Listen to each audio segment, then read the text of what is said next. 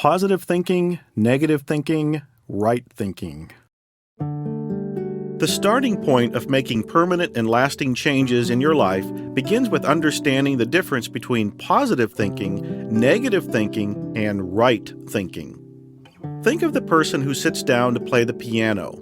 As he plays, there is no harmony, no balance, and no real tune because he keeps hitting all the wrong notes. The player eventually gets fed up with this disharmony, lack of pleasure, and lack of beauty in his music and decides to go get a teacher. The teacher says, "You have the ability to play, but you need to understand music."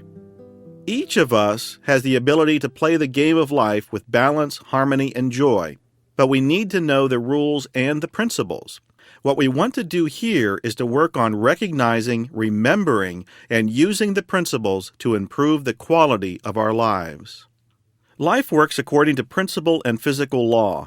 If it didn't, you couldn't fly an airplane because there would be no gravity, there would be no such thing as electricity, and 1 + 1 would not equal 2. The laws of the universe must be totally dependable. Universal law is not only dependable, but also unchangeable. You can depend on it, and it will work every time. In essence, the universe will never let you down. It doesn't care how old you are, how young you are, how short, how fat, how skinny, your religion, your nationality, or whether you are a male or a female. The power, the force, or the energy is neutral, and we direct it through our own ideas and beliefs. What we are saying is that your word is the law in the universe. But you need to know these laws. Without an understanding of the laws, through ignorance, you cannot create what you want. The fundamental law to which all other laws conform is the law of cause and effect. The law of cause and effect says that the effect or result of any situation must be equal to the cause. The cause is always an idea or belief. Another way of describing the law of cause and effect is the example of sowing and reaping, or action and reaction, or, put in a modern-day context, my ideas are created into my results. The law of cause and effect is impersonal, just like sunshine. If you are standing in the sun, you receive the warmth and healing benefits of the sun's rays. If you are standing in the shade, it seems like the sun isn't shining on you. But who moved you into the shade? Who moved you into the darkness? The truth is, we are in darkness because of our ignorance. I repeat, the law of cause and effect is impersonal. This is why we can see so many people who are basically good have so many problems and disasters in their lives. Somewhere in their life, that person has misused or misunderstood the law. It doesn't mean that he or she is bad. It doesn't mean that he or she isn't a loving person. It means that through ignorance or misunderstanding, that person has misused the law. This can be applied to any natural law. For instance, aerodynamics or gravity will not kill you, but a misunderstanding of its function will, even if you are a kind, loving, positive person. The universe is like a river. The river keeps on flowing. It doesn't care whether you are happy or sad, good or bad. It just keeps flowing. Some people go down to the river and they cry. Some people go down to the river and they are happy. But the river doesn't care. It just keeps flowing. We can use it and enjoy it, or we can jump in and drown. The river just keeps flowing because it is impersonal. And so it is with the universe. The universe that we live in can support us or destroy us. It's our interpretation and use of the laws that determine our effects or results. We can only receive what our minds are capable of accepting. We can go to the river of life with a teaspoon, and someone else may go with a cup. Someone else may go with a bucket, and yet another person may go with a barrel. But the abundance of the river is always there and waiting. Our consciousness, our ideas, our frame of reference, and our belief system determine whether we go to the river of life with a teaspoon, a cup, a bucket, or a barrel. If we are impoverished in our thinking and have gone to the river of life with only a teaspoon, we may curse the little we have in our teaspoon. We may curse others who have more than we do. But remember, whatever we curse, in effect, curses us. The river is there, and it's overflowing with abundance.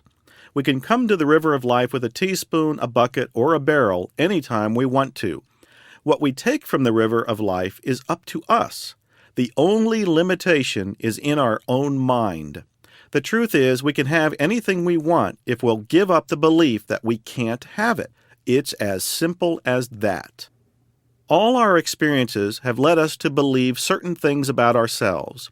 Whether these beliefs are true or not really doesn't matter, because if we accept them as true, then they are true for us. If we speak our word long enough, it becomes law in the universe. Pronounce your limitations vigorously enough and they're yours. Whether your beliefs are true or totally insane, if you accept them, then that's what your life will be about. Once we have accepted an idea, it's an idea whose time has come, and there is nothing that can stop it. If we accepted an idea of lack and limitation, it is an idea whose time has come for us. There is nothing that we can do about it except to change our mind. If you plant a seed, it is going to grow. If you plant a tomato, you will have a tomato.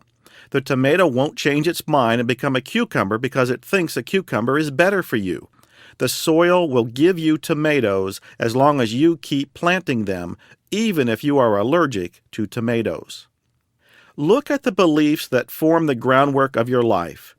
We are full of beliefs that we have collected over the years, attitudes, ideas, opinions, and conditioning.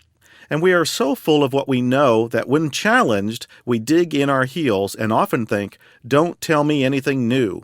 I have my beliefs together, and how dare you try to change them? This is what I've based my whole life on. Now you are telling me I could be wrong. I don't want to hear that."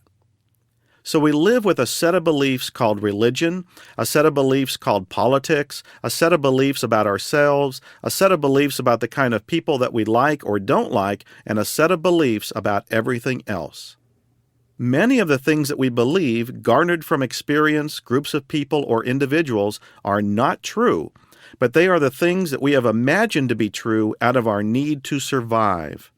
Because the will to survive and the desire for order are strong, we create rules about the nature of life and how it unfolds, and these rules become beliefs. Unfortunately, those beliefs can also become limitations. The fact of the matter is, we can only be successful to the degree that we are willing to shed our mistaken beliefs. When we experience sickness, failure, or lack, it is often because of the limitations in our own mind. The sad thing is, even though we know our lives aren't working in certain areas, we are still afraid to change. We are locked into our comfort zone, no matter how self-destructive it may be. Yet, the only way to get out of our comfort zone and to be free of our problems and limitations is to get uncomfortable. We can only experience freedom in direct proportion to the amount of truth that we're willing to accept without running away.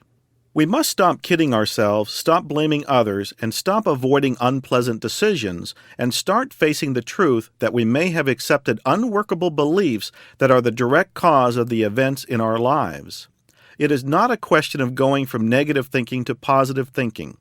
It is a matter of moving toward right thinking, which means moving toward knowing the absolute truth about who we are and our relationship to life. Right thinking, which is based in truth and not illusion, is the foundation that determines the solidity of all other thinking. Positive thinking and negative thinking are both filtered through our belief system. Right thinking comes from being aware of the truth or the reality of any situation. Always seek to know the truth about any situation in which you are involved. Look behind your present belief system and ask your higher self, what is the truth about this? Your higher self will always reveal the truth to you if you are ready to hear it.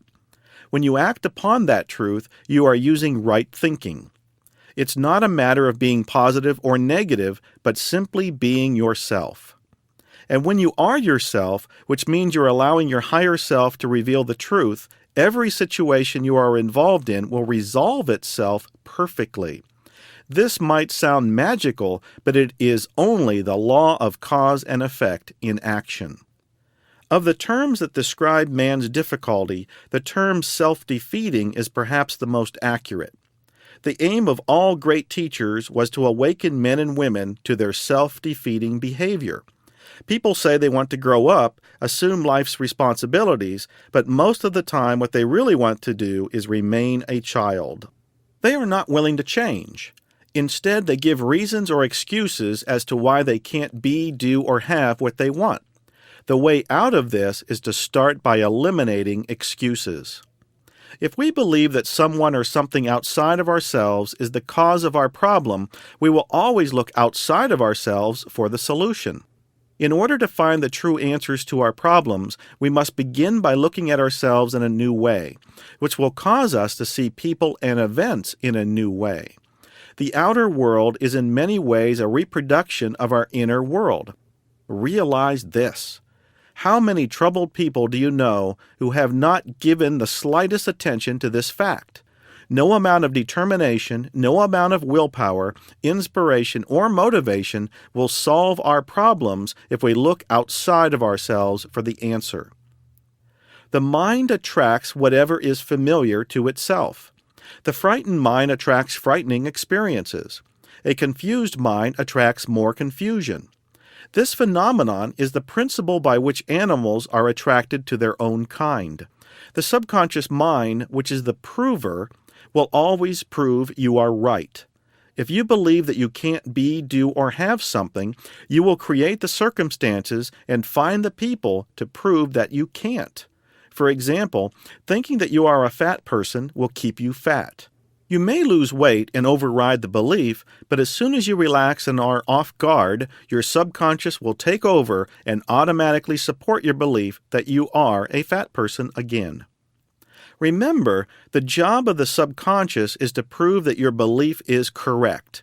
It functions like the automatic pilot of an airplane. If the autopilot is set to go east, you can manually override the controls and go north. But as soon as you let go, the automatic pilot, which has been programmed to go east, will control the plane and you will fly east. Your subconscious does not change the reality of the world around you. It just filters the information that you present to it in order to support your beliefs or the picture that you hold in your mind. If you believe that business is bad, or that there are no new opportunities for your business, your subconscious will not point out new opportunities or direct you in ways to improve your present business. This would be a violation of the principle of mind. It will only point out problems that support your belief that things are bad or that there are no new opportunities. Your subconscious cannot think for itself. It will draw to you only those things that are consistent with your deepest inner beliefs, nothing more, nothing less. If you do not know this as truth and do not realize that you create your potential out of your ideas, you will feel powerless to affect change. You will feel that you are the victim of people, circumstances, and conditions. If you accept yourself as powerless, you will imagine that the only way to get what you want is to get it from another person or an organization. You will look to something or someone outside of yourself to fulfill your desires.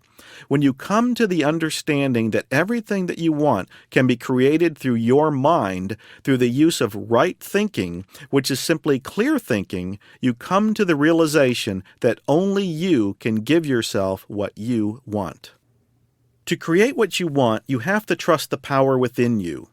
Now, when you are told to trust the power within you, immediately you could say, "Look at the starvation, look at the sickness, the war, and the crime in the world. You are telling me to trust the power? If this power existed, why would it allow this to happen?" Well, the truth is, it doesn't allow anything to happen. Remember, we said the power is neutral. It is simply the power of creation.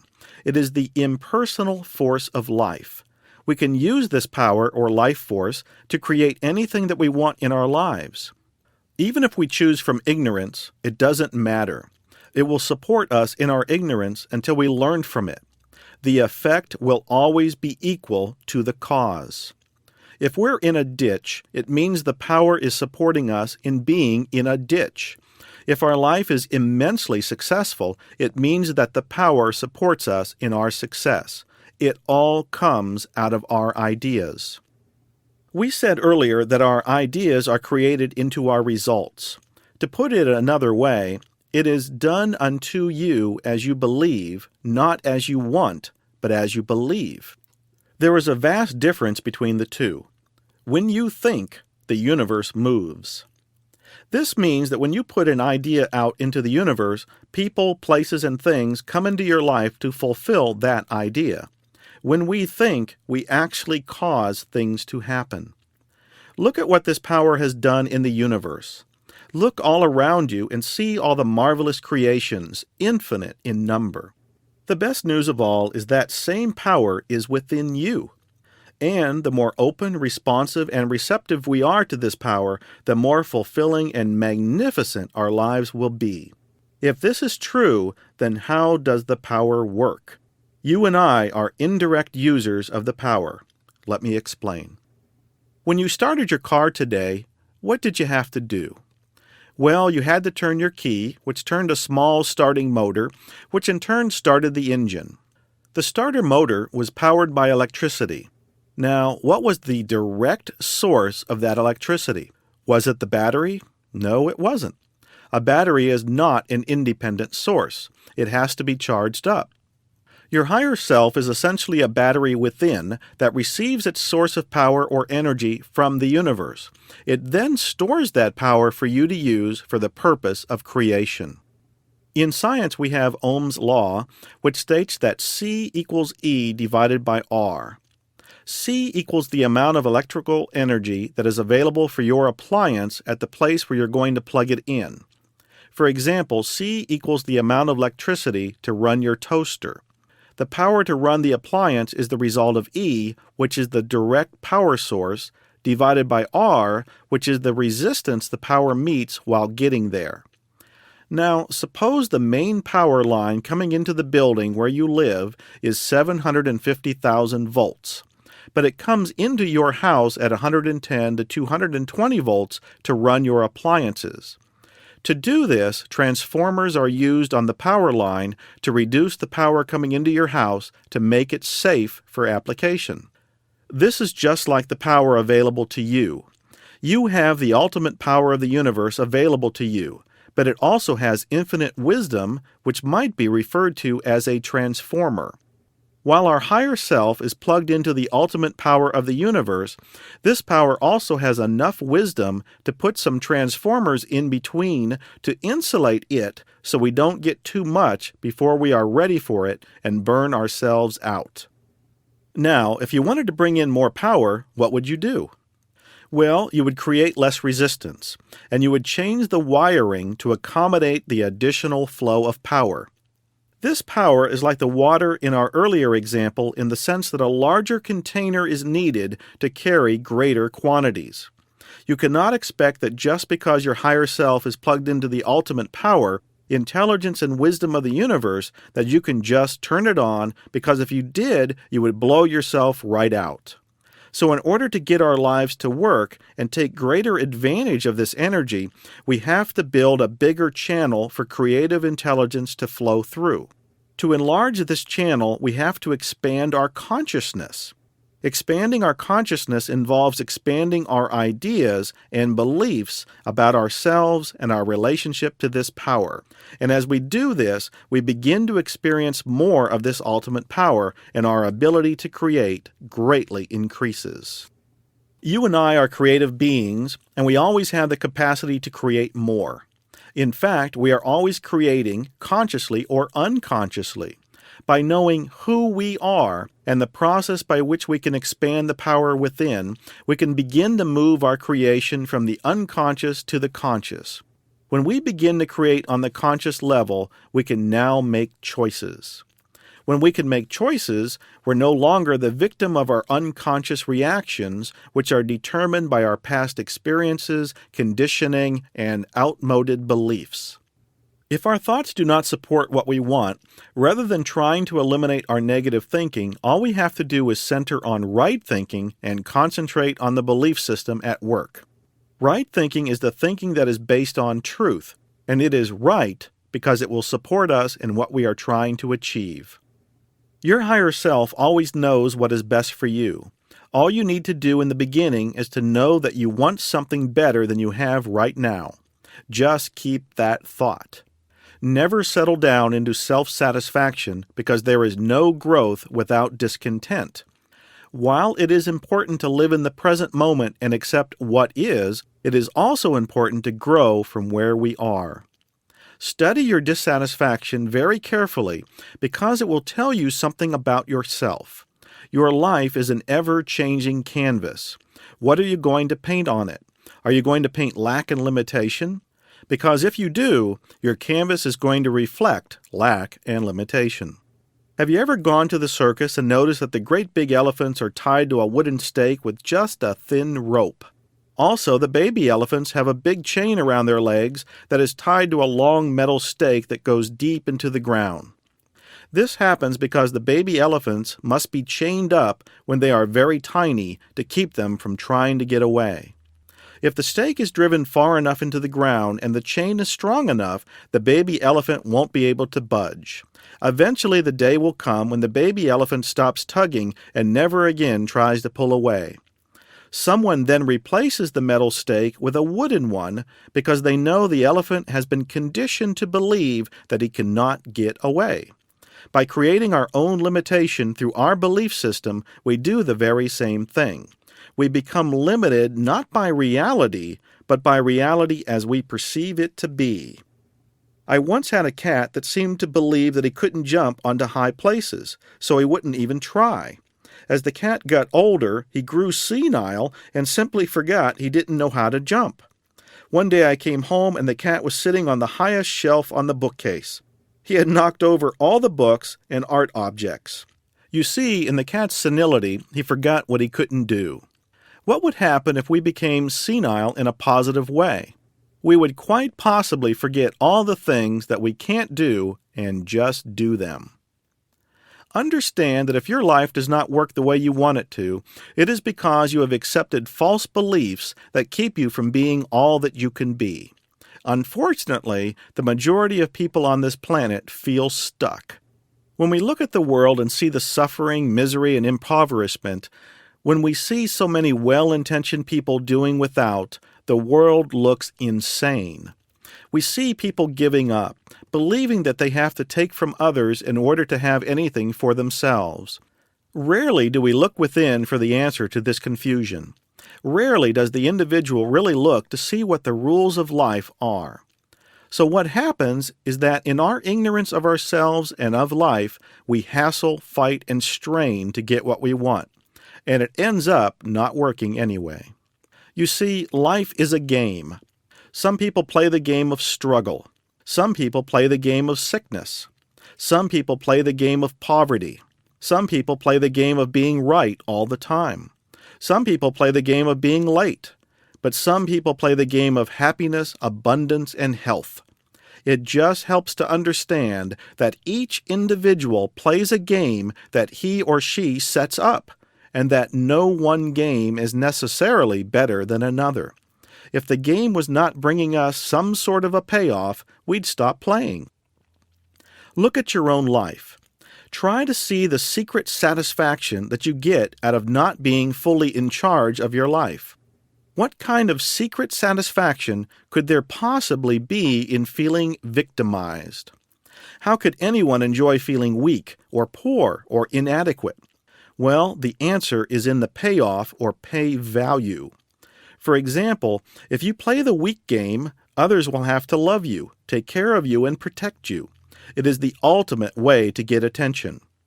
If you play the game of being undecided all the time and let other people decide for you, then you are protected from blame if you make a mistake. In other words, if you keep both hands tied behind you, then you can expect someone to take care of you. In playing the helpless routine, you are actually controlling others. The power of powerless people is remarkable. They are good at making others play the part that they have written for them. Look at the value that you are getting out of your payoff. An example is being sick. Look at the value you get out of being sick. You may be saying, "That is insensitive and cruel. You don't know what I've been through." No, it's not cruel. It's crueler to deny it. What you are really saying is that your disease has more power than you do to decide your destiny. The question here is, who is giving the illness such power? If you are experiencing illness, just take a look at it. Don't pass any judgment on yourself, just let it tell you something. Know that no matter what is going on in your body, it begins in your mind. Illness is the body's reaction to your mind. Since your body is a feedback mechanism of your mind, it will always let you know what is going on in your consciousness and at an emotional level. Let your body be your teacher. It's interesting in our society that it is totally okay to spend $50,000 on a heart attack, but what would people say if you spent that amount of money on just having fun? They would think you were crazy, and they would probably resent you. It seems we have our priorities mixed up. Perhaps if we spent $50,000 on having fun, we wouldn't have so many heart attacks. Think about it. Having pleasure is abnormal, but having pain is normal.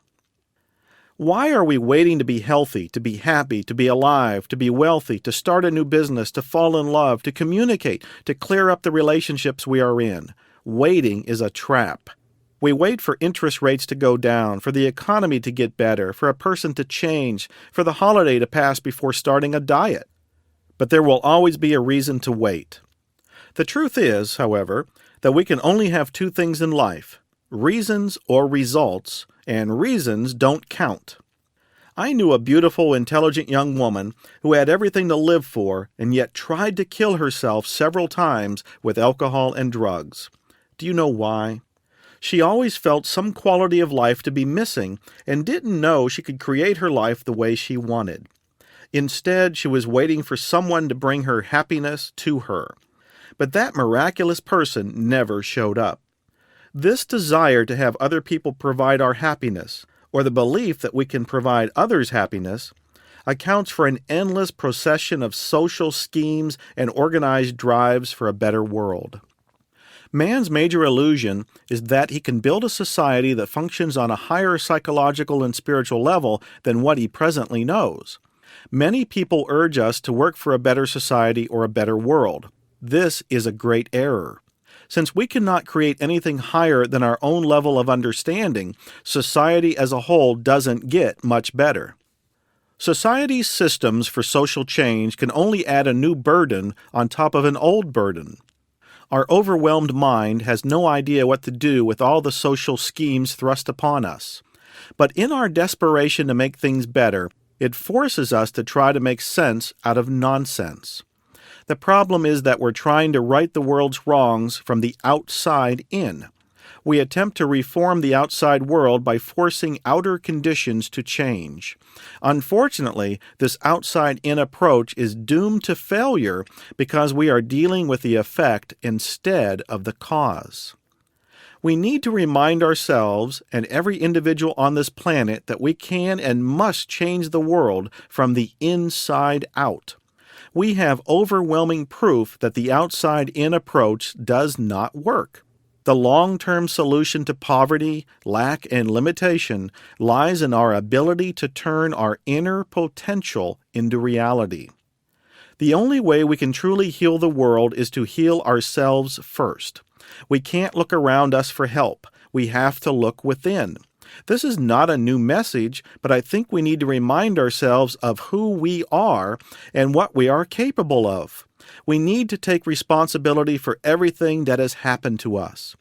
Through the law of attraction, we attract either consciously or unconsciously everything that happens to us. Whatever anyone has done to us, we have participated in it and are at some level responsible. In essence, there are no victims, only volunteers. This is a hard pill to swallow, but unless we accept it, we cannot change things for the better. It seems we are a culture of blamers. If your wristwatch shows the wrong time, what do you do about it? Well, you wouldn't ask your neighbor to set their watch according to yours. You'd correct your watch. Unfortunately, we do not make similar corrections when our lives are not working. Instead, we insist that reality should conform to our illusion. Your unlimited power lies in your ability to control your thoughts. A confused mind works in the direction of sickness, poverty, lack, and limitation, rather than in the direction of abundance, health, and success. If we are not creating our lives the way we want them to be, we are creating from our unconscious. But since life is consciousness, the most important task we have is the development of the highest possible consciousness. We can do this by looking at the conditions of our lives and challenging our beliefs, even if our egos are threatened. Whenever we want something in our lives, we must let go of anything that is between us and that consciousness. In your heart, you know exactly what you want. And if you will listen to your intuition, it will tell you. Your mind will sell you out, but your intuition never will. Your intuition is your connection with the ultimate power. Learn to trust it. People can control you through your mind, but they can never control you through your intuition. We imagine we will lose something by following our intuition, but have you ever taken a look at what you have lost by not following your intuition? Whatever your intuition is telling you is what you need to hear. As you learn to trust it more and more, it'll reveal exactly what you need to do at any given moment. Your life is important. It is important to you, and it is important to the rest of the people on this planet. I believe that every person on this planet arrived here with a mission. If you will listen to your intuition, your purpose or your mission will be revealed to you. The truth about you. If you want to take control of your life, it's important that you gain a basic understanding of who you are. Our self-image, which is the picture of ourselves that we hold in our minds, becomes the key to our lives. All our actions, feelings, and behavior, and even our abilities, are consistent with this formed picture. We literally act out the kind of person that we think that we are. What we need to be aware of is that as long as we hold on to that picture, no amount of willpower, effort, determination, or commitment will cause us to be any other way, because we're always going to act the way we see ourselves. To be any other way, we must first look at how we form our self-image. From birth onward, we collect hundreds of ideas about ourselves as being good or bad, wise or stupid, confident or fearful, and so on. Through repetition, these often false identities harden into our self-image. This self-image either allows us to be happy and successful, or it tyrannizes our lives. Whether we realize it or not, within ourselves is a mental blueprint. It's a picture of the way that we think that we are. This blueprint is exact and complete down to the last detail. This summary or blueprint is our self-image. However, this blueprint is not who we are, but rather who we think we are. The circumstances or conditions that formed our self-image may have been totally erroneous or blown out of proportion, but as far as we are concerned, it's all true. Once we record this information, we do not question its validity. Most of the time, we can't even consciously recall how or where we obtained this information. We just live as though it were true. Even if it's not true, we believe it's true. The vast majority have missed the message that all the great teachers since the beginning of recorded history have tried to share with their fellow human beings. The secret of the ages, the one most incredible truth that very few realize, is that at the being level, which we will call your higher self, you are spiritually whole, complete, and perfect. Just as a drop of water has all the qualities of the ocean, you have all the qualities of the Creator within you. Science, philosophy, and religion all teach in their own way that there's ultimately one power in the universe, and that we're one with that power, energy, force, or whatever you're comfortable with. You and I are individualized expressions of all the power of the universe. This can be called your higher self. We can never destroy the higher self within us. We can deny that it's there, we can try to hide from it, we can lie about it, but ultimately we cannot change the fact that it's who we are. What we need to do is to recognize that it is who we are and learn how to channel it through our thoughts. We must understand the distinction between who we are and what we do. Who we are is spiritually perfect, but what we do is not always perfect. The gap between who we are and what we do is created through ignorance. When we don't know that we are spiritually perfect, it follows that our actions will be less than perfect. I'd like you to do something right now. Just say to yourself, I know that who I am is spiritually perfect. Now listen to the little voice in your head. It's probably saying, oh no, I'm not. The affirmation of perfection seriously threatens your ego. Your ego immediately sends back the response, what do you mean you're perfect? Come on now, take a good look at yourself. Look at the way you treat other people. Remember what you did yesterday? You're always complaining. How about the way you treat your mother, your father, your boss, your mate? How about the way you treat yourself? And remember that terrible thing you did back in 1986? How can you say you are spiritually perfect after that? Take a good look at yourself and stop this nonsense. You see, your ego does not want you to take a good look at yourself. It wants you to take a bad look at yourself. It wants you to identify with everything that you're not. It wants you to identify with your actions and feel guilty. It wants you to judge, condemn, and blame yourself for not living up to the pictures and expectations of yourself and others.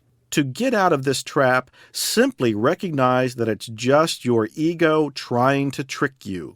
This is not the truth about you. All of this is coming from your conditioning. The way out of this is to affirm your own perfection. It's not an ego trip to affirm your own perfection. It's an ego trip not to affirm your own perfection. Remember, the first and most essential step in changing your life, no matter what you want to be, do, or have, is to realize your own perfection based upon the truth about you, that you are spiritually whole, complete, and perfect. The way to neutralize your ego is to love yourself unconditionally. Loving yourself doesn't bloat your ego. Loving yourself actually neutralizes your ego because your ego isn't about loving yourself. We need to understand that life is consciousness. This means that what we assume to be true will become real for us. Whatever we're conscious of, we will experience. In essence, we will experience in life what we're deeply convinced is so. This statement is important. We experience in life what we're deeply convinced is so. If our thought patterns say, I cannot have this or that, I don't deserve this or that, I'm a bad person, we continue to create conditions that correspond to our ideas of evil, lack, and limitation. The bottom line is this. If we cannot accept ourselves, that we're worthy and deserving, then we cannot accept that other people are worthy and deserving and will therefore be in judgment of them. The solution is to develop unconditional love of ourselves and others. This is the only way that we can ever be free. We must have total acceptance of ourselves first and then others, knowing that as we are spiritually perfect, so is everyone else. In a very important way, you've created yourself whether you know it or not. All the character traits, mannerisms, ways of talking, ways of walking, facial expressions, gestures, and even ways of thinking and believing, you have borrowed, imitated, or made your own. It may have been from a parent or others in the household, a favorite teacher, a friend, or a character in a book or a movie. Maybe you borrowed from someone you didn't even like. It may have been from someone who made you feel uncomfortable or afraid. Imitating that person could have been a way of making you feel less afraid and a way of intimidating others. It's important to take a look at the personality that you've created. Perhaps one of the reasons you keep yourself from doing this is because you've been an imitator. It's not uncommon to get hung up on this. It may help to understand that nobody can create a self from scratch. Everyone has to do the same thing. Everybody chooses from what's available. Even though you may have built your personality through imitation, you're not a fraud. No one else has ever put together the exact same combination that you have. Don't forget, there are only 12 notes in the musical scale, and yet many hundreds of thousands of unique and beautiful combinations are created. It's all a matter of how they are put together. It doesn't make you any less of a unique person to have taken from others. The wonderful thing about this is that since you put it together from scratch, you can change it at any time you want to. You're never stuck. It's not a disaster to discover that you're not the person that you thought you were. On the contrary, it's the beginning of the end of disaster. In order to change the experiences that are causing you pain and disharmony, it's necessary to begin with a clear understanding that you never help yourself by rejecting any part of yourself. We get into self-hatred because we set up a picture of how we think we should be based on the conditioning from our family, peer groups, mate, and religion, and the society that we live in. The sad part of this is that we'll never be able to live up to the pictures, images, models, standards, or concepts of how we think we should be. It's a psychological dead end. We've allowed our ego to trick us into believing that we're incompetent, inadequate, insecure, stupid, bad, evil, and unworthy. All of this can be summed up as poor self-esteem and a poor self-image. Until we make a conscious decision to change our thought patterns, we will continue to have poor self-esteem and a poor self-image. The first and most important thing in your life is self-acceptance, to love who you are, to be yourself. Only when you love yourself can you begin to love others. Many people say that you should forget about yourself and love others first. Well, it doesn't work that way.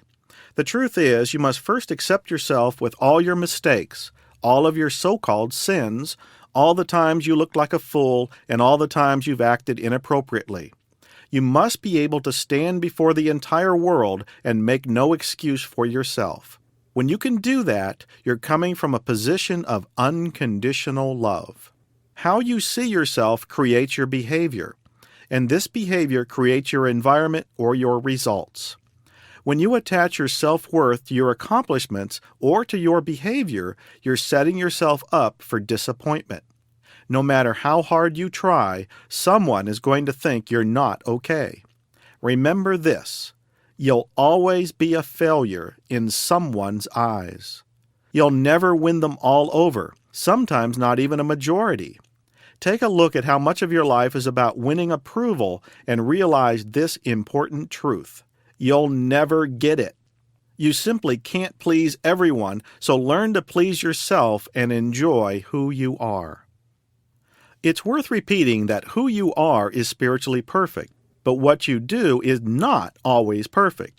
What you do may succeed or fail, but you can detach yourself from the results by remembering that you can never be a success or a failure based on what you have and what you do. There's no way that you can fail in life as a person. You're not set up that way. When you're into hating yourself for all the things that you've done or haven't done, or into hating other people for what they haven't given you, you're into suffering. Suffering is a way of putting yourself down. It's a way of being angry at yourself. If you really get down to it, anger and suffering and lack of happiness in our lives comes from being disappointed in ourselves for not living up to some expectation that we have of ourselves or that someone else has of us. In working with alcoholics and prisoners, I have found that the major cause of their situation is self-hatred. Their self-hatred stemmed from the fact they hadn't lived up to someone else's expectations. Most of us judge ourselves on the basis of what we have or don't have and what we've accomplished or what we haven't. We feel that when we are a failure, we've let ourselves and others down. When we don't come up to the expectations of our parents, employers, religion, friends, or mate, we conclude that we're no good, and this is known as self-judgment. When you're standing in judgment of yourself, you will judge yourself as bad. And as soon as you put yourself down for something that you have or haven't done, or something that did not work out, or for a situation where you disappointed someone else, you feel bad. Yet this type of judgment only serves to carve away at what little self-esteem you have. It never does any good. It only destroys. It's true that each and every one of us has things in our lives that we regret. But at some point we have to stop dwelling on the regret and move on. We have to learn the lesson and throw away the experience. We can never be for anyone as long as we are against ourselves. To be against others is to be against ourselves. This is a spiritual and psychological truth. The most corrupt thing that we can do is to judge someone. To suppress another individual and take away another's aliveness is one of the most negative and self-destructive behaviors a person can have. What would happen if you had no regrets of the past? Try to image what would happen if you totally forgave everyone in your life regardless of what they did to you. Hopefully you are beginning to see that to the degree that you cannot forgive, whether it be yourself or someone else, you perpetuate unhappiness, poverty, sickness, lack, and limitation in your life. Many people don't want to forgive others. They say things like, "Why should I let them off the hook after what they did to me?" The enemy is always someone we think can harm us or take something away from us. But the truth is, no one can harm us. People harm us through ourselves. Actually, they don't harm us at all. We give them instructions on how to treat us, and they just follow through. Make a decision to give up all resentment right now, because in the end, it will eventually destroy you. Yes, you say, "I agree with you, but you don't know my circumstances. They really did hurt me. I'll give up my resentment next week, but I have a little more getting even to do." Understand that this type of mentality is more destructive to you than it is to the person that you resent. Turn your attention to this idea. You cannot be wealthy if you resent wealthy people. If you resent talented or beautiful people, you cannot be talented or beautiful. If you resent thin people, you cannot be thin. Whatever you resent is a statement of what you lack. When you resent, you cannot be healed because through your resentment, you literally cause your own sickness. Remember, whoever you resent is you because we're all one. The more you love and support other people in being who they are, the more you will have of everything. Rather than resent people who have what you don't have or do what you can't do, take the time to learn from these people. Be with masters. Be with people who know how life works. Admire them, acknowledge them, and support them in having what they have. And as you do that, you actually support yourself in having what you want. If you study philosophy and religion, you will see that values, morals, and principles are often rooted in the belief that something is better than something else. A is better than B. Don't get caught in the trap. Forget about the way you think something should be done or how someone wants you to do it. Instead, just be yourself and do it the way you feel it should be done. About 700 years ago, a great teacher ripe with years and honors lay dying. His students and disciples asked if he was afraid to die. "Yes," he said, "I am afraid to meet my Maker." "But how can that be?" the students and disciples responded. "You have lived such an exemplary life. You led us out of the wilderness like Moses. You have judged between us wisely like Solomon." Softly he replied, "When I meet my Maker, he will not ask, 'Have you been Moses or Solomon?' He will ask, 'Have you been yourself?'" The story shows that throughout time, people have struggled to be themselves. Why are we still struggling? The struggle comes out of our need to please others. By assuming your own destiny, you're bound to get someone angry, your boss, your spouse, your parents, your children, but in time they will adjust. At first, assuming your own destiny can be a lonely process, and it may seem that everyone is against you. But the only image you must live up to is your own. The opinions of those who can cheer you on or hold you back are irrelevant. The decision to live your life is your own responsibility. The results of your own life are your own responsibility. Your action or inaction becomes your own responsibility. Some people's conditioning and beliefs are in conflict with yours, and when they see someone living in opposition to their values and beliefs, it can be very frightening for them because, in a way, it threatens their own foundations. They feel that if you're right, they're going to have to give up some of their own beliefs and change. When a person is confronted with your beliefs, there's an inner battle that's waged, and the battle is, could they possibly be right? And if they are, that means I could be wrong. A person who knows who they are and loves himself or herself unconditionally is not threatened by the beliefs of others. It all goes back to developing a high level of self-esteem. Let me ask you, do you like yourself? Do you trust yourself? Do you keep promises that you make to yourself? Do you think that you're a good person? Are you yourself most of the time, or have you developed an act to cover up who you are? If you had a friend who treated you like you treat yourself, or talked to you the way that you talk to yourself, and broke commitments to you the way that you break commitments to yourself, do you think you'd keep them as a friend? Let's face it, you probably wouldn't want that type of person around. It's very important to take a look at the way we treat ourselves. Most of the time, we are our own worst enemy. We are afraid to meet our inner selves because we think we may not like what we see. A person says, I want to explore myself, but I'm afraid of what I'm going to find out about myself. I'm afraid of the strange creatures that I may find along the way or along the journey. Understand this clearly. It is absolutely impossible for the truth about yourself to cause fear. No matter how terrible the truth may be, it is powerless in itself to either frighten or harm you. Fear is caused by resistance to the truth and by misunderstanding it. Start your journey of self-discovery at once. Nothing but good can come from it. The understanding of fear cures fear. Don't get hung up on the kind of person that you think that you are. Don't concern yourself with whether you're better or worse than other people. Instead, try to know yourself as the kind of person that you are.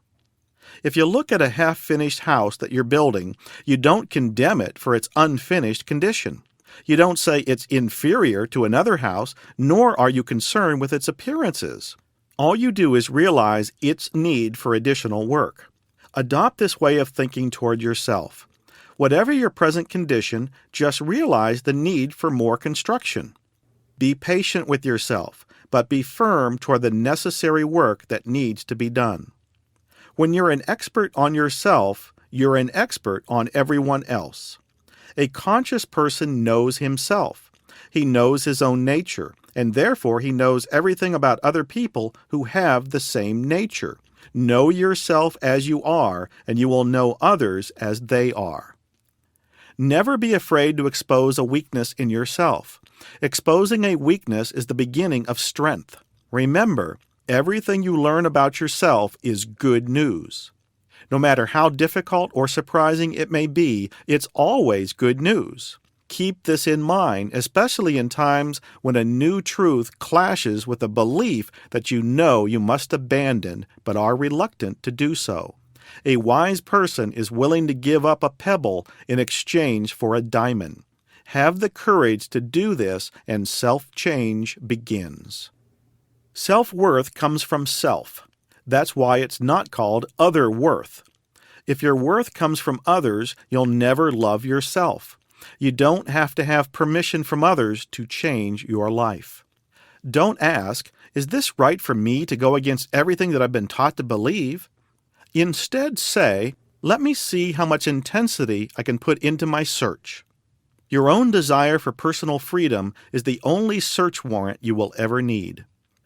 If you're really going to learn the truth about you and live your life as you're capable of living, a lot of people aren't going to like it because they're not committed to the same path as you are. Are you going to deny yourself riches because others are poor? Are you going to deny yourself health because millions of people are sick? Take a good look at what you're denying yourself, and don't ever think of yourself as wrong for wanting what you want. As we move along the path of self-discovery, we're bound to make mistakes. Those so-called mistakes, faults, sins, or errors are not you. Make sure you separate who you are from what you have and what you do. You transcend what's happening in your life as you come to the realization that what's happening in your life is only temporary and will always be changing. It's important to understand that your higher self is changeless. When you identify with your temporary nature, you take on the belief that what you have and what you do is the real you. It's possibly the biggest error that you can make in life. To experience your own magnificence requires that you separate what you have and what you do from who you are. Learn to separate the performance from the performer, to become involved in what's happening in your life, but not to identify with its temporary nature. As you stand on the seashore and watch the ships sail by, there's no problem as long as you simply stand there and watch them go by. It's only when you identify with the ships that you feel pain and suffering. If you say, "That's my ship," then you will grieve when it passes from your sight. If you say, "I must command that ship," then you will live in fear that someone else will become its captain. Likewise, by simply watching and observing our mistakes and unworkable behavior without judgment, we prevent harmful identification with our temporary mistakes, faults, and errors. As you start to question and look honestly at your life, you come to the point where you begin to realize that the only authority figure is within yourself. We look to other authorities to tell us what we're supposed to do, but the only person who will ever know what to do is ourselves. Have you ever wondered why certain people are conned by con artists? A con artist cannot con someone who's not out to get something for nothing. A con artist cannot con someone who does not want to be conned. People have trouble understanding why others take advantage of them. The reason they get taken advantage of is because they give their power away and they don't want to be responsible for their own lives. They don't want to make their own decisions, so they allow others to do it for them. But understand this truth. If you allow others to do it for you, they'll do it to you. As long as you let others have responsibility for your life, they will control your destiny. It's easy to say that others are to blame, but this type of thinking puts us further into bondage because we set limits on our freedom. Once again, straightening up our thinking involves separating what we have and what we do from who we are inside, separating the doer from the deed. The secret is to live in this world but not let the world live in us. We want our boat in the water, but we don't want the water in our boat. When the water's in our boat, we start to sink, and we have to bail like crazy to stay afloat. We find ourselves drowning in the water of physical effects that we've created in our lives. Once we're drowning, we don't know any other way to deal with it except to fight it. Before I go any further, let me ask you, why do you want to change your world? Every time we attempt to change whatever's going on around us, whether it be our business, our career, the government, members of our family, our mate, or whatever, we're operating under the illusion that these people and events are doing something to us. Actually, what we need to do is to change our experience in relation to them. People and events never do anything to us. They merely trigger feelings that are already within us. If we go back to the basic principle of life, we understand that nothing happens in the world that we don't permit deep within our consciousness. It's been said many ways that it is done unto you as you believe, and sometimes those beliefs are very deep. Whatever is going on within our heart is in fundamental alignment with our outside experiences, even though we may not be consciously aware of it. I know this principle is difficult to accept because there are undoubtedly things in your life that you consciously do not want. However, the truth of the matter is there's some deep inner need that you're satisfying. If you'll be totally honest with yourself and take a good look at what's going on in your life, you'll discover what is actually unfolding. Therefore, it stands to reason that if we attempt and are successful in changing the outer effect but don't change the inner causation, we will only create the same experience again. If you no longer know what to do, this process of self-evaluation is a very good path to finding yourself. It will help you to understand that the mechanical thinking process cannot rise above its own limited level. If you're not sure what to do, or if you have any anxiety, don't try to seek release from the anxiety. Just stay where you are and let it tell you something extraordinary, and it will. If you're unhappy, realize that all unhappiness is caused by comparison. Did you hear that? All unhappiness is caused by comparison. We only feel unhappy when we compare what we have now to something else. Perhaps when we were younger or healthier, or when we were with a certain person or possessed certain honors and recognition. When there is no comparison, unhappiness is impossible. Happiness exists when the mind is not removed from itself, when it remains in the present time zone, and when it declines to contrast itself with other times or conditions. Imagine an unhappy person sitting at home stating, "I want to change my life." This person redecorates his house. Then he finds himself just as unhappy as before. So he redecorates several times, and he still feels no change in himself. Do you know people who believe that they can change their level of happiness by changing their exterior scenery? Where have they made a mistake? Where can they correct themselves? If you have the answer to these questions, you have a powerful tool for personal growth. So the truth about you is that you're not what you have and you're not what you do. You are spiritually whole, complete, and perfect, and your success in life will be in direct proportion to your ability to accept this truth about yourself.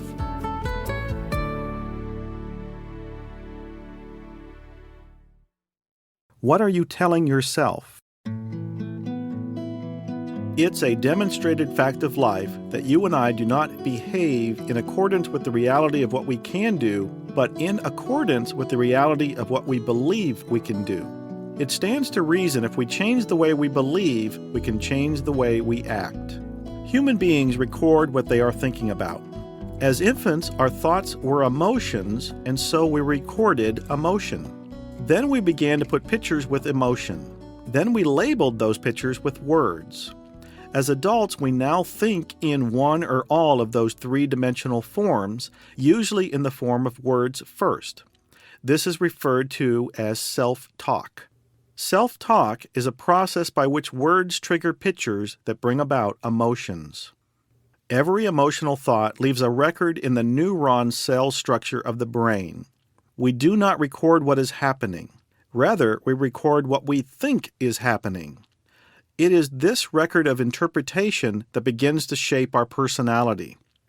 A prime example of how this works can be seen in children from the same family background who develop different personalities and lifestyles.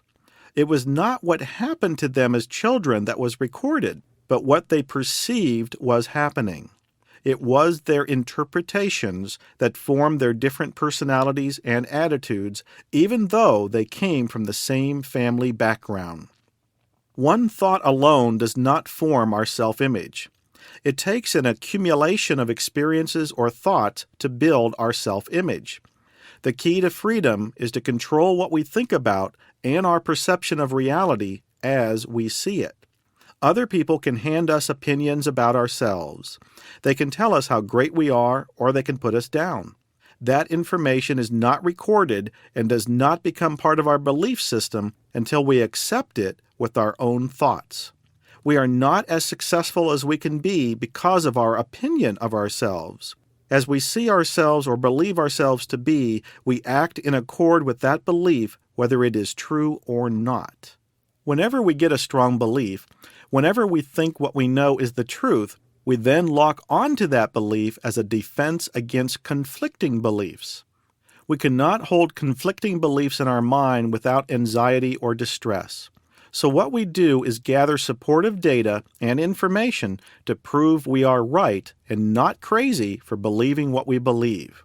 This can work against us in seeking out the truth because we operate in accord with the truth as we see it and not as it is.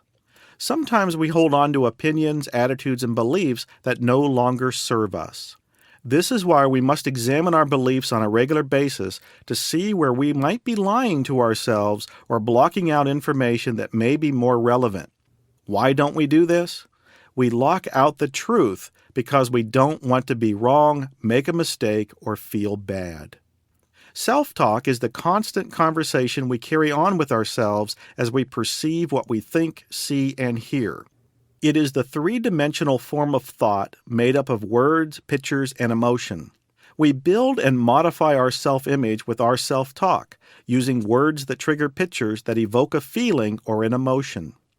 Our self-image is an accumulation of all thoughts, attitudes, and opinions we have perceived and stored about ourselves since childhood. It is the subconscious picture that we have been recording for many years. This picture controls how we think and how we perform. Once we vividly imagine an experience, it is recorded in our subconscious and we are stuck with it until we make a conscious choice to displace it. If you choose to make changes in your self-image, you can use self-talk and visualization to create a new picture that will enact the changes you desire. All meaningful and lasting change starts first in mind or in the imagination and then works its way outward into reality. Every statement you make has an effect on your subconscious, so it is important to be very careful about what you say about you. Remember, other people can hand you their opinions about you, but what you think about you is what determines your self-image. The impact of building a positive or negative self-image is powerful because our self-image is stored in the subconscious as reality. Our subconscious believes the information it stores is true, whether it is true or not. If someone calls you stupid, it makes an original recording on your subconscious. Every time you replay the experience of being called stupid, as far as your subconscious is concerned, it is happening all over again, because the subconscious does not recognize the difference between a real or imagined experience. Each time we replay the same thought, it gets recorded as reality all over again and reinforces the dominant belief, in this case, I am stupid. As these thoughts accumulate, they bring about patterns of belief. As we allow these thoughts to build up in our minds, we then act out those beliefs, thus we live a self-fulfilling prophecy. Our level of expectation, be it of ourselves, another person, a day, a task, or a situation, determines the outcome. Once we lock onto a preconceived notion of how we think things are going to work out, we then go out and create the situation or gather information to make it a reality, and sure enough, we get what we expect. This is called the sure enough principle. You can see that your self-talk either reinforces an already existing self-image or belief, or it can be used to modify, for better or worse, opinions and attitudes that you have about yourself. My self-image controls how I perform or my performance reality. I always act like I see myself. I cannot act otherwise. I can try to act otherwise, but I will have to work very hard to override my subconscious picture of reality. I automatically behave like the me who is controlled by my picture. What formed the picture in the first place was my self-talk. Each time I affirm I am a certain way, I record it in my image of reality. I act according to my image of reality automatically, without thinking about it. And after I act like I thought I was supposed to, I talk to myself about it. I continually tell myself, with self-talk, what I just did. I say to myself, that's the way I am, which reinforces the picture. I say, I always act this way, which reaffirms the image, which in turn ensures I will do it the same way next time. This is known as the self-reinforcing cycle. The self-reinforcing cycle works like this. 1. I notice my performance of a task, how I act, and how others evaluate my actions. 2. I talk to myself about my performance through my self-talk or affirmative statements. 3. My self-talk reinforces either a positive or a negative self-image or how I feel about myself. 4. How I feel about myself forms a self-image, which is the regulating mechanism that controls how I perform the next time. Most people, after they have performed below their level of expectations, or if they anticipated poor performance in their imaginations, reinforce the negative experience with statements such as, "There I go again. That's just like me. That's the way I am. It happens every time. This is going to be one of those days," etc. Whenever your behavior doesn't match your self-image, you will say to yourself, "That's not the way I am," or "That's not like me." These statements will only ensure continued poor performance by reinforcing the poor self-image. The only choice you have is to live up to your picture. We have to learn to cease attacking our self-image at those times when our performance does not live up to our expectations, because our negative self-talk will only increase poor performance. So, how do we correct this? The first thing we need to say to ourselves when we are engaged in negative self-talk is, "Stop it." Then follow up with a statement such as, "I am much better than that." The next phase is the key phrase. Say to yourself, "The next time I will," then make an affirmation of how you are going to do it next time. Shut off the old picture. Shut off the negative movement. Don't tolerate poor performance from yourself or others, but don't put yourself or others down by focusing on what is wrong. Just say, "The next time, I will do it this way." If we are working with others, we can say, "The next time I want you to approach the client this way," or "The next time you will do it like this." What you are doing with these statements is giving positive and immediate feedback to your subconscious. Instead of recording the negative picture, you trigger the picture of the performance you want. The key to reinforcing an already existing positive self-image or modifying your self-image for the better is to visualize what you want your performance to look like the next time and to stop picturing, thinking about, and talking about what you are trying to avoid. When your performance pleases you and you feel good about it, you should use positive self-talk to reinforce the positive picture. Affirm to yourself, "That's the way I am. That's like me." Positive self-talk statements are the best way to maintain or build your own self-esteem. They deliberately cancel out the negative put-downs we apply to ourselves or to the opinions other people try to make us accept about ourselves. The size and scope of your goals will increase proportionately with your self-esteem. When you have low self-esteem, you will attract negative influences that will prevent you from reaching your goals. Take a look at the clients you are dealing with or the relationships in which you are involved. The fact is that you will always associate with people you feel worthy of being with. This includes your friends as well as your clients if you are in business. Take a look at your material possessions. You draw to yourself that which you feel you are worthy of receiving. The car you drive, the clothes you wear, the home you live in. The total quantity and quality of your life is determined by your self-esteem or self-worth. What kind of labels are you putting on yourself? Each one of us has dozens, perhaps hundreds of labels we have given ourselves during our lifetime. I'm a good manager. I'm assertive, shy, warm, friendly, stupid, short-tempered, hard to get along with, lazy, or poor. Because we act like we see ourselves, these labels or opinions govern our behavior. Some of the labels are helpful, but in order to grow and develop, some of the labels need to be changed. Again, we must be careful how we talk to ourselves. The problem is that whatever self-image we have accepted puts a ceiling on the use of our potential. That ceiling has no relationship to our ability to use our potential. But we can only act or perform like the person we see ourselves to be. We must deliberately take control of our self-talk, or it will control us. The opinions or labels we have of ourselves cannot be totally erased because they are stored in our subconscious memory, but they can be displaced through self-talk. The new positive message will then become our dominant opinion, and we always act in accord with our dominant opinion or belief. The most important reason for changing our image when we are dissatisfied with our performance in a particular area is that our self-image controls our performance. Our behavior is automatic.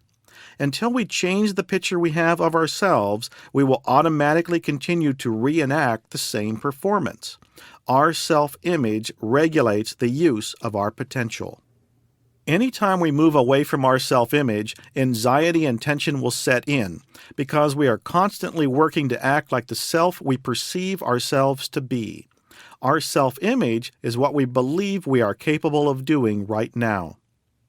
When we find ourselves being forced by our own intent or by the situations around us, out of where we feel comfortable, away from where we know we subconsciously belong, anxiety and tension sets in. We not only have an internal comfort zone or expectancy level that concerns the kind of behavior that's expected of us, but we have also been programmed as to the kind of environment in which we belong. We have, for example, a subconscious picture of the kind of car we should be driving, the income we deserve, the restaurants we feel comfortable in, the situations we feel comfortable in, etc. It is important for us to be aware that whenever we find ourselves straying from that picture, negative tension reminds us to get back where you belong, forcing us to return to the environment we subconsciously know we belong in. As you can see, this response makes change difficult or slow at best. Every time we find ourselves in an unfamiliar environment, job, or social situation, we will come up with logical reasons why we should not participate, why it won't work, or why we should stay where we are. The problem is we didn't deliberately program the kind of environment in which we feel comfortable. Our subconscious just absorbed through observation where we think we should be. The key to change is the ability to visualize ourselves in a different situation, environment, car, job, relationship, or career. Only vivid imagery in the first person and in the present tense changes your reality. This will be discussed later in the section on Program Your Mind for the Best. But for now, it is necessary only to understand that visualization is not like watching a movie. Only images experienced and identified with in the first person, present tense, change reality. If we can't identify with the image, we can't have it, because it doesn't register on the subconscious level. If I don't identify with what I am visualizing, I'm left with the impression that other people can be, have, or do this, but not me. It's okay for them, but I don't think I could ever do it. You must see yourself in your picture. Deliberate affirmation or self-talk, combined with visualization, produces the end result. As we continue to do it over and over again, pretty soon our subconscious accepts that it is true for us. In the beginning, there will be conflict between where I am, or what I have, and what I am accepting subconsciously. One of the primary functions of the subconscious, however, is to resolve conflicts between what we are thinking about and what we are experiencing in our reality.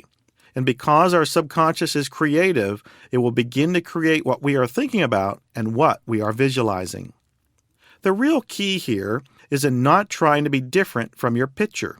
Modify the picture first. Real growth and change begins from the inside out. We must first change the picture in our mind.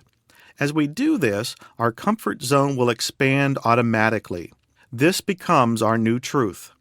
We then act in accordance with that new truth or belief. How do you know what your self-image is? Take a look at your actions, your behavior, and your performance. Also, ask yourself, what do I expect of me? Where do I feel out of place? If you see yourself as poor, you will unconsciously do things to make yourself lose. When you lose, what do you suppose you say to yourself? That's the way I am. I always lose out. I'll never have any money. This reinforces the picture, which causes you to fail again, which causes your self-talk, which reinforces the picture, and so it continues. People without money feel victimized, but what they don't understand is that they live a self-fulfilling prophecy. This is why the rich get richer and the poor get poorer. It has nothing to do with money. People with winning self-images cause themselves to do things that win. If they lose occasionally, they don't accept it as their fate. They know that losing is not normal for them. They reject it by saying, "That's not like me," or "That's not the way things happen for me," or "The next time I will change this." Attitudes are extremely important in determining the difference between success or failure. What are attitudes? Attitudes are dominant beliefs.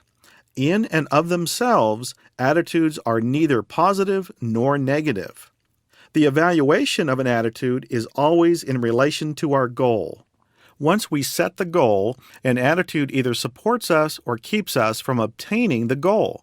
For example, being an introvert in itself is neutral. However, if your goal is to be a public speaker, such an attitude wouldn't support you in obtaining your goal. The attitudes we have developed cause us to seek out or avoid situations. We picked up most of our attitudes without deliberate intent. Most of them were formed unconsciously. On the other hand, if we have attitudes that cause us to avoid situations, we can make a conscious decision to change them.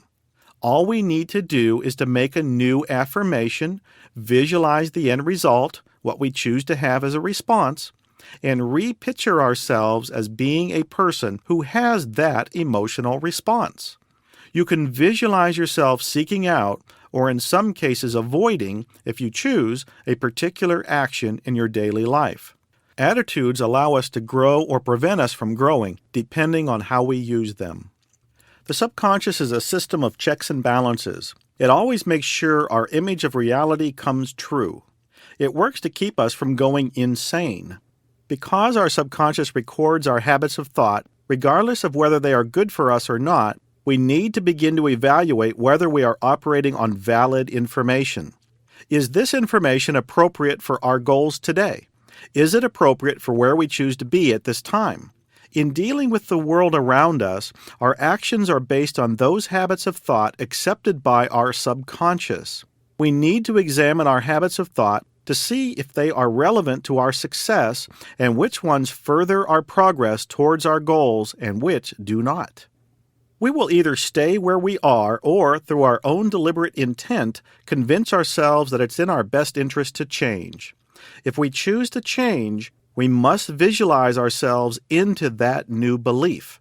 Constructive self-talk and imagery takes the ceiling off the use of our preconceived abilities and allows us to grow in a controlled manner without stress, tension, and negative feedback. It should be understood we have an overall self-image as well as a specific self-image for specific areas of our lives. Each self-image is formed in the same manner. The job of my subconscious is to creatively ensure that I am always acting in accord with the truth as I see it. My performance, how I act or behave, is controlled by my self-image. Instead of working on our actions, we want to work on our self-image. Now, how do we go about that? The same way that our self-image was established in the first place, through self-talk. Work on our self-talk begins in any given area we choose to change. We start to control our self-talk so that when our behavior is other than what we want it to be, we will say to ourselves in some manner, "That's not the way I am. That's not like me." Then make an affirmation as to what me is like. It's like me to be a winner. It's like me to be loving. It's like me to be successful. It's like me to be outgoing. When I do something that is successful, something that in the past would not have been like me, I must then, through my self-talk, reinforce my belief by saying, "That's the way I am. That's like the new me. I am successful, easy to get along with, outgoing, etc." As I do that, the subconscious records my self-talk. It does not record what is happening. It records my opinion of what is happening. What I image to be true is what I record. We move toward what we picture. We physically, emotionally, and psychologically create, through activity and movement, what we hold as a picture in our minds, whether it is good for us or not. As long as we hold the picture, we are drawn toward that picture. We control our imagery through directed self-talk. We can image ourselves into new behavior, even though right now it may be opposite to the way we are behaving or acting. Remember, thought must come before action. Don't be concerned about your actions. Only be concerned about your self-talk and mental picture. Make sure they are controlled to bring about a desired end result. As the picture changes, so will your performance. Our subconscious creative mechanism knows exactly where we are in time and space in relationship to the target, the relationship to where we are right now, and end result we are trying to achieve. If we get off course, negative feedback will motivate us to stay on course. This stimulates the creative energy and drive to attract people, material things, new books, seminars, or whatever else we need to create the picture in our mind. But the picture must come first. We can't start without a picture. This subconscious creative mechanism provides us with a powerful technique for utilizing our creative abilities. Because we move toward what we picture, it is important to control what we are picturing. The goal must be clearly and specifically defined. What are we after? What does it look like? If you cannot describe it, you cannot get it. One of the biggest traps we fall into is forcing change, such as trying to discipline ourselves and saying to ourselves, I have to do this. I have to lose weight. I have to work harder. That very push is the subconscious working against the end result. Anytime you tell yourself you have to do something, it is the job of your subconscious to say, no, you don't. You don't have to do anything. I'll get you out of it. And with creative avoidance, procrastination, or in any way possible, you find a way not to do it. When you say, I have to, you are saying, I have to, but if I had my own way, I would rather be doing something else. The harder you try to do something, the more you work against your natural subconscious creative mechanism. When I recognize I can, I choose to, or I want to change because it is my idea to become like that, then I have a power around me that most people have chosen to give up. Once I recognize I am a self-made person, both in success and failure, and that this success or failure is mine to control, I will stop saying I have to, and instead say, I choose to.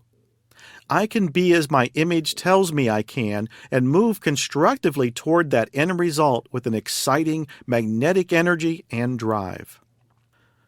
When you can rely on promises to yourself and to others, you become a powerful person. We are only as strong as our word is strong. If you give your word to others that you are going to be someplace at a particular time, will call at a particular time, make this or that change, or say you can be counted on, you must be able to follow through because every time you don't keep your word, you lose your power. It is not only your word to others because you can make excuses, it is also the word you give to yourself when you say you intend to do something. When you give yourself your word to keep your agreements with yourself, you know you can count on yourself. With that power, that feeling, that belief, there's not much you cannot do because you know you make things happen. It is simply a matter of keeping our minds off what we don't want and on what we do want. Don't spend your time imaging and imprinting what you are trying to avoid. Instead of going away from something, go toward something. This is sound psychology. Too often we get caught up in being realistic. I have always been this way. This is the way I behave. This is the way I am. This is the way things always happen to me. The best advice I can share with you is never go by past track records. Every moment is a new beginning. Successful high-performance people look at what they want and move toward the end result. So, what is it that I want? We must decide that for ourselves. What makes me a happy person? Why do I go to work? Why do I go to school? Why am I involved in anything? What do I want for myself? What everyone wants in life is to feel good. It's that simple. It is the feeling we are after. We tend to go after things to get the feeling.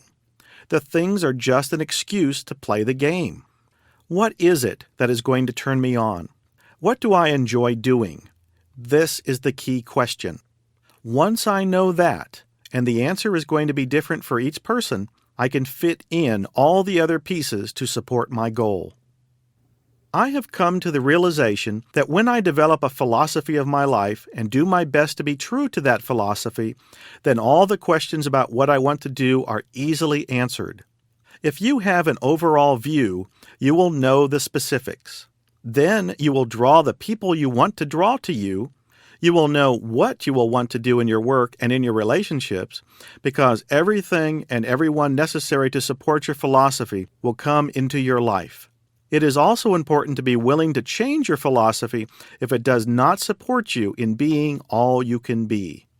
When you consciously use the tools of self-talk and imagery, you deliberately throw your system out of order. Understand you will be driven strongly, almost obsessively, into whatever you are affirming and imaging. If you only use the concepts in one area of your life, you will become obsessive about that. Setting goals with equal proportional balance is the key so that you do not steal from one part of your life to fulfill another.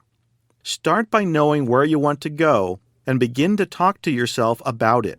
Self-talk combined with constructive imagery are the most powerful tools you can use to go from where you are right now to where you want to be.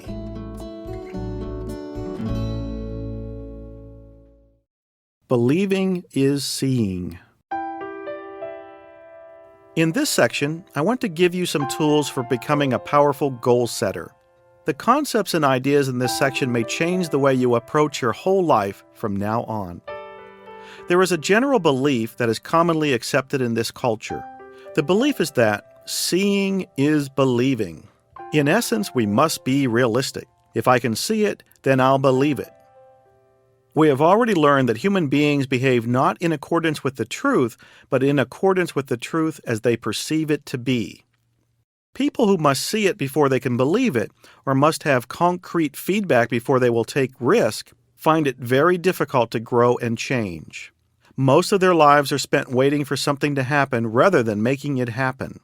We stimulate our creative energy and drive in direct proportion to our ability to use our imagination. However, use of our imagination is limited by our perception of reality. All of us have some natural limitations in perceiving reality, but we can expand our awareness of this reality. We are not limited by it unless we choose to be limited. In order to change this, we must be willing to take a good look to see if our perception of reality is perhaps limited or distorted. No two people have the same awareness or perception of reality. This accounts for the uniqueness of each individual. Although we perceive the same world, we interpret what we see differently. To the degree our awareness or perception is limited, our habits, thoughts, and actions will also be limited. Our awareness is simply a combination of all the experiences, impressions, and attitudes we have accumulated since birth. Our awareness can be summed up as our total life experience. Our awareness determines the clarity with which we perceive and understand everything that affects our life. It isn't what we know that gets us into trouble, it's what we think we know that isn't so. Everything that happens in our life is filtered through our awareness. We then act in accordance with our present level of awareness. If our awareness is faulty, our actions will be faulty. Every decision we make and every action we take is based on our level of awareness at any given moment. In order to be all we can be, we must constantly work to change and expand our level of awareness or our perception of reality. One of the faulty perceptions in most people's awareness is that seeing is believing. But the truth is, because we can't see it, it doesn't mean it is not there. The reason we don't see opportunities or solutions is not because they aren't there or because we can't see, it is because we haven't determined what we are looking for.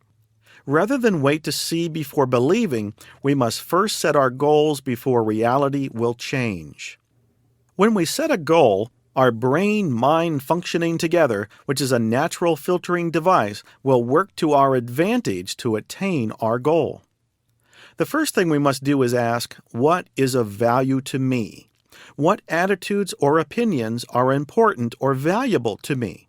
What am I looking for? What is it that I want? What end result do I want? These questions and their answers play a very important role in your success. The interplay between your brain and mind, your brain-mind functioning, will not support you in obtaining your goals until it clearly understands exactly what you want. The information will not get through until you can answer the question, what do I want? Wrap your mind around this idea. You must know what you want before you can become aware of how to get it. By determining first what is of value to you, you automatically let information that is important to you filter through. You will increase your awareness of valuable opportunities and information that will help you obtain your goal by knowing exactly what you want, exactly what kind of house, job, car, income, client, relationship, etc. Our brain-mind functioning naturally filters out any information that is not of value to us or does not pose a threat to our security. It is important to understand this. Any information that is not of value to you or does not pose a threat to your survival does not get through to you. It automatically gets filtered out. Like a spam filter on your email, the brain-mind functioning together screens out thousands of messages and allows those messages or information to get through that have value to you. If it allowed any and all information to come through, it would overload your nervous system and you would be unable to cope with all the data presented to it. To ensure your survival, it also allows threats of physical or psychological harm to be perceived and understood. There is simply too much information constantly coming at us. It's impossible for all of it to get through, so we must determine exactly what we want. This will allow our brain-mind mechanism to become highly selective as to what information is of real value to us. Once we determine what we want, the information will start to flow through. Remember, because we cannot see it does not mean it does not exist. It only means we are blocking out information that is not important to us at the moment. This blocking is natural and simply a protective mechanism to keep us from going insane. Unchecked, however, this mechanism can limit our possibilities. There is at any given time a vast amount of information available to support you in creating whatever you desire. However, most people, or groups of people, and businesses fall into this category, try to solve problems without first determining exactly what they wish to accomplish. They make decisions based on the available facts or the resources they have at the present moment. The natural response is, we can't do that. We don't know where the money is coming from. Who's going to help us? We don't have what we need. We don't have what it takes. Or, we don't have enough experience with this. What I want to share with you is this. You don't need to know all those answers. In fact, if you did have the answers to all those questions, that information would, in the present moment, probably work against you. What you do need to know is, what is the end result? Where do you want to end up? What do you want to create? Set the goal first, and the necessary information will get through. Having all the information first without the goal only confuses the mind and works against you. Remember this, information does not come through first. Before the information can be filtered through, your brain-mind functioning together must lock onto the goal or end result. Once that is set, everything you need to know to accomplish the end result will present itself to you. Unless something has personal value or threatens our security, we will not be conscious of the information that we need. In order to be conscious of this information, we must have the goal first. High-performance people, people that get things done, know this secret. Believing is seeing. Everybody else wants to have the facts first before they will believe. But it doesn't work that way. You must believe in the goal first, and then you will see how to do it because the necessary information will get through. You must determine what is of value to you, what kind of client you want, what kind of home you want, what kind of knowledge you want before it gets through. As an example, suppose you are interested in a particular brand of automobile. Perhaps you are considering buying one, or you have just bought one. Notice that as soon as you decide what you want, you see this make of car everywhere. Why? Because that car has value to you. This example could be applied to the goals of finding clients, jobs, businesses, or people with whom you would like to be involved. As soon as you know what you are looking for, the opportunities and the information will become apparent. If you don't know what you are looking for, you won't find it, even if it passes through your life every day. This also applies to your clients or customers. Knowing exactly what your customers or clients want will increase your awareness of how to help them obtain it. If you don't know exactly what they want, the information on how to help them will not get through. If you want to be a good conversationalist, you would better say something of value to the other person before you can get through. Otherwise, they will just filter out or block out the conversation. We only pay attention to what is of value to us. Another reason we don't see opportunities is that we limit ourselves by the way we think. We must be willing to think outside our limitations. We often feel uncomfortable psychologically when we experience contradictory or conflicting opinions, beliefs, or attitudes at the same time.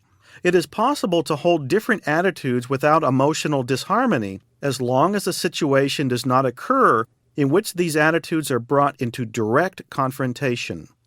Generally, when people are placed into a new and unfamiliar environment or situation, a change of behavior or a modification of an attitude is necessary to lessen or eliminate the anxiety caused by the change.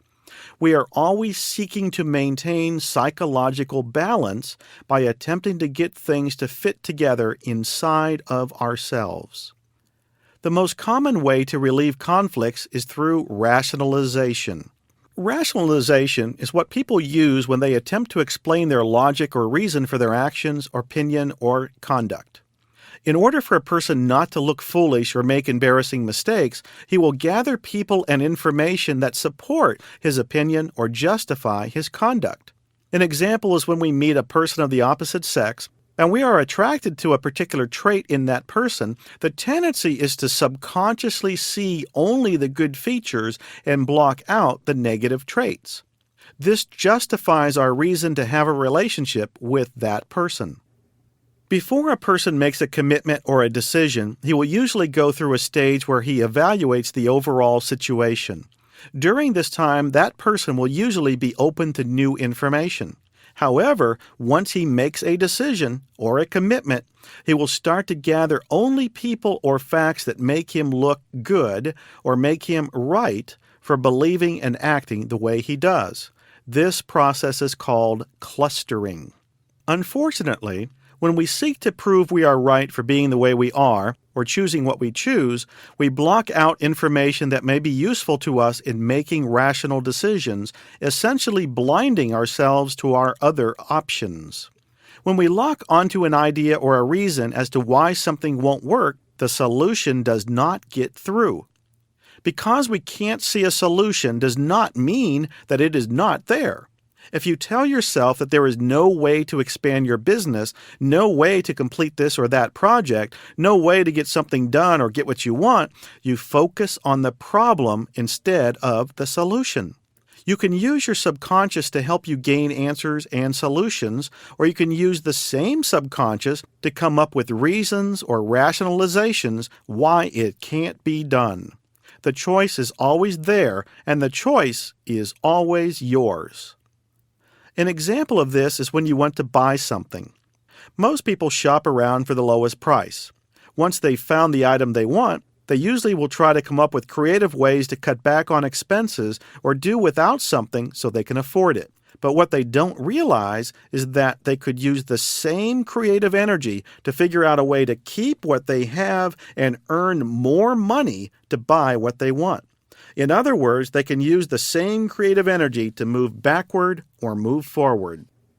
When fear sets in, we very easily rationalize why we should retreat, give up, cut back, or why we can't do something. Are you using your energies trying to figure out what things aren't available to you or can't happen for you, or are you putting your energy into how you can make them happen? Another reason we see problems and failures instead of solutions or opportunities is because we do not feel worthy of being, doing, or having the things we truly desire. The problem is that we can only attract that which we feel worthy of. The greater your feelings of self-worth, the higher the value you have of yourself, the more options you have, and the more risks you can take. The better you think of yourself, the more others will want to be part of your life. They will want to be your client, your customer, or your friend.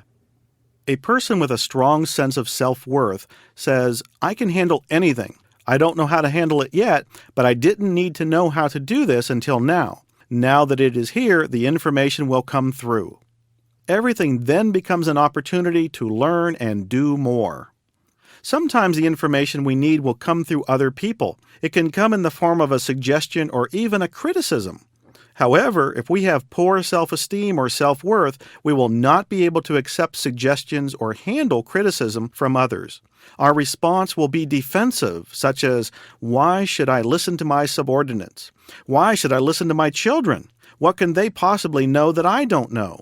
Why should I listen to my mate? I'm smarter than he or she is." But the error we make is this. When we accept only our opinion, we shut out everything else. Again, our self-esteem or self-worth is not strong enough to accept input from others. How many times have you said, "Don't tell me how to do it. I want to do it myself"? What you are really saying is, "I don't want you to show me, because then you will appear smarter or more intelligent than I am. Because I have low self-esteem, I have to look good all the time." We have to allow others to be our teachers. This doesn't mean we have to accept everything they say, but it is to our advantage to at least listen to them to see if what they have to say is of value. It doesn't matter who helps you or who shows you the way. The only thing that matters is the end result. A healthy response is, "If you can show me how to get there easier, better, or faster, then I want to learn from you." When you are unable to figure out how to get what you want, it isn't because you're stupid. It's because you are conditioned not to see beyond your present level of awareness. In business, there is a tendency to lock on to approaches that are traditional. This is the way we have always done it. When we use that type of thinking and lock on to the way it was, we blind ourselves to the way it can be. So ask yourself these questions. What ideas, beliefs, or attitudes have I accepted? Is there an idea, opinion, or attitude that I have that is not supporting me in getting where I want to go, doing what I want to do, or being what I want to be? If there is, then you must be willing to let go of that idea, belief, or attitude and concentrate on the end result. You need to allow new information that will facilitate you in permitting the end result to get through. I want you to recognize that you don't need to know anything about a particular subject you want to learn or business you want to go into. Because you lack experience in something or weren't good in a certain school subject doesn't mean you are incapable of learning it. It just means that the information as to how to go about it wasn't of value to you in the past. But watch how the information comes pouring through now that you have clearly defined what you want. What I am leading you to is this. Once you decide on how you want to live, what you want your group to accomplish, or what you personally want to create, the process becomes exciting because the information will come through and you will go out and find a way to attain that goal. I also encourage you to not only make things happen for yourself, but also for your business, your company, your family, or any group you are working with. It isn't so much what you believe, but what you can get the people around you to believe. The key is getting others to believe they are far more capable than they think they are, and to get them to stop dwelling on their limitations, why something can't be done, or the way they acted in the past. You want them to begin focusing their attention on where they want to go or what they want to become. Once again, the end result is the only thing that counts. When you have an idea or belief and are seeking to create something that did not exist before, a new product, service, business, or whatever, your problem won't be your belief in the idea. It will be trying to convince those around you that it is possible. In order to get help and cooperation from others in reaching a goal, your biggest problem will be how to get others to believe in you. How can I get them to support me? This is the problem that every leader faces. It isn't so much a matter of what the leader believes, but rather what the leader can get the people around him or her to believe. We know that everyone acts in accordance with the truth as they perceive it to be. If their perception of reality is faulty, they will come up with logical reasons why it won't work, why it can't be done, why it's impossible, why it's too difficult to accomplish. Remember, they are not intentionally trying to sabotage you or hold you back. They are acting in accord with the truth as they perceive it to be. The challenge is how to lead people to believe that they can do more than they think they are capable of doing. Perhaps you can see that your children have potential, but it doesn't do you any good to see their potential if they can't see it. Perhaps you can see your employee's potential or your mate's potential, but it is meaningless until they can see it, because they must act in accord with the truth as they perceive it to be.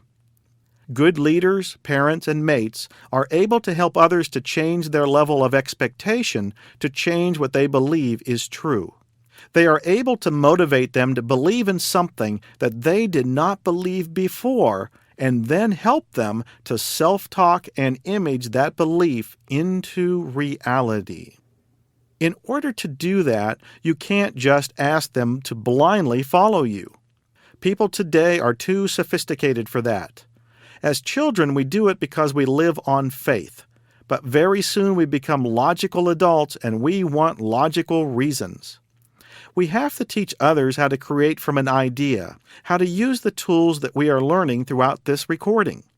If they are not willing to use the tools, they will do everything they can to prove they are right in believing what they believe, and in the end, they will either try to sabotage you or try to stop you to make themselves right. Take a look at the people in your life that are telling you, it can't be done. There is no way. I can't see how it can be done. Are you allowing these people to determine whether you are capable or not? In essence, are you giving your power away to these people? If you are, make a decision to reclaim that power. What kind of people do you surround yourself with in your business? Are they people who are always looking for reasons why it can't be done? Or are you surrounding yourself with people who find solutions? Be very careful when choosing the kind of people with whom you surround yourself, because they strongly influence your creativity, whether you realize it or not. Their negativity becomes contagious in your office, in your relationships, in your family, and in your business. People who believe that things can't be done will go out and prove themselves right. But people who know things can be done go out and make it happen. If you have a business, don't pay people to tell you that something can't be done. You can think of all the reasons why it can't be done yourself. You don't need to have people around you to tell you it can't be done and then pay them for the privilege. Surround yourself with people of high self-esteem who can tell you how to get the job done, how to make it happen. Teach them to look for solutions instead of problems. Every strong leader sets a goal and then does whatever is necessary to make it happen. If you educate the people around you to start setting goals based not on what is available, but on what it is you want to accomplish, you will be a strong leader, and the people around you will become high-performance people. In order to experience growth or change, we must learn to alter our level of expectation. To change our expectancy level, we must have a strong belief in ourselves and our goals. We must know we can take an idea and make it happen. Everybody else wants to see it before they believe it, but you must believe it before you even see it. As you have more faith in your own power, you will transmit this to others. With this knowledge of your own capabilities and those of the people around you, you can do things that to others seem unrealistic or impossible. What this all boils down to is having the ability to accomplish tasks that others find difficult or impossible. How many goals have you set based on what was apparent, on what you can see, what you have, and what you think is realistic? Don't base your goals on what you have or what you have done, but on what you want and where you ultimately want to go. What we are talking about here can be summed up in one word: faith. Faith is not something religious or esoteric. It is a sound psychological and physiological fact. When you understand how the brain-mind functions together, you know that faith, which is believing before seeing, is the natural process of creation. When you understand that it is your belief or faith in your ability to create that determines your results, you are then able to go out and accomplish tasks that other people think are impossible. You simply set your sights on what you want and then allow the information that will enable you to go out and create it without stress and without effort to come through. The reality is that whatever you are looking for is at the same time looking for you. It all starts with believing before seeing.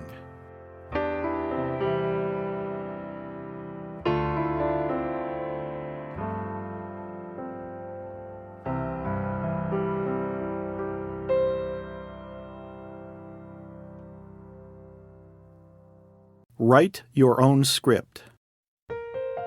All living things have an innate desire to reach their potential. The problem is that this desire to grow and develop makes us unhappy with the way things are. We have three main beliefs about life that prevent us from being happy and satisfied. The first is that what I don't have is better than what I do have. This is a variation of the grass is always greener on the other side of the fence. The second belief is that having more is better. No matter how much I have, more of it would be better. And the third is, when I get what I want, I will be happy. Perhaps you are familiar with the term success ethic. The success ethic, stated simply, says, when you get what you want, you will be happy. It is based on the theory that if we work hard and solve all the problems in our lives, someday we will be happy. The majority of our thought and activities in life are centered around solving problems.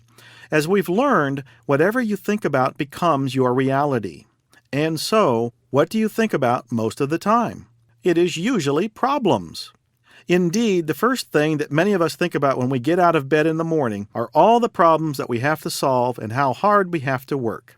We have been trained to think about what isn't, what should be, and what we don't have, and then how we might remedy a situation, solve it, or make it better. And so, when you first wake up, you focus automatically on all the problems that you must face that day. If you will take an honest look at your life, however, you will probably find that solving problems, working hard, and having the right things do not fundamentally improve the quality of your life. In fact, it has probably taken away from the quality of your life by diminishing the fun and excitement of living. Let's talk about the creative process. You and I want to create our lives in the best possible manner. To do this, we must flow with life instead of flowing against life. To flow with life, we want to create from the model of being, doing, having. The universe flows from being into doing into having. Being is an inner experience. It comes from within you. You can allow outer circumstances to determine your state of being, your level of happiness or satisfaction, but you run the very real risk of those outer circumstances controlling your life and how you feel about yourself. If you say, "I'll be happy when," you will never be happy. Suppose you think a new job will change your life. So you get a new job, and pretty soon it is the same old stuff. You have to deal with people, handle responsibility, meet deadlines, and work with others who are not as enlightened as you. That is the reality of it. You then realize that this job didn't make any major difference in the way you feel, so you have to find something else to make you happy. Maybe you think a new mate, a new home, having a baby, or making more money will change your life. And so eventually you get all those things and you are still not happy. The reason is simple. Nothing outside of ourselves will ever make us happy, because happiness is an inside-out experience, and it starts at the being level. We have talked about how the universe flows from being into doing into having. But unfortunately, this success ethic, which most people are using to create their lives, flows from having into doing into being. The success ethic states that if you have the things that happy and satisfied people have, you will do what happy and satisfied people do, and then you will be happy and satisfied. Is this really true? Well, you and I have more of everything than any generation on this planet. We have more time to do what we want, more money to spend on what we want, and we are more technologically advanced than any civilization in the history of this planet. Yet look around you and notice that as a culture, we are far from being either happy or satisfied. The truth is that life flows from being to doing into having. If you are being happy and satisfied from the inside out, you will start doing what happy and satisfied people do, and you will have what happy and satisfied people have. One of the Buddha's great contributions was his teaching that desire creates suffering. This means that when you want something more and you don't accept what you already have, you suffer. Now, this doesn't mean that you shouldn't create more things in your life. On the contrary, you and I are purposeful, creative beings. But so many of us are unhappy no matter how much we have. We always seem to want what we don't have, and then we finally get what we want. It's like the song, "Is That All There Is?" We thought the rockets would go off and life would be totally fulfilling, but then the disappointment came because there was something else missing. Buddha's teaching was to give up desire and thus eliminate suffering. While this is important, it is not the whole message. One of the most important things about accepting where you are right now and enjoying what you already have is that you can have the same peace of mind, the same tranquility, and the same joy right now that you think you will have when you eventually get to where you want to go. This is the most important message. Living in the present doesn't mean that you just accept what you have and cease to create. It simply means that you already have what you want at the being level. At the being level, where you are right now, you are already a success. Most people's lives are about getting something, and the truth is, there's nothing to get. All we have to do is to be. The being produces the end result. It is imperative that you understand that the doing and having parts of your life are not what determine the quality of your life. The being aspect is what determines the quality of your life. Who you are, your conscious perception of yourself being, controls what is happening to you. When you focus your attention on solving problems and trying to make things better, something very interesting happens. You miss what you already have. So the only way to find happiness and satisfaction is to enjoy what you have right now. Again, I am not saying that you shouldn't set goals or make plans. What I am saying is that you should enjoy the present moment because this is all you have. Create for tomorrow, but live in and for today. We only have two choices in life. The first is to enjoy what we have today. And the second is to have anxiety about what we don't have and focus on tomorrow, hoping it will be better. There are no other choices. Now remember, getting what you want will not change your life at the being level. So don't let what you have determine who you are, otherwise you will always feel dissatisfied. If you are tied into getting somewhere or getting something to make you happy, you will be on a treadmill for the rest of your life. You will be operating from the hypnotic belief that more is better, and that it is better over there than over here. Go after what you want, but enjoy the trip. Life is a journey, not a destination. Know that when you get what you want, it will not change who you are at the being level. So enjoy yourself, love yourself unconditionally, and participate in the trip. The reward in life does not come from achieving. It comes from participating along the way. Writing your own script means that you are the one who decides what the trip will be about and what the destination will look like. Your intention sets the universe in motion. The universe flows in the direction of your intention, and so it is important to be clear of your exact intention in any situation. If you are absolutely clear as to your intent, your subconscious success mechanism will support you in getting there. Edison, working on all his inventions, always kept in mind where he wanted to arrive, and because he did so, every failure supported his ultimate success. Most people encounter problems in creating the kind of life they want because they have not clearly determined where they want to go or visualize what it is going to look like when they get there. Those who lead purposeful, successful lives do so because they have set up in their minds a clear picture of what they want to create in their lives. Have you ever wondered why New Year's resolutions don't work? We have such good intentions, but what happens is we often say things like, "I'm not going to eat any more sweets. I'm going to stop yelling at the children. I'm going to stop overeating." But the New Year's resolutions were not about what you wanted, but what you didn't want. They were not an image of the end result, but rather a negative reaction, a form of negative self-talk to the present. And this is the reason why so many world problems, business problems, and personal problems persist. The individuals concerned focused on the problem and what they don't want to happen rather than on the end result or the ultimate goal. Goal setting is the key factor that will determine your success or failure in the doing and having portion of your life.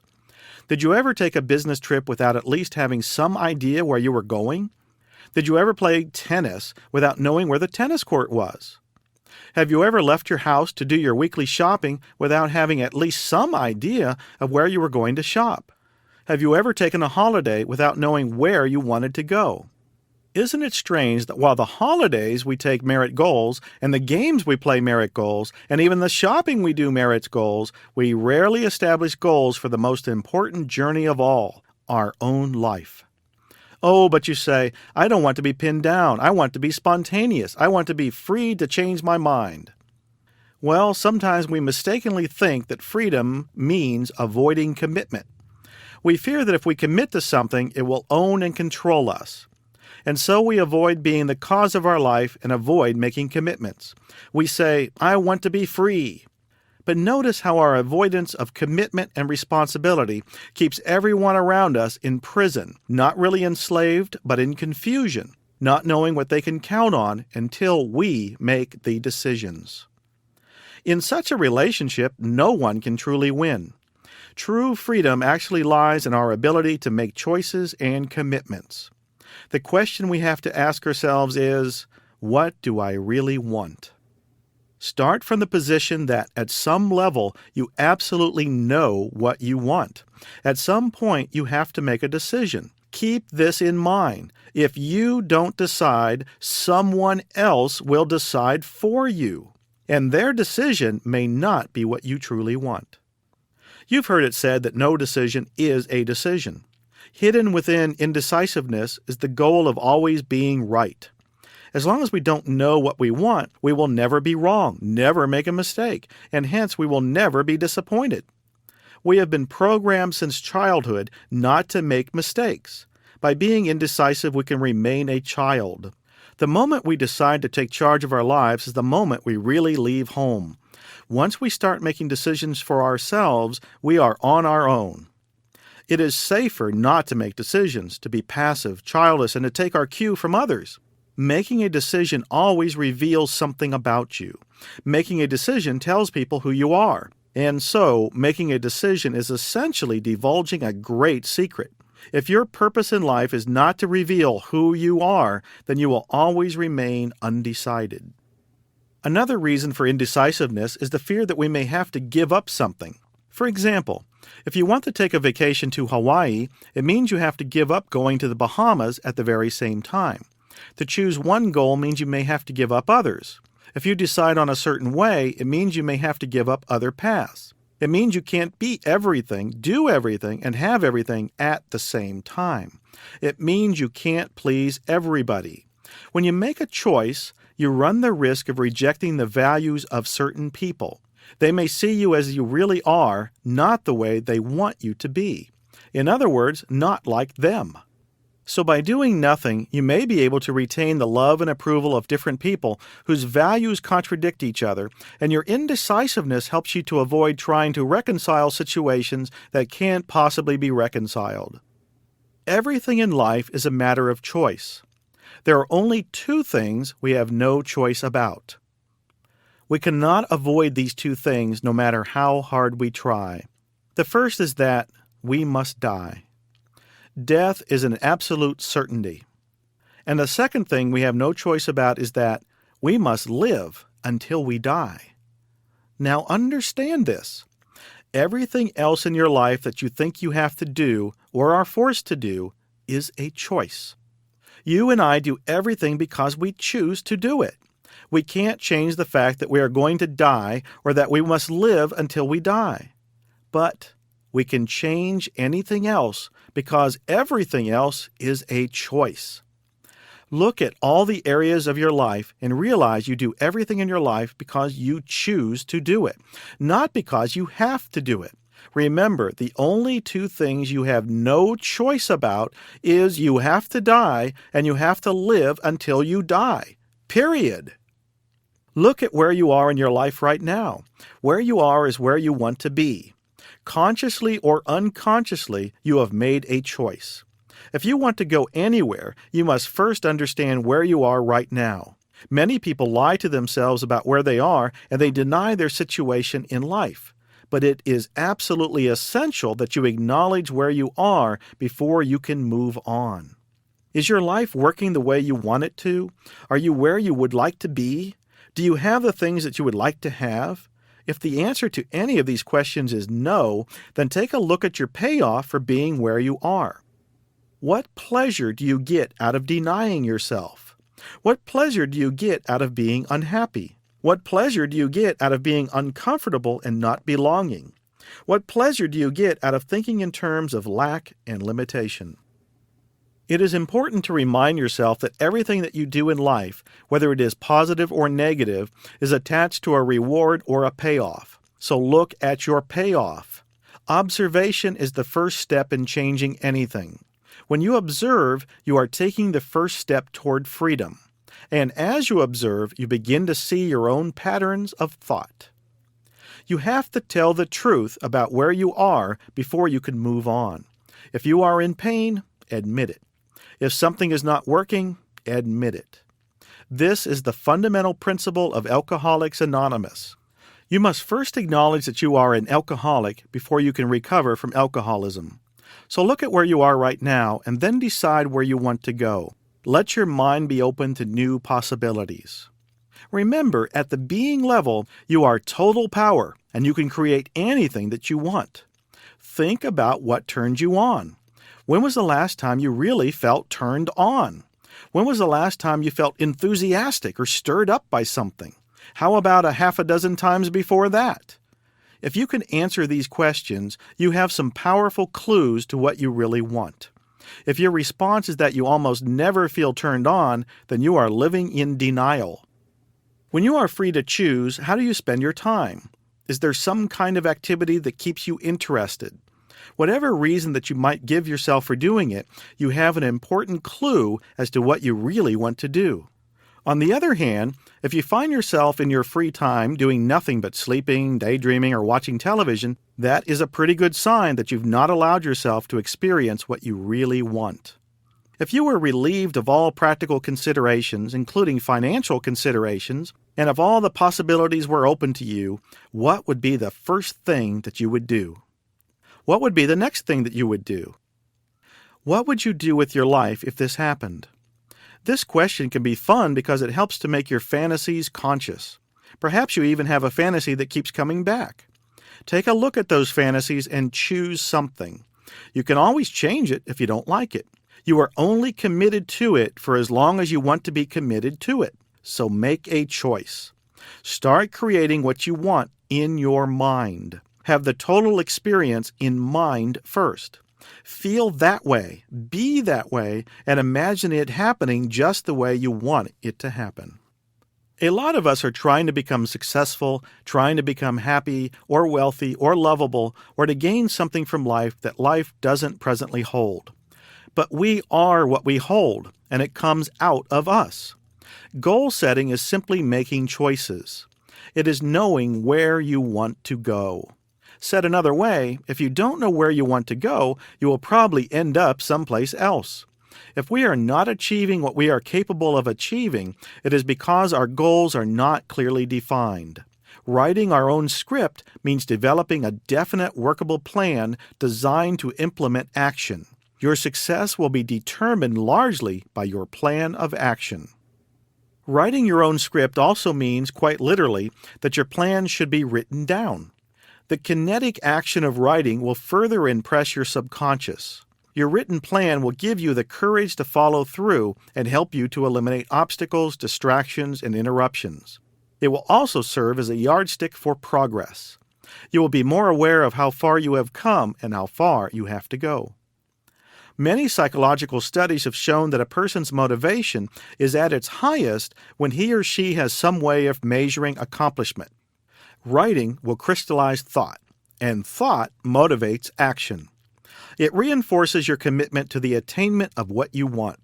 It will remind you of your objectives, and each time you review what you have written, you will be reminded of what you want and why you want it. You will be greatly rewarded for doing this. Also, you will conserve time and energy because you will always know where you have been, where you are, and where you are going.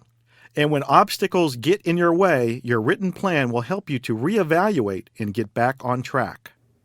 Freud said that goals cause frustration and anxiety, and he was against the establishment of specific goals. Viktor Frankl, on the other hand, said that we cannot live without goals because man's basic nature is to be goal-oriented. As far as I am concerned, they are both right. The biggest mistake that people make is aiming too high or accepting too much too soon. Now, I'm not saying that you can't have it all. I'm merely suggesting that if you are going to be a tennis champ, it might be a good idea to first learn how to hold the racket and hit the ball across the net. So goals are not promises, but commitments. They are not wishes, but visions. We do not hope our dreams are going to find us, we find them. Goals don't start in our brain, they start in our heart. We are not going to be committed to our goal 100% until we are clear on the benefits. This is probably the most important and significant step in goal setting. If you are working in a job, or you are in a relationship with someone, or if you are expending any effort in your life and are not sure of the benefits you will obtain, you will have greater difficulty maintaining the necessary enthusiasm, persistence, and dedication.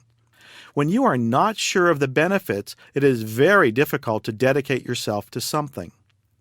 Goal setting helps you to specifically identify the benefits that you will receive from the efforts you expend.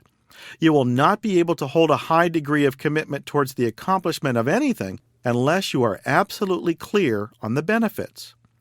As you progress in goal setting and begin handling harder and more complex projects, it is essential that you understand why you want to accomplish that specific goal. Psychology teaches there are only two reasons for any of us to do anything. One is to gain benefits, and the other is to avoid losses. If you are clear on the benefits, you will be willing to pay the price. The critical difference between those who make it and those who don't is desire. Rewards create desire. So spend a lot of time outlining benefits and rewards. A goal can be defined as something that has an inherent or built-in reward upon its achievement. If your goal has no inherent reward, you do not have a goal. If your written plan does not clearly set the benefits and the rewards that come upon the attainment of the goal, you will miss the most important ingredient, a motivation to action. No reward, no action. You can solve any problem in life by saying what you want. the specific end result. As soon as you say what you want, the first thing that you are going to experience is the feeling that it can't be done. I don't know how to do it. I don't know how it is going to work. I feel helpless. Who is going to help me? Where am I going to get the money? What if this doesn't work? What if I fail? This is your subconscious mind trying to protect you from an imaginary loss. When you say you want to do something, everything unlike it will come up for you to evaluate and defuse. All your fears and doubts will surface. If you will center your thoughts on what you want to happen, which is the goal, instead of what you don't want to happen, which is the obstacle, you will overcome this negative feedback. The successful accomplishment of any task is determined at the being level prior to the actual beginning of the task. In other words, believing that you can do it before you do it. We cannot sustain a mental image of a goal that is inconsistent with our beliefs. Be realistic about the possible obstacles and roadblocks. Ask yourself, what circumstances or conditions may prevent me from achieving this goal? Your answer to that will outline what you will have to overcome to obtain what you want. Some of the obstacles and roadblocks may be simple. Some may be more complex. Many people do not do this because they think it is negative to focus on obstacles and roadblocks. But it is important to understand that you won't get where you are going until you know who or what is standing in the way of your achieving your goal. So write them down and make a list as complete as possible.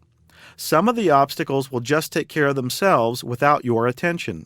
The biggest mistake people make in goal setting, however, is to gloss over roadblocks and obstacles that should be recognized before they get started toward their goals.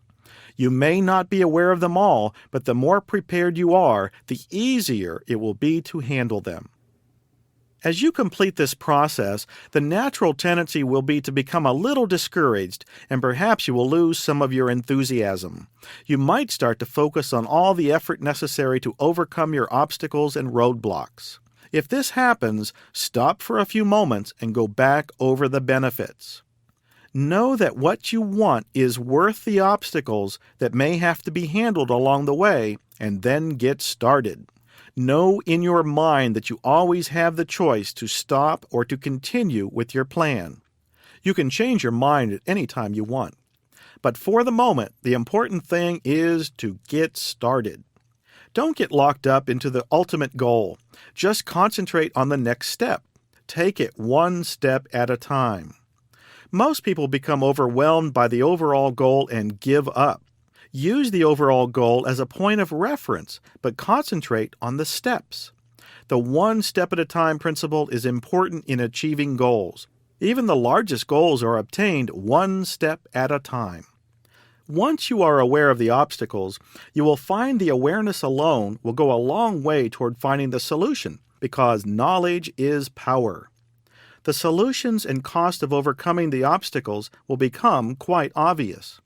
For every obstacle there is a solution, and the solution is always available because the answers are with us.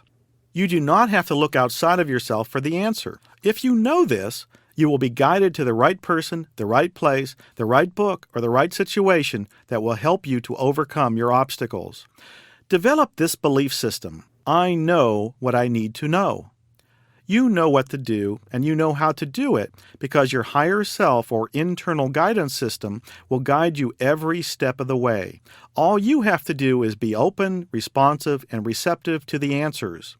In doing so, you will cease to see obstacles as limitations because you will know that who you are is greater than any obstacle.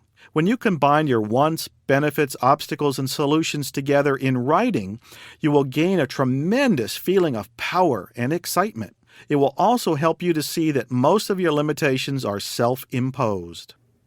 Timing is also an important factor in the achievement of any goal.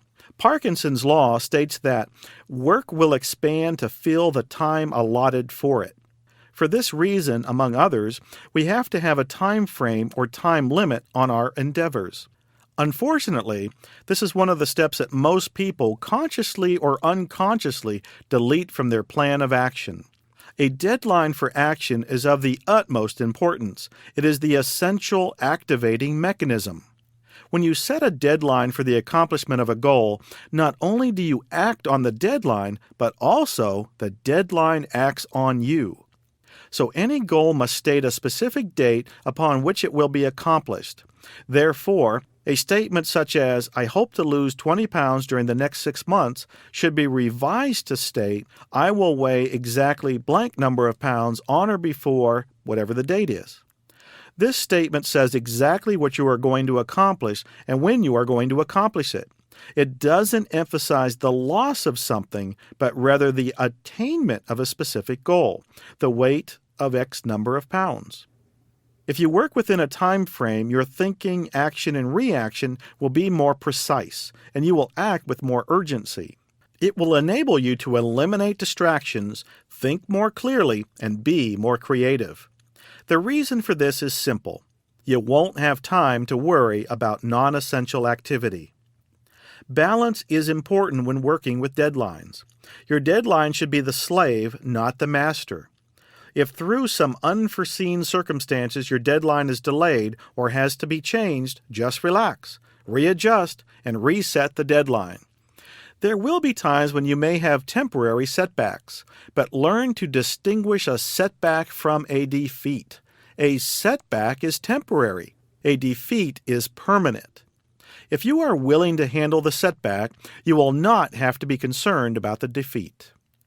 Most people do not successfully implement goal setting because they do not weigh up the benefits, rewards, obstacles, solutions, and cost.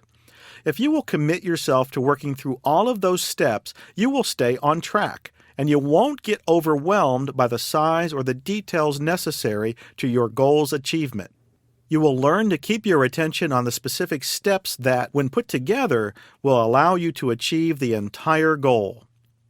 A primary factor in the successful use of goals is positive feedback.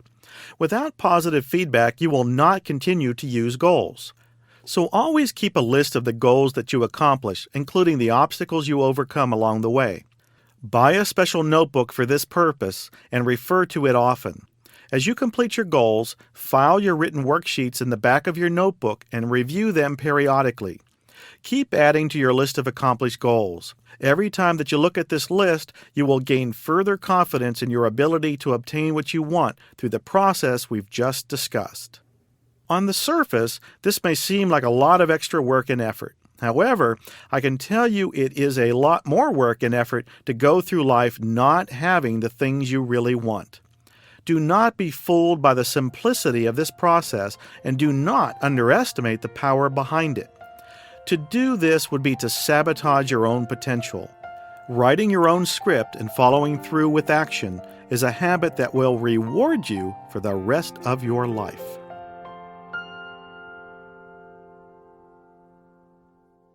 Program your mind for the best. Learn how to program your mind and you will have the key to your life. Many of the ideas about what it is to be happy, satisfied, wealthy, or whatever are totally erroneous. In fact, most of our beliefs have never been tested in the real world. Yet we live our whole life based on the premise that they are in fact real. Over the years, through our perception, we have been gathering information about the way life is.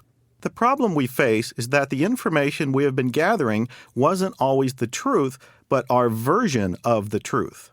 What we see and hear is always filtered through our belief system. We tell ourselves what we think we are seeing or hearing, and this is recorded as our version of reality. Consciously, we know the difference between what is happening and what we imagine is happening, but our subconscious doesn't distinguish between whether we are imagining something or we are actually experiencing it. The point here is that while consciously we know the difference, subconsciously we only believe what the conscious mind accepts as real. If this is true, and we have built our opinions, beliefs, and expectation levels on vivid, imagined experiences, it stands to reason we can make changes in our behavior through the same process. All the information we have received is stored on a subconscious level. That information becomes our opinion or our belief, which then becomes part of our self-image. It is the truth as best as we know it at the time, and that becomes our current dominant image of reality. It's necessary to continually check our beliefs to see if they are workable or unworkable. In other words, are they supporting us in where we want to go? And do they contribute or take away from our happiness and satisfaction? If they are not workable, we need to reprogram a new set of beliefs that our subconscious can work with. It is important for us to take the time to do the necessary reprogramming. We have no choice about whether we are going to be programmed because we are always being programmed.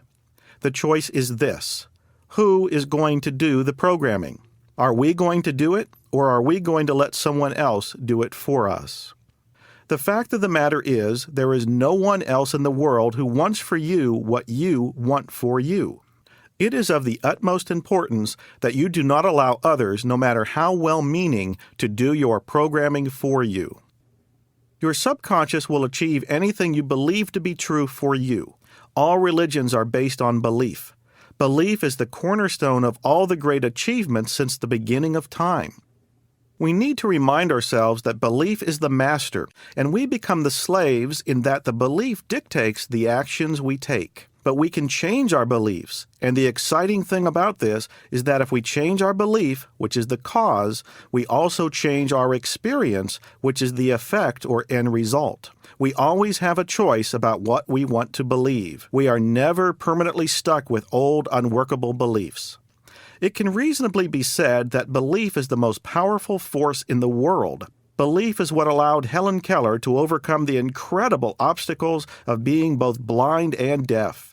Belief enabled Einstein to carry on until he discovered the theory of relativity. But belief also allows people to live a life of crime or to commit suicide because they think that there is no reason to live. So belief is a force that can help us or destroy us. What we want to do is to reprogram ourselves and set up an environment in which our beliefs facilitate us in getting what we want. The tools we use to do this are affirmations and visualizations. The purpose of an affirmation is simply to surround ourselves mentally with thoughts that support a specific action or an experience. Affirmations have no relevance to the way things actually are right now. They are based on the way we want things to be. Visualization or imagery refers to the ability of the mind to see things in pictures. Essentially, it is a thought that we hold long enough to get a conscious mental and emotional picture. Visualization is also referred to as applied imagination. It is one of the most significant tools we can use for change. We learned earlier that our thoughts become reality if we believe those thoughts to be true. We think thousands of thoughts every day, but the ones that influence us are the ones that are tied to emotion. Visualization is the process of taking a thought and keeping it long enough so that the mental picture we create evokes an emotional response. Emotion causes conviction, and conviction creates reality. This is not a new idea. It has been taught in many ways, but to sum it up, thought plus emotion creates conviction, and conviction creates reality. I strongly urge you to memorize this. Here it is again. Thought plus emotion creates conviction, and conviction creates reality. Affirmations are quality ideas and quality thoughts. The quality of our thoughts reflects the quality of our life. Hence, if we were to raise the quality of our thoughts, we would automatically improve the quality of our life. Affirmations are induced autosuggestions. At the turn of the century, Emile Coué used autosuggestion very successfully at his clinic in France. He taught his patients to repeat the affirmation, "Every day, in every way, I am getting better and better." And it worked, because conditioning does work. Affirmations work on the theory of displacement. If you have a glass of dirty water and you put it under the faucet and start running clean water into the glass, eventually the dirty water will be displaced by the clean water. When you replace unworkable thoughts with positive, workable thoughts, the same phenomenon occurs. It is not necessary to get rid of limiting beliefs we hold in our subconscious. More important is to ensure that the dominant thoughts in our mind support us in getting what we want, because our mind works on our dominant thoughts. In computer language, there is a term called GIGO. It stands for garbage in, garbage out. What it really means is that if you feed a computer all the wrong data and then ask it a question, all you will get is the wrong answer. Now, what is the weakest link in any computer? The computer programmer, of course. If the programmer's perception of reality is incorrect, then his or her input will be incorrect. The data fed into the computer will be incorrect, and then the feedback from the computer, when called upon to solve a problem, will be incorrect. Likewise, if your personal programmer, which is your conscious mind, incorrectly feeds the wrong data, which is illogical or erroneous, then the translation of that data will be incorrect. Opposing thoughts are mutually exclusive. This means you cannot hold two opposing thoughts at the same time. You cannot think I can and I can't at the same time about the same thing. So it is important to look at and program your dominant thoughts.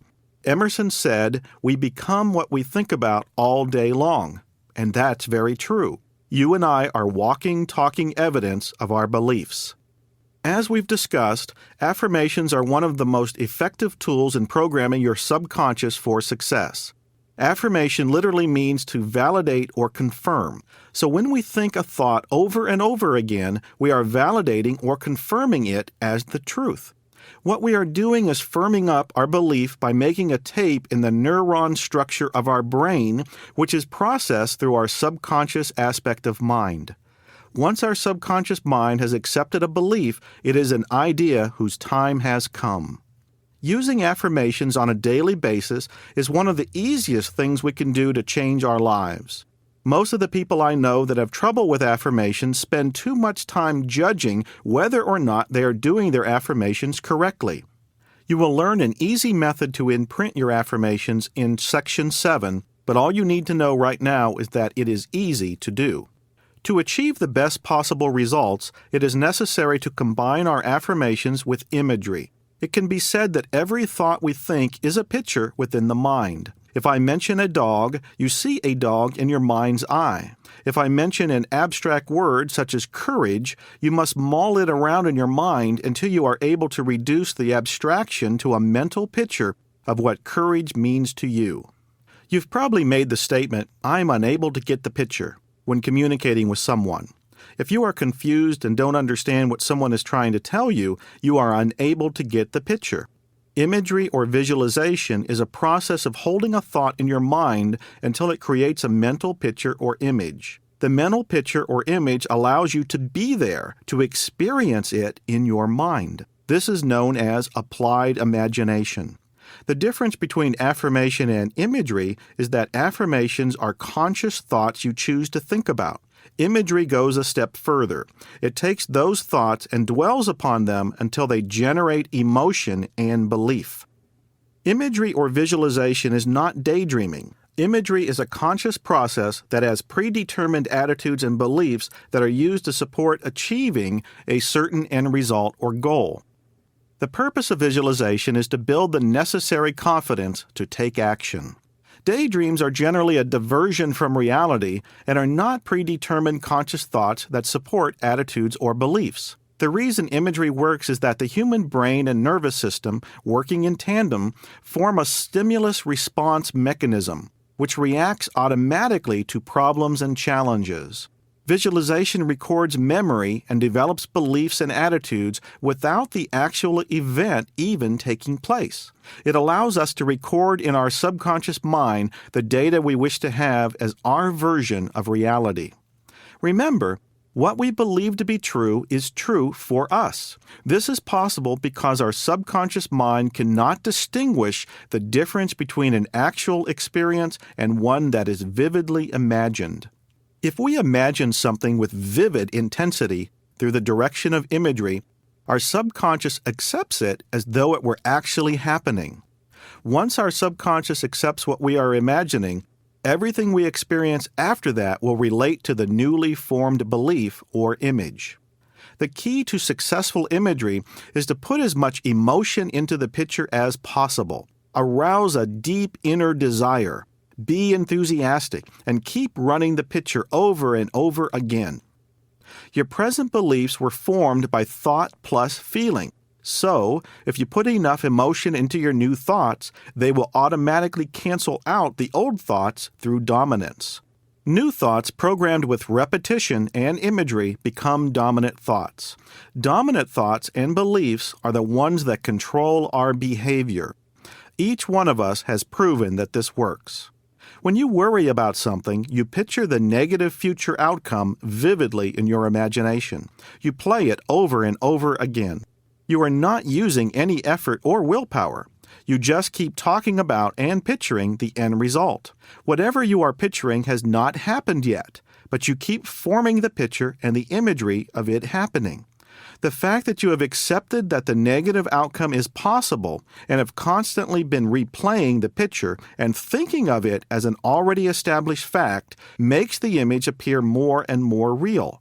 After a period of time, you automatically generate the emotions that conform to the image. You begin to experience fear, anxiety, discouragement, tension, and depression.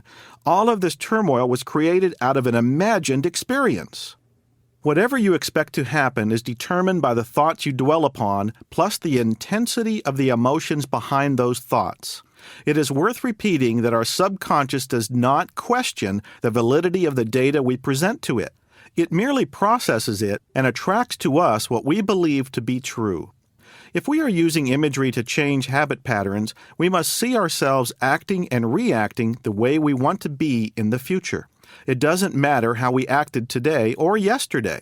Once our subconscious gets hold of a new thought, our brain-mind, functioning together through our central nervous system, will take over, and we will automatically assume the new behavior patterns.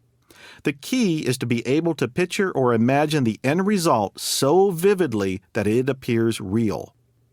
We have learned that our subconscious mind functions in terms of goals or end results. Once the subconscious has accepted an idea, you can absolutely depend upon it to take you to that goal. If we will supply the end results, our subconscious will supply the how-to. It will show us how to reach that end result. Think of the end results in terms of present possibilities. They must be seen so clearly that they seem real to your brain and nervous system. The ultimate aim of affirmation and visualization is to evoke the feeling that the goal is already achieved. Feel as though it has already been achieved, and your imagery will pull you toward the end result that you desire. Imagine it in as much detail as possible. Keep using the imagining process over and over again for the same goal. In the beginning, don't worry about whether you are putting in enough detail. Every time you visualize, you will automatically incorporate more and more detail. Always put yourself in the picture. See yourself involved in the activities of your goal. If you do not put yourself in the picture, you may not be in the end result. Suppose you want a new car, let's say a new BMW. You visualize the car and faithfully infuse your imagery with emotion, detail, and repetition. And then, all of a sudden, a new BMW comes into your life. You look out the window of your house and your neighbor is driving a new BMW. You now have a new BMW in your life, but you are not in it. So, make sure you identify yourself with your goal. All successful individuals have started with a picture held in their mind. They visualized and affirmed what they wanted to be, to do, and to have, and then they instructed their subconscious with clarity and repetition. Once we change the picture, it becomes the job of the creative subconscious to get the picture to match our reality. The job of the subconscious, in order to preserve sanity, is to make me act like the person I see myself to be. I cannot consistently act otherwise. The challenge is to change the way I see myself to be. Our past mistake was in trying hard to be different from our picture. It is that very trying that will cause us anxiety and to avoid change. Our self-image controls our performance, and we automatically and effortlessly act the way we see ourselves to be. If we try to force ourselves not to smoke, to lose weight, or to become a better person, without first changing the picture, we have to push ourselves to make the change. As long as we consciously focus on the change we desire, we do all right.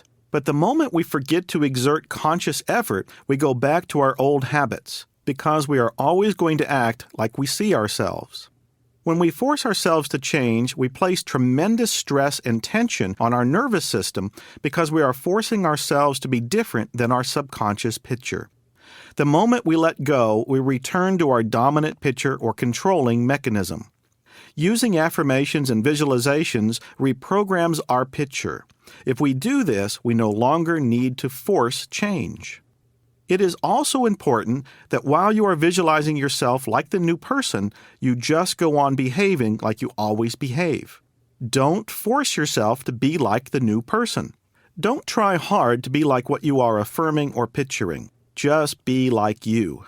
Remember, we are altering the subconscious automatic guidance system.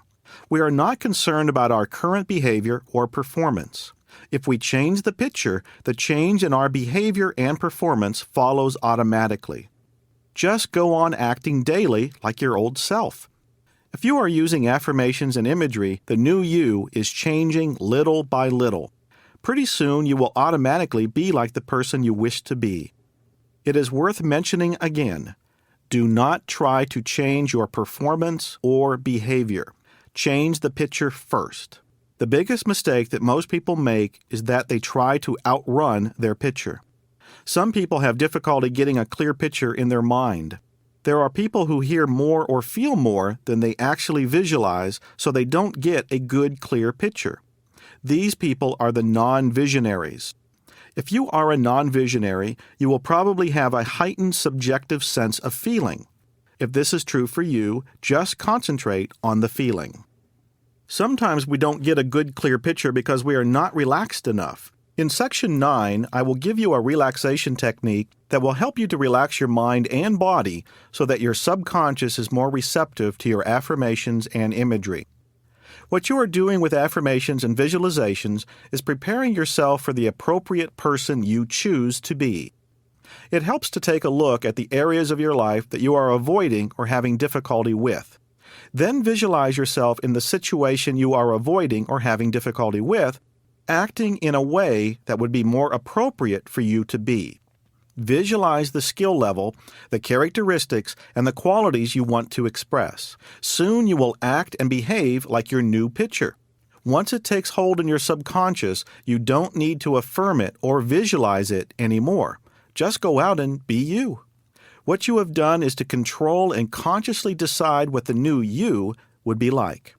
For example, if you choose to be a non-smoker, picture yourself in a situation where you would normally have a cigarette. See yourself with nothing in your hand. If your image is clear enough, it will be as though you didn't have a cigarette that one time. Record it subconsciously and feel the satisfaction of the accomplishment. This will make an impression in your subconscious mind. As far as your subconscious is concerned, for that one time you were a non-smoker, you actually did not smoke. Once you've repeated this image over and over, you will make a change from a smoker to a non-smoker easily and without effort. In the meantime, if you want to have a cigarette, go ahead and have one. If you don't want to have one, throw the cigarette away. Once the picture changes, you will give it up without stress or effort. If you feel you are shy, picture yourself with your best friends. Now project yourself into a new, unfamiliar situation, perhaps in a crowded room or at a party. See yourself just as confident and relaxed. Feel the sense of accomplishment. Repeat that kind of scene over and over again, and your subconscious will think you have done it like that many times. When you actually get in the situation, you will act like yourself. What is yourself? The way you have been picturing yourself to be. Not just any kind of imagery changes the subconscious image of reality. If that were so, all you would have to do is watch TV and your subconscious picture would change. The only kind of imagery that will alter the subconscious image of reality is experiential imagery. We must clearly identify with the imagery. If I observe somebody else doing something, I say to myself, that's the way they do it. I'm not doing it, they are doing it. I must personally experience it in my mind. I must see myself, not someone else, accomplishing the end result.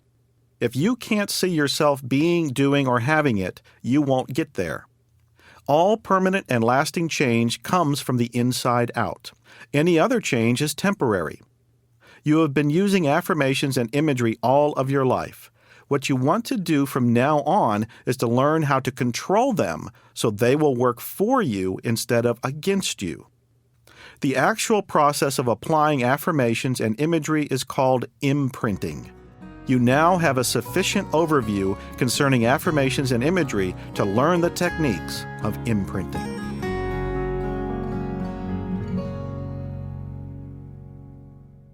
Techniques for imprinting. Deciding to change a habit, attitude, or personal situation does not automatically bring about the change desired. The decision to make the change is only the first step. Further action is required in order to effect the change in your subconscious self-image. We have learned that your goal is the mental picture of what you want. When you write down your goal, it becomes an affirmation. The process of doing this is called imprinting. Imprinting is the deliberate control of thoughts and pictures of the kind of changes we want to make. The imprinting occurs when our subconscious mind accepts the new visual image of the end result. Imprinting is a three-step process. 1. You affirm your goal. 2. You picture the end result. 3. You feel the emotion that goes along with accomplishing the goal. Let's talk about each step so that we are absolutely clear on the procedure. Step 1. Affirm your goal. An affirmation is simply a statement of fact or belief that is written out in a personal, positive, present tense form as though the goal were already a reality. When you write out your affirmations, you deliberately control the programming of your subconscious by directing the visual picture to the end result you want. Step 2. Picture the end result. Picture and experience in your mind the accomplishment of the end result. See yourself actively involved in the accomplishment. This is called constructive synthetic visualization or virtual reality. It works on the theory of displacement. You are displacing the old picture and old self-image with the new. Remember, we will move toward the goal that we picture. Step 3. Feel the emotion that goes along with accomplishment. The subconscious responds to feelings more than to words. It doesn't respond any better to positive feelings than to negative feelings. It just responds to feelings. The more emotion or feeling we can put behind an idea, the faster it will manifest. So feeling and emotion are very important for impact. It can be said that our affirmation will manifest in direct proportion to the frequency with which we use picturing and emotional involvement. What you want to do is see yourself accomplishing the end result while feeling the joy and satisfaction of the accomplishment. All three steps are necessary for successful imprinting. If you just read your affirmations, you can expect about a 10% success rate. If you read and visualize the end result, you can expect about a 55% success rate. If you read your affirmations, picture the end result, and feel the emotion behind the accomplishment of what you are picturing, you can expect a 100% success rate. We talked briefly about affirmations in Section 6. Why are affirmations so powerful? Simply stated, the persistent repetition of an affirmation or idea, especially when coupled with emotion, conditions the mind to see things differently. The affirmation eventually becomes installed as a consistent thought. Since our consistent thoughts become our reality, affirmations are the key to changing our reality. Perhaps you are one of those people who think affirmations are useless or don't work. Or you may be one of those people who believe that in theory that affirmations are a good idea, but unfortunately they don't deliver on their promise. Many people try using affirmations but then quit using them. I often have people tell me, I tried using affirmations and they don't work. In truth, however, they do work. They are highly reliable and do indeed attract in people's lives that which is affirmed. If you have not been successful in using affirmations, here is why they don't seem to work. This is important, so please pay attention. affirmations seem to be ineffective only because there is a missing piece to the affirmation process that has gone unrecognized. It has to do with what is actually affirmed. The problem is not with the affirmation. If we listen to our own self-talk, we will see concrete proof that affirmations work. Our self-talk and everyday conversation contain constant affirmations regarding our existing beliefs and attitudes. These affirmations have brought us to where we are right now. They either have allowed us to create what we desire or have kept us from having what we desire. To truly harness the power of affirmative statements, we must make sure the actual or true affirmations that are taking effect are the ones we want. Therein lies our major challenge. Unfortunately, most people don't achieve the success they desire with affirmations. Why? Because when they state their affirmation, they are lying to themselves. Not intentionally, mind you, but they are still lying to themselves. The affirmation that they are stating is not the true affirmation. What is really happening is that what they are affirming is in conflict with what they truly believe. So when they say their affirmation, there is usually a subtle yet powerful competing affirmation that gets tagged on to the end of the stated affirmation. I call these competing affirmations nega-tags. For example, if you state that, "I want to lose weight," it is likely to have one or more nega-tags show up at the end of your affirmation. They might go like this: "If I lose the weight, others will expect me to keep it off. If I lose the weight, men will hit on me and expect sex. If I lose the weight, I will have to give up my favorite foods. If I lose the weight, I will have to spend a lot of money for new clothes." The list of nega-tags is endless. They are not spoken nor articulated, of course, but are subtle and powerful reflections of the existing obstacles for having what you want. With persistence, your nega-tags can eventually be overridden. Once an affirmation is truly installed, it is not easily moved. It becomes a permanent part of your subconscious until you remove it. These nega-tags or negative affirmations are entrenched in your subconscious and become your consistent thoughts that have become your reality. What you are experiencing in your life right now is a reflection of your existing affirmations that your mind believes to be true. Existing thoughts and beliefs are not easily removed with a new affirmation. But the good news is that once a new affirmation or consistent thought replaces the old thought, it is just as obstinate as the previous thought or nega-tag which it replaced. To revert back to where you were would be inconsistent with your newly resident consistent thought. If we listen to our self-talk, we will hear our limits and our nega-tags. All of these nega-tags serve as affirmations that keep us right where we are. So, as you can see, affirmations are powerful. We are using them every minute of the day. They shape our lives because they become our consistent thoughts. I am willing to bet that right now you are consulting your current beliefs to agree or disagree with what you have just heard. While listening to this information, you may have found yourself saying, "I agree with you, but I still don't think they will work for me." If so, you are affirming that they will not work for you, which, of course, will be true for you. This is why affirmations are highly reliable, perhaps more reliable than any other tool. The key to making them work is to make sure that the affirmation that you really want is the true affirmation. What happens is that when we make a statement that is contrary to what we know to be true, our existing belief will speak up and say, "That's not true. Who do you think you are kidding?" This is our nega-tag. Normally, when we use an affirmation, something in us never loses sight of the fact that what we are saying is really not true. And when this happens, it is easy to negate the entire effect of the affirmation.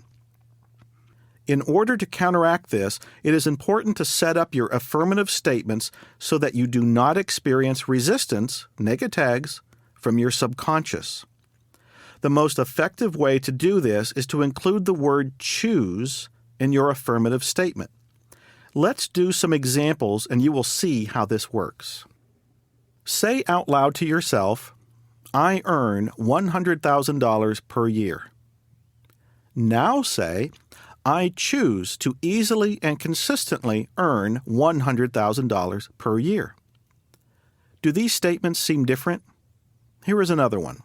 Say to yourself, I am attractive. Now say, I choose to feel that people find me attractive.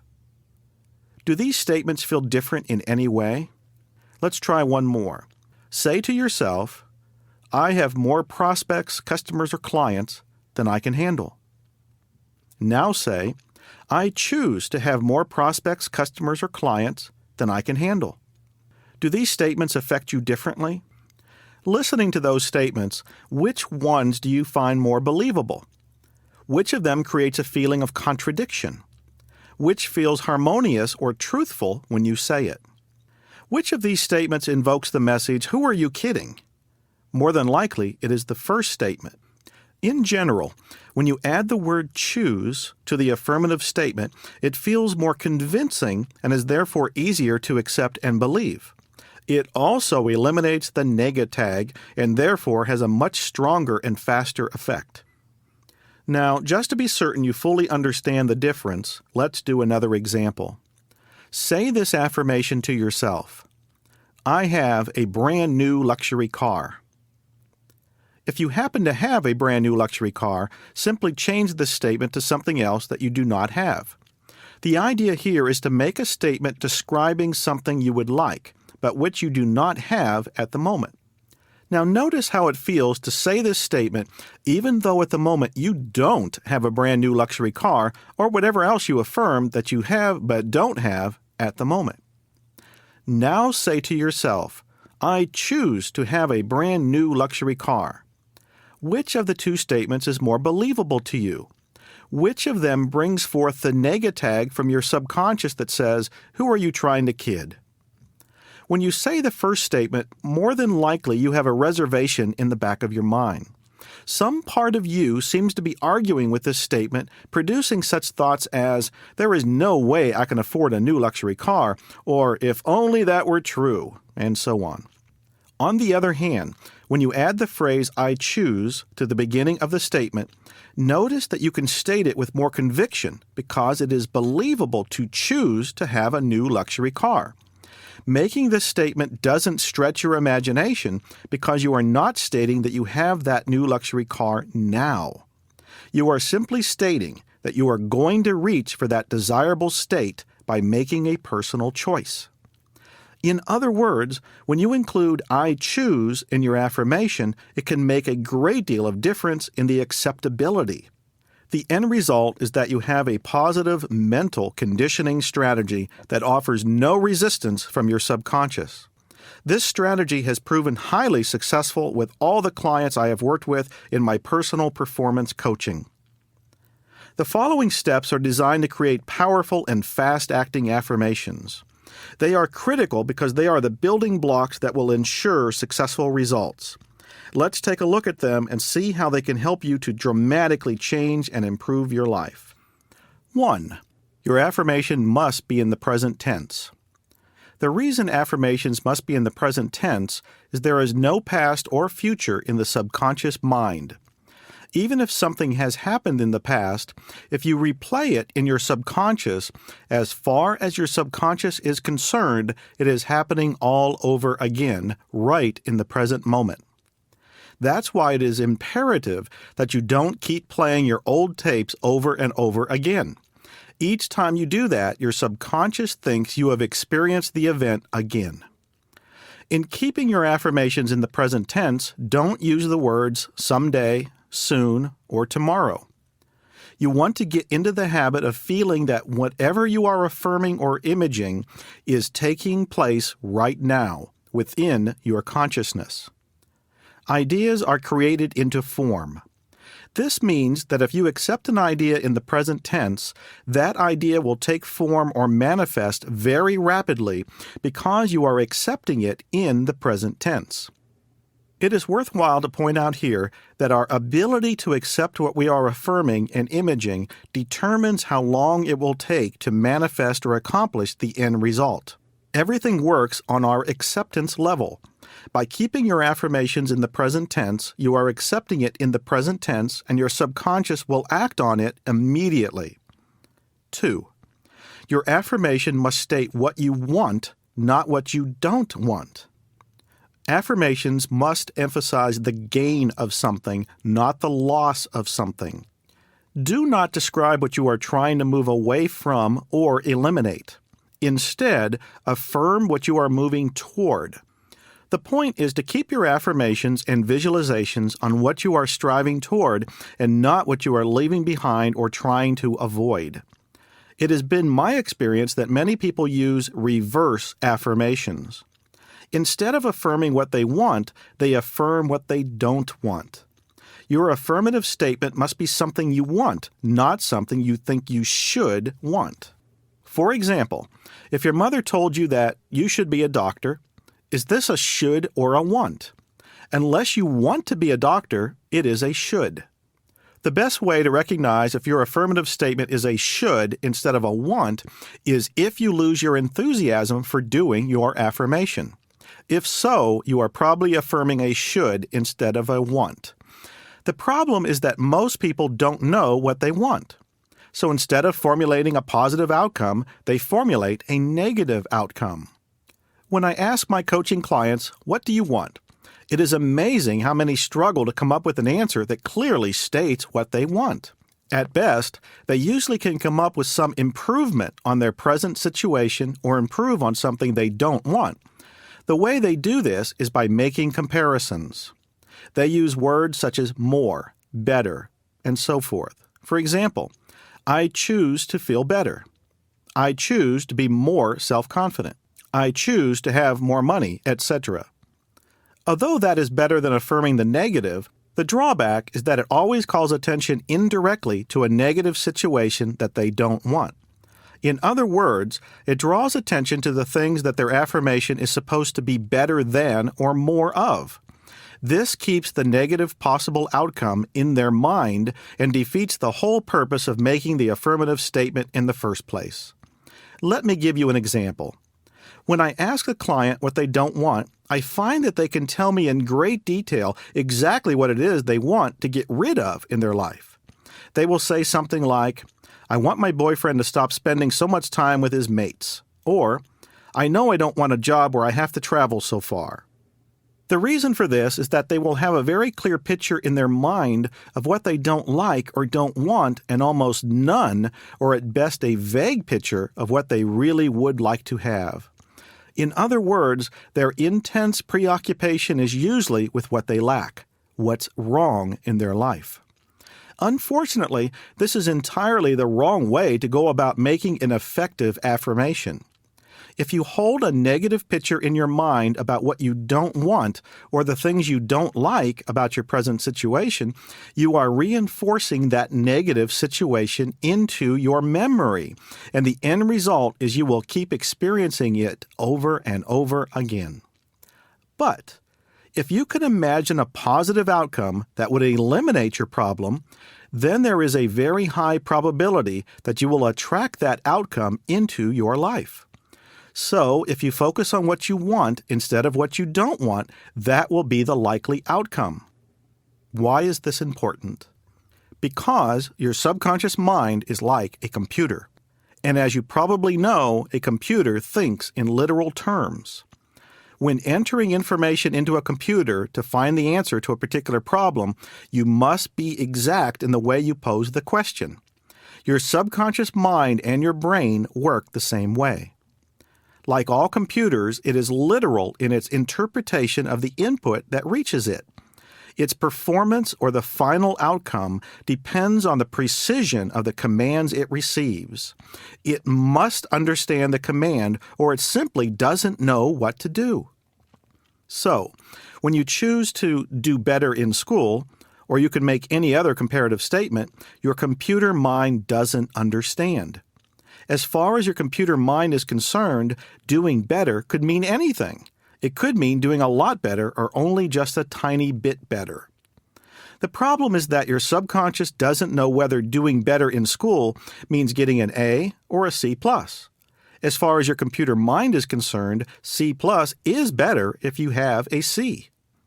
So if your affirmative statement is ambiguous, it will result in an ambiguous outcome. Your affirmations must be specific. As you have already learned, you must state exactly what you want. It cannot contain a vague comparison like more or better. Instead, it must state exactly what you want. For example, I choose to earn $50,000 this year, not I want to earn more money this year than last year. The first statement is specific and the other is vague. When you are vague, your subconscious doesn't understand the command. If you earn $40,000 per year and you just say, I want to earn more money this year than last year, your subconscious has no idea what more means, so it could interpret it as only a little more, and you will end up with $40,001. Also, don't use words like prosperity or abundance. Your subconscious does not understand those words because they are not specific. Write down the exact amount of money you want to create. In the last example, we used a specific amount. I choose to earn $50,000 this year, not I choose financial abundance and prosperity. It is important to affirm only as much as you can imagine yourself accepting. Don't overstate and don't understate. Have a clear picture of the end result you wish to experience, something you can accept without anxiety or stress. Everything works on our acceptance level. If you want to lose weight, write down the exact weight you desire. I choose to weigh 150 pounds by a certain date. If you want to be a better parent, don't affirm, I choose to be a good mother. You can't get a good picture of that in your mind. Instead say, I choose to spend 10 minutes a day with each child to help them improve their self-confidence. Or, I choose to spend 10 minutes a day with each child to help them feel loved and accepted. Or, I choose to discipline each child with fairness, firmness, and consistency. Saying, I am a good tennis player won't do it either. Affirm the specifics of the tennis game you wish to improve, your swing, your follow-through, your serve. Break down the characteristics and skill levels you need to perform a specific job or a task. Break down each technique or step. It is like going to the travel agent and asking for a ticket. You have to know exactly where you are going. Clear definition is essential. This simply means being specific. 4. Your affirmation must use words that trigger feeling and emotion. Your subconscious responds to feeling and emotion. It is essential to use words that create these responses within your subconscious. One of the most productive feelings is excitement. Put as much excitement as you can into your affirmations.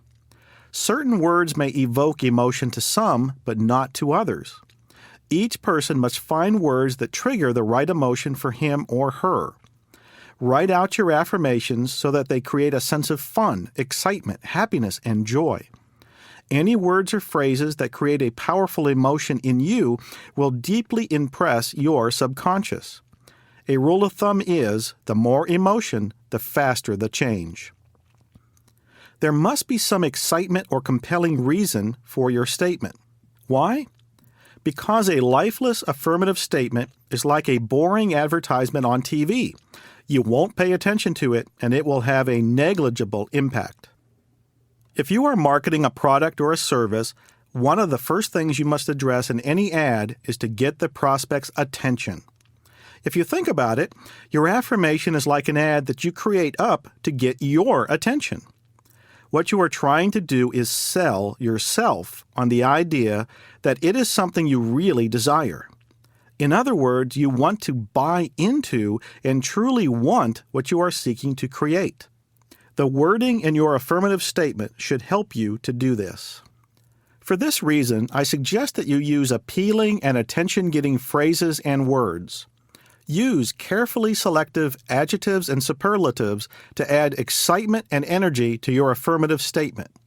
It will act like a magnet to draw you to the outcome you seek.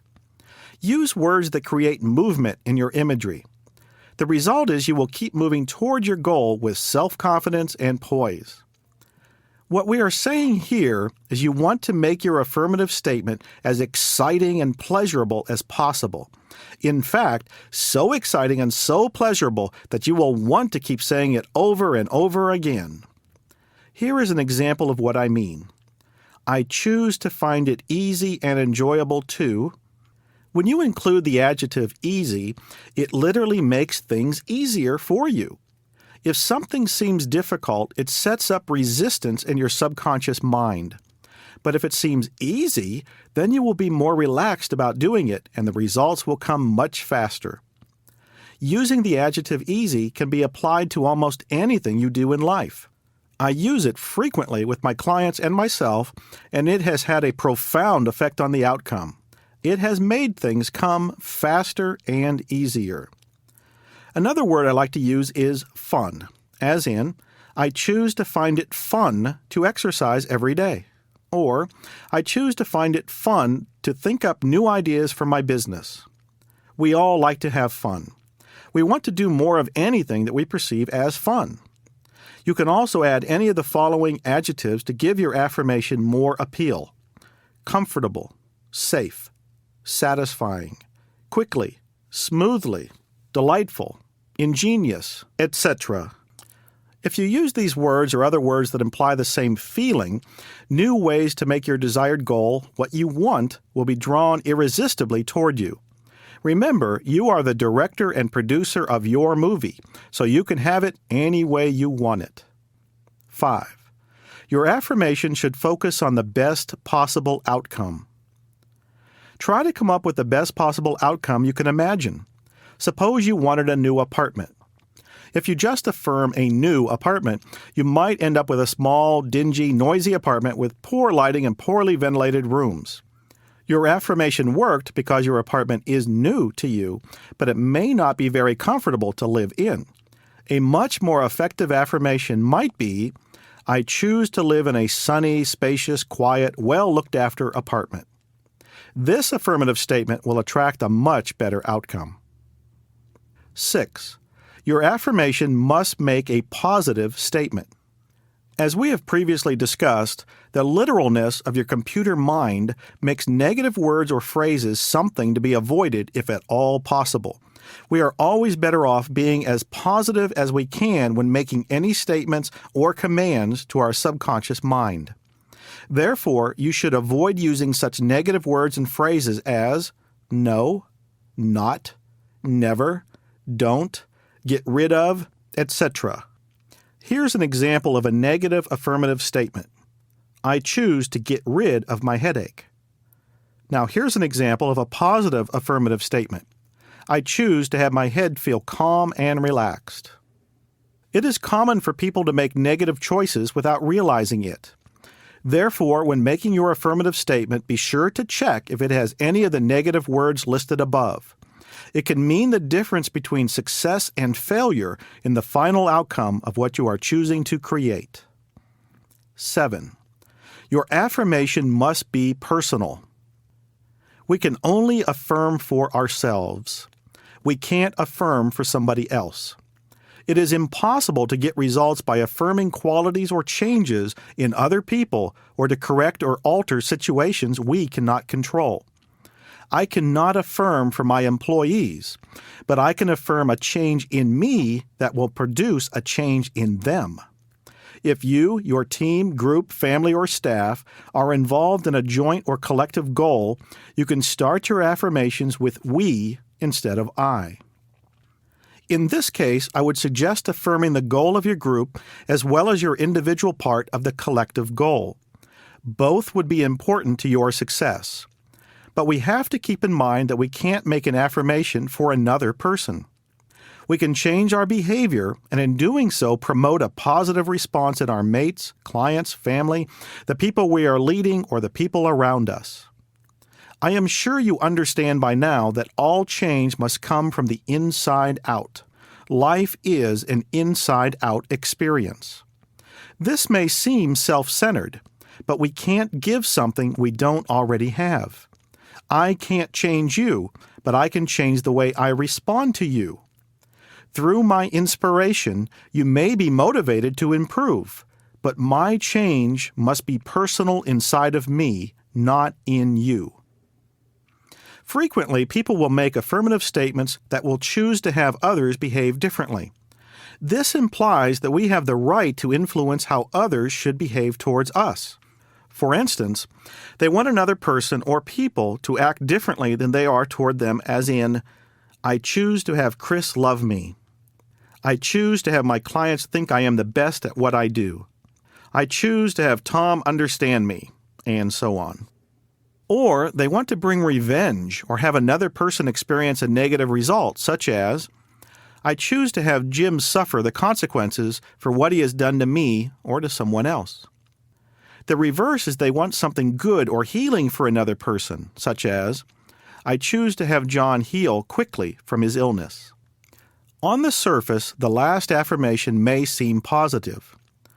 While it is not wrong to affirm a positive outcome for another, there can be problems. If you approach this from a higher perspective, you have to consider that it may not be a good idea to interfere in the manner in which a person's life is unfolding. Their life may be unfolding according to a higher plan that we may not be aware of or can even imagine. Whether or not you agree with this, it is something that you may want to consider. The truth is that we do not have access to what is really happening in an individual's unfoldment. Therefore, we have no business affirming exactly how it should unfold, even if we think it is a positive outcome. Also, it negates the whole purpose of making our affirmative statement, which is that it gives us the power to create what we want in our lives. If you feel you want to affirm a positive outcome for another, do it in a way that you do not assume that you know what is best for them. All you have to do is add the phrase at the end of your affirmative statement, if this is in the person's highest interest.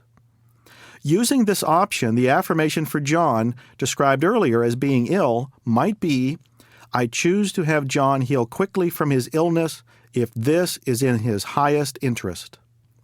This would ensure that you are not trying to decide what is truly best for someone else, but at the same time you are expressing your desire that they get well. The point here is to make your affirmative statements as helpful as possible without imposing your own values. Having said that, there are ways that we can affirm for others that do not interfere with what is best for them. For example, the first affirmation given earlier might be changed to read, I choose to feel that Chris really loves me. Here you are making a choice about your own reaction to Chris. This is something that you have control over and does not involve wanting someone else to change in order for you to be happy. Here is another example. I choose to have my supervisor appreciate me. The above is not an acceptable affirmative statement because it involves your supervisor making the change in his or her behavior. In other words, you have no right to choose a new behavior for your supervisor.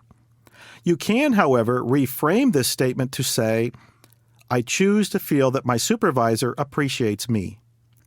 This is something that you have control over. It also causes you to look for positive ways that your supervisor may already appreciate you that you have not noticed before.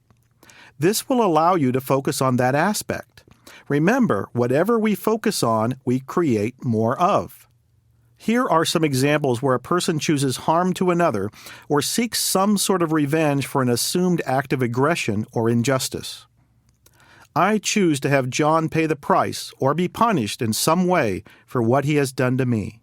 Or, I choose to have John be brought to justice for what he did. While you may want this, you have no right to affirm it. Also, it only causes you to focus on the hurt or injustice. Instead, you can reframe it so that it helps you to overcome or get past what has happened. The only way you can do this is through your perception of the event. A much more powerful and useful affirmative choice would be, I choose to know that this injustice or hurtful experience can no longer hurt me. Or, I choose to be free of the consequences of this hurtful experience. When you make these choices, you free yourself from the compulsion to seek revenge.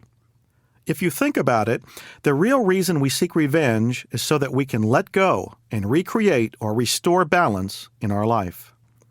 If we can restore it by choosing to let go, then the balance is automatically restored.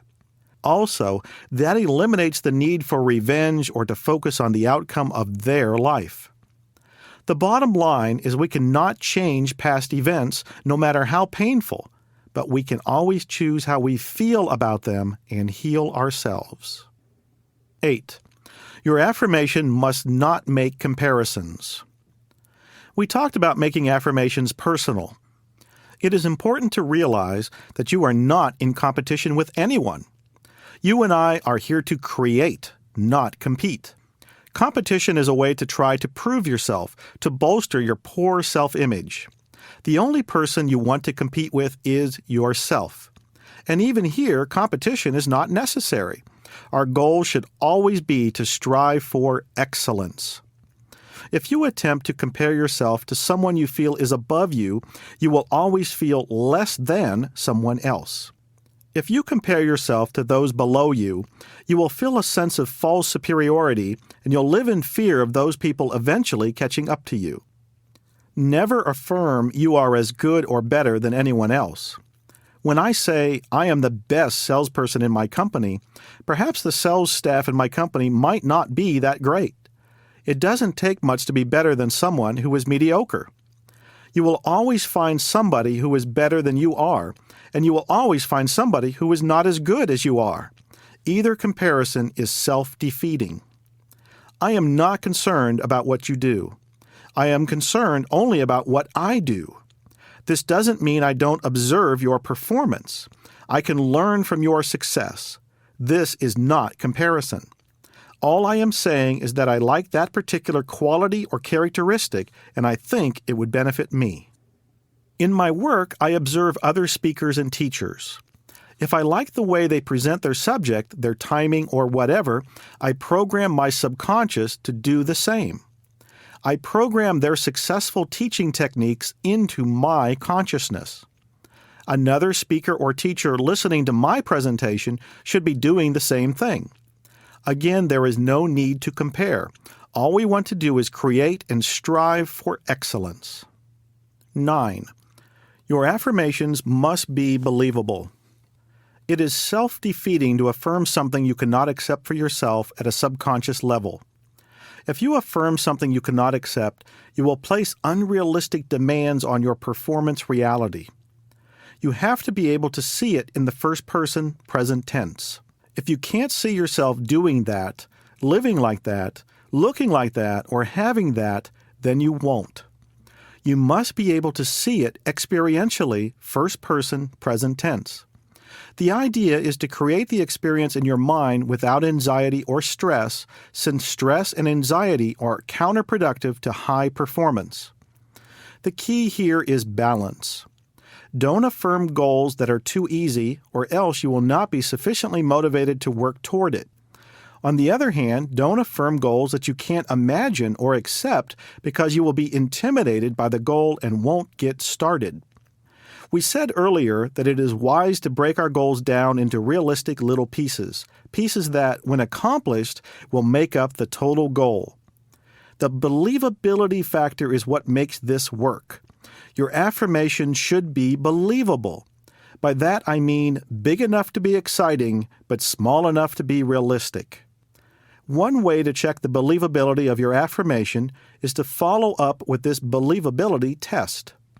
After you state your affirmation, ask yourself on a scale of 0 to 10, 10 being the most believable, how do I rate my feeling about this affirmation? If your answer is 8 or below, then you need to take a look at your negatag and work on erasing and replacing it. This is important in order for the affirmation to work or take hold in your subconscious. Reframe the affirmation so that it passes the believability test. The power of affirmation is not to be taken lightly. When used correctly, you will be driven almost obsessively toward your goal. It is important to select goals that are positive and beneficial. Balance is the key. If you just affirm for your business or career, your relationship with your family or spouse may suffer. Plan your affirmations so that you grow in all areas of your life at the same time. You are capable of making many affirmations at the same time as long as they are not in conflict. To create balance, be sure to check to see if you are leaving out, underemphasizing, or overemphasizing one portion of your life. Strive to be balanced as a total person, not just one who excels in one area of your life. One of the most important words in the English language is balance. If you have balance, you have everything. You don't want to achieve one thing and lose everything else. You can have it all, so program each area of your life to create balance. 10. Your affirmations must conform to the secrecy principle. The secrecy principle means keeping your goals to yourself. If you tell other people, most likely they will either discourage you or try to stop you. People tend to get upset when you start to grow and change because your aliveness makes their deadness seem more real. If you reveal your goals and affirmations to others, it gives them an opportunity to work against you. They will tell you that it is nonsense and it won't work. Since we have a tendency to think others are smarter or wiser than we are, due to our poor self-image, we end up believing them. Think of how many times you have been talked out of doing something you wanted to do because you listened to someone else. Think also of how many times you were sorry for not listening to yourself. Only reveal your affirmations and goals to people who need to know or can help you realize your goal more quickly. We are talking here primarily about personal goals, but you can share your goals if they are team goals. Cooperative goal setting is essential in a group because you are sharing a common goal. Many of us were told to set a goal and tell everyone what we were going to do.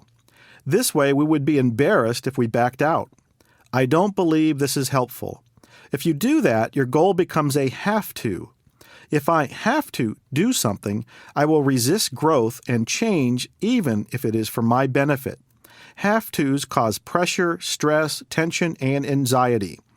If you keep your goals and affirmations to yourself, people are less likely to try to stop or advise you. Of course, they will tell you that they are giving you their advice for your own good. Don't you believe it? Their advice is based on their present level of awareness, not yours. The time to tell them about your goals is after you have achieved the goal. Instead of saying, "This is what I'm going to do," say, "This is what I have done." Doing this will free you to use your affirmations to focus on the accomplishment of your goal. Earlier we discussed that affirming for others was inappropriate because we have no way of knowing what is best for others. We can also apply this to our own affirmations. Sometimes we think we know what is best for us, and we are correct. Other times we can do more harm than good. Keep in mind that affirmations are powerful, and they will bring into our lives whatever we focus on with repetition and emotion. What if the affirmation you are affirming is not in your best interest? Perhaps there is something else that you should be affirming that will produce a more positive outcome for you.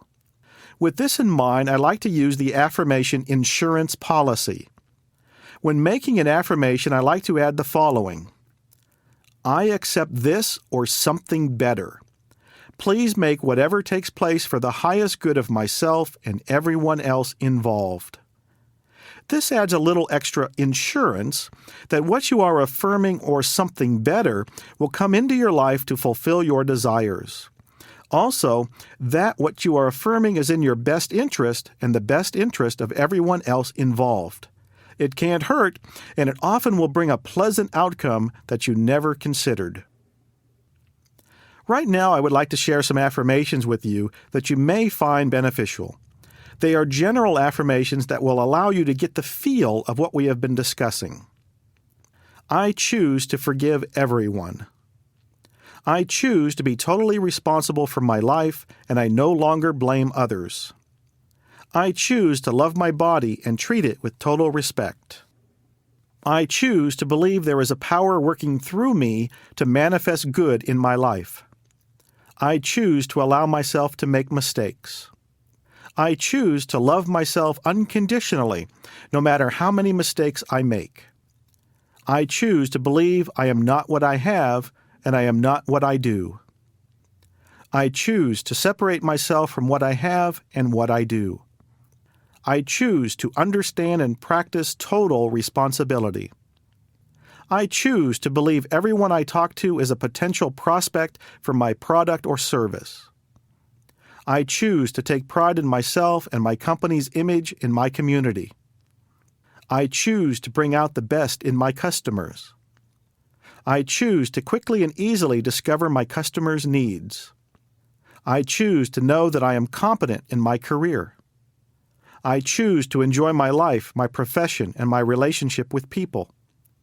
I choose to have a positive expectancy of a successful outcome, and I work through obstacles daily. I choose to understand the difference between a setback and a defeat. I choose to feel capable of expressing myself and know others see me that way too.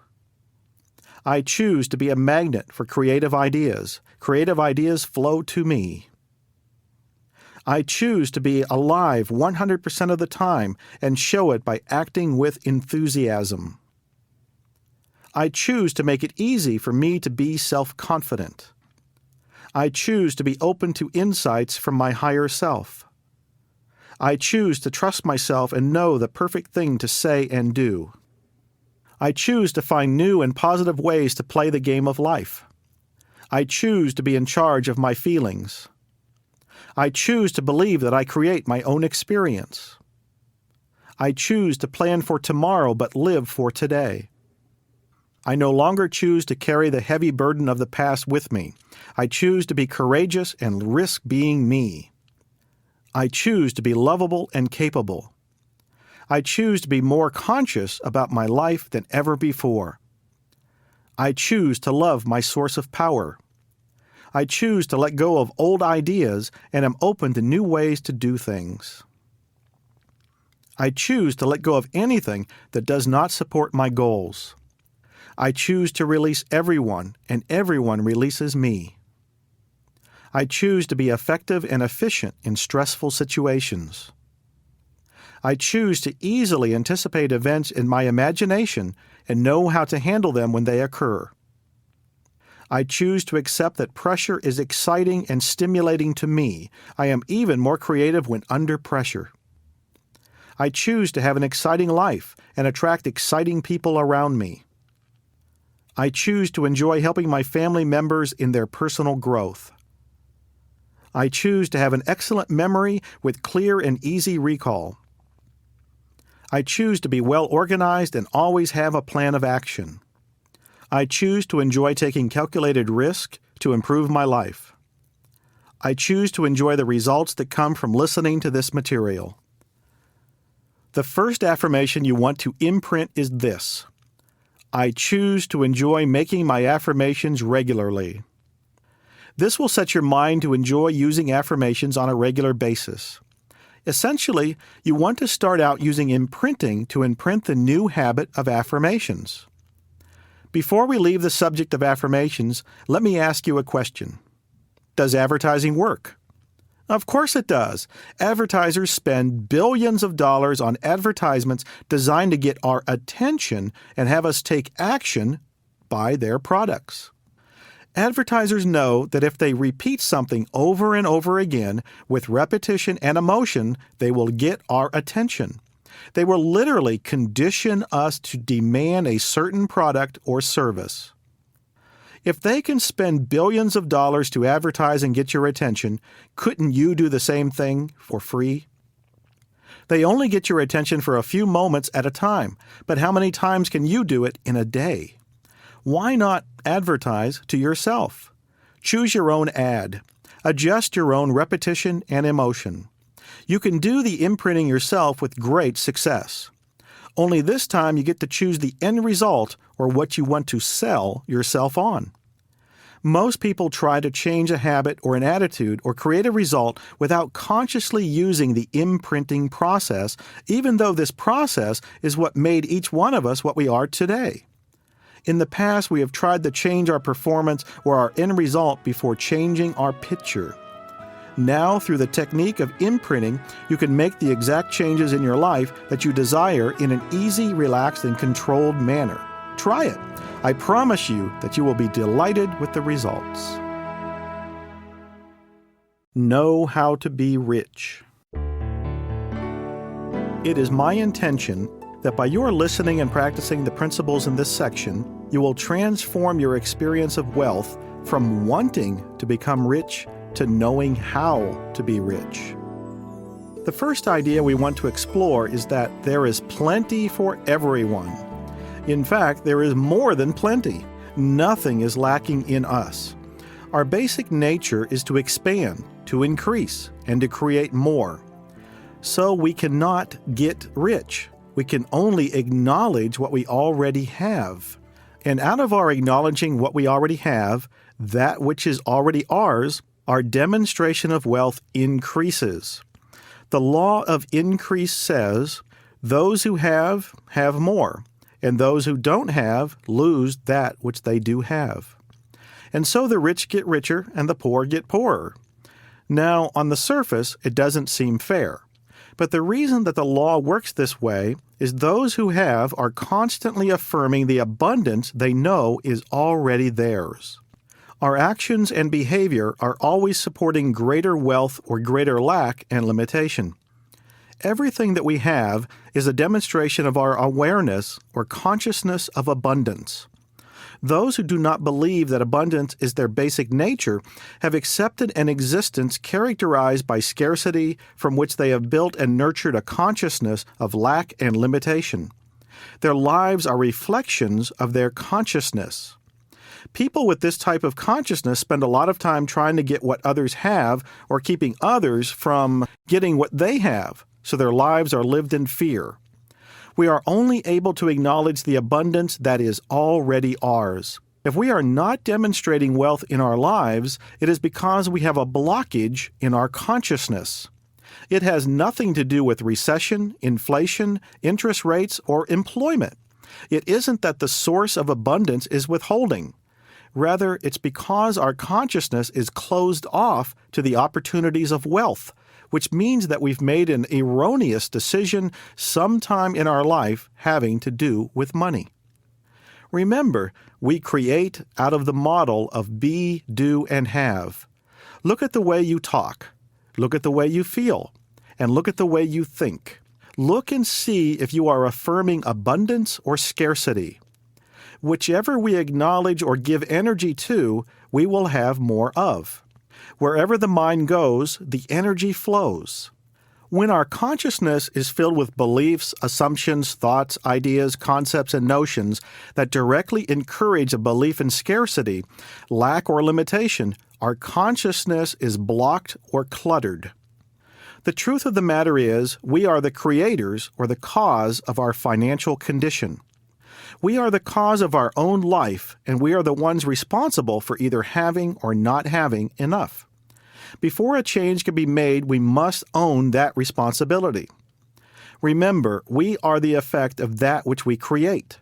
If we are feeling stuck, it is because we are serving our negative thoughts. It is like creating a monster. If you create the monster, eventually the monster turns on you. If you create lack and limitation in your consciousness, eventually it robs you of your ability to produce riches. Our lives are made in our image and likeness. So essentially, we are duplicators. One way to look at this is to think of the universe as one big copy machine that continually duplicates our thoughts. Our mistakes stem not from any inherent flaw in who we are, but from ignorance. Since ignorance is our problem, it stands to reason that our task is to conquer our ignorance and to replace it with the truth. We have to let go of the decisions, beliefs, and blockages that are keeping us from reaching our potential, in this case, experiencing wealth. There are 3 things that we must do to change our beliefs. The first thing is a clearing. We need to clear out our old ideas, beliefs, and concepts that are holding us back from experiencing riches. That clearing could include eliminating our mistaken beliefs about wealth, such as there is not enough for everyone, money is tight, and jobs are scarce, or that we do not deserve to be rich. All these beliefs have nothing to do with experiencing wealth. We must also not accept the negative beliefs that others have about wealth. We have to think for ourselves and know and affirm the truth about our own lives, no matter what the appearances may be. After we clear our thoughts, the second thing we must do is to affirm what we want to believe about our own relationship to money. We want to fill our consciousness with the truth about abundance instead of the lies that we have bought into. Essentially, we must affirm the truth about ourselves. We can do this by using affirmations such as, I choose to know how to be rich. I choose to deserve wealth. I choose that income exceeds my outflow. I choose to give myself permission to enjoy money. I choose to release my unwillingness to be wealthy. I choose to accept that money is flowing into my life right now. I choose to be rich in consciousness and rich in dollars. Make up your own affirmations relating to money and apply them to the areas that you need to reinforce or change. The third step is to create out of our imagination. You and I are always creating out of our imagination, but if we are unaware of this process, what we are really doing is creating out of our past. We are using the past to create the present and the future. Use your imagination and visualization to create your life the way that you want it to be. Don't dwell on the way that it was. If you do that, you'll be forming your future out of the limitations of your past. The key here is to trust that life will support you in your beliefs. We don't trust life because we don't understand the workings of the laws of the mind. We don't have a clear understanding that the universe and all the laws within it are totally dependable, including the law of mind.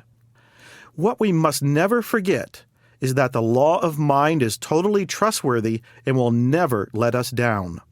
The reason for this is that the law of mind works with mathematical precision. Whatever we create in consciousness, we will experience in our life. I know you are getting tired of hearing me say this, but it is my intention that through repetition, it will become part of your thinking, feeling, action, and reaction. The laws of the universe work. We don't know how they do, just as we don't always know how the laws governing our physical existence work. We just know that they do. We don't know why blue and yellow make green, but we know that they do. And as we discover the laws, we may use them with confidence or we may ignore them. The universe is impersonal, so it is up to us how we use the law.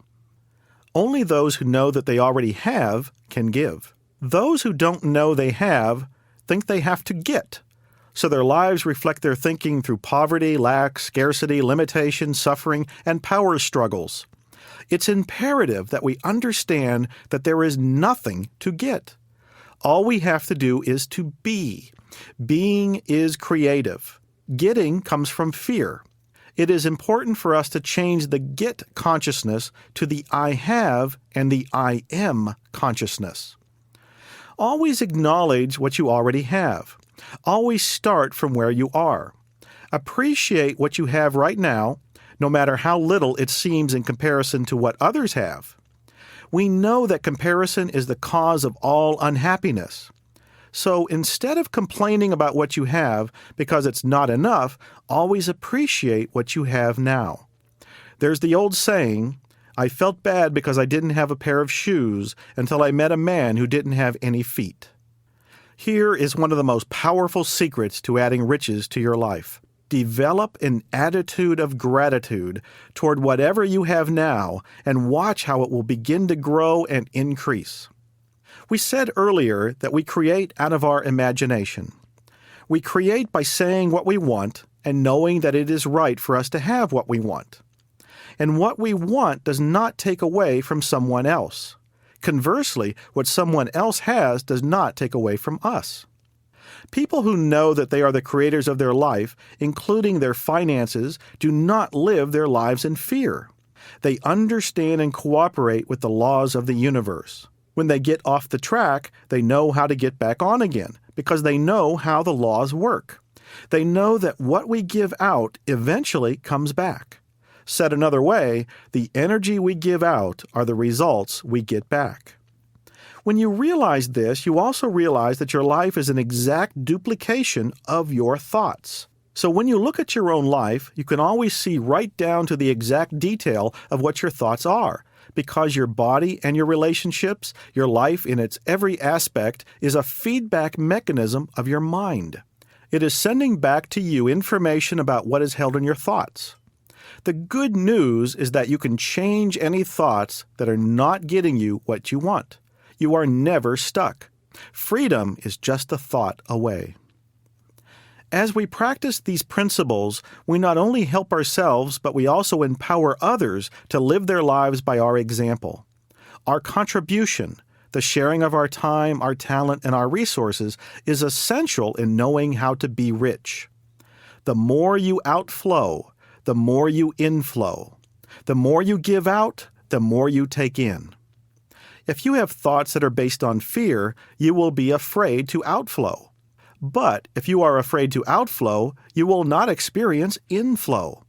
So we must give the very thing that we want. That's worth repeating. We must give the very thing that we want. If you want money, give money. If you want love, give love. If you want recognition, give recognition. Whatever you have not, that's what you must give and contribute. Also, we must contribute what we have and share it with others. Every time we acknowledge the abundance that we know we already have, our awareness of our abundance increases. As our awareness of our abundance increases, we experience more abundance flowing into our lives. Acquire and hold the concept of a universal bank. Whenever you give and do not see a return at once, know that you've made a deposit in the universal bank and it will return to you with interest at just the perfect moment. Whatever you give out must come back to you. This is a law of life and cannot be changed. Do not make the mistake of trying to decide when and through what channels your good will come to you. But know that if you make a deposit in the universal bank, your good comes to you in countless ways. Sometimes your abundance will manifest rather quickly. In fact, you will think it is almost magic. There are times your good will come to you in unexpected ways. Just know that it is there and it is coming to you. Build a confidence as solid as your confidence in the orbiting of the planets. Let's elaborate on the law of circulation. Again, all we have to do is to look at nature. A good example is a pond. If water only comes into the pond, soon the pond will stagnate and will no longer support life. If water only goes out of the pond will soon dry up and no longer be able to support life. But if water both comes in and goes out of the pond will be sparkling pure and able to support life. We can take our cues from the examples of nature. It is the same in our financial lives. As we circulate our money freely, more money flows into our lives. Another aspect of circulation is release. Start to release everything that is no longer a part of what you want to create in your life. Give material things away that you no longer use or want in order to make room for what you want or need right now. At least once a year, it is a good idea to go through your home, especially your closets, and find those things you no longer use. If you haven't worn something or used something in the last 12 months, give it away. Give your items to friends or give them to people who need them. Give them to charity. And as you clean out, put what is left in order, because if you have clutter in your life, it is an indication of clutter within. As without, so within. Emerson said, "Beware of holding too much good in your hands." How is that possible? How is it possible to have too much health, happiness, love, or money? What Emerson was saying was that we block the flow of good into our lives by holding on too tightly to what we already have. In order to increase what we have, we must be willing to let go of what we think we need to hold on to. We live in an abundant universe, filled with ideas flowing through time and space. It is up to us to take what we need out of this flow. There are an abundance of ideas that we can use to create more riches in our life. If you think about it, money is an idea in action. Life always says yes. If we stand in the flow of life and say, there isn't enough, or I can't have, or I'm not able to, then the flow passes right by us. The current of life is always flowing, and it is flowing right now.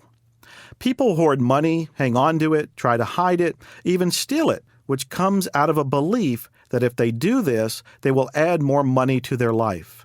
What they don't understand is that they are going against the flow of life. Even the word currency is related to the word current, but it also means passing from hand to hand. Money must be circulated, not hidden, hoarded, or stolen. The law of circulation always prevails. When we block the circulation through fear of letting go, fear of lack, fear of giving, we stop the flow. That blockage must be removed if we are able to experience riches and abundance on a permanent basis. Life supports expansion, not limitation. Life also keeps its agreements with us. If we do not circulate our money and make choices about how and where we're going to circulate our abundance, life will do it for us, because expansion must always take place. If you don't do the choosing, life will choose for you, and it may not be the choice way you want. It will be recirculated through unexpected expenses like auto repairs, dental bills, house repairs, and so on. In general, we are forced to circulate money whether we like it or not. Take a look at your life and see what's preventing you from keeping your money. Perhaps it is sickness, auto repairs, home repairs, or energy bills. Take a look at where you are forced to spend your money. Then take a look at where you are holding back. What are your beliefs about circulating money? Not only must we circulate and give out, but also we must learn to be a good receiver if we are going to experience wealth and permanent riches. One important way to increase our money flow is to be a good receiver. Giving must be balanced with receiving. Many people neglect this area of their lives. But being a good receiver is not as easy as it seems. When we become the receiver, it makes us more vulnerable and we have less control. When you give, you are in control. Receiving, on the other hand, will sometimes make you feel out of control. For example, if someone gives you a compliment, how do you react? If they say, "I love the clothes you are wearing," how do you respond? Perhaps you say, "Oh, this old thing, I've had this for years." Or if they say, "That was a great meal you just cooked," you might say, "Oh, it's nothing much, I just threw some things together." It's important that we take a look at how we respond to compliments. The reason that it is important to accept compliments is that it allows the other person to give something to us. If you look at the whole picture, we are both the giver and the receiver. Learning to accept compliments will help you to become an open channel for wealth. Never refuse anything good that is offered to you. If someone offers you a gift, take the gift and just say thank you. If you are in a restaurant and someone wants to pay the bill, don't argue. Just say thank you and allow them to give to you. Give up your beliefs about accepting gifts from others. Forget about feeling vulnerable or owing them something. If someone gives you something you don't like or you don't need, pass it on to someone else. As you do this, everyone gets to win.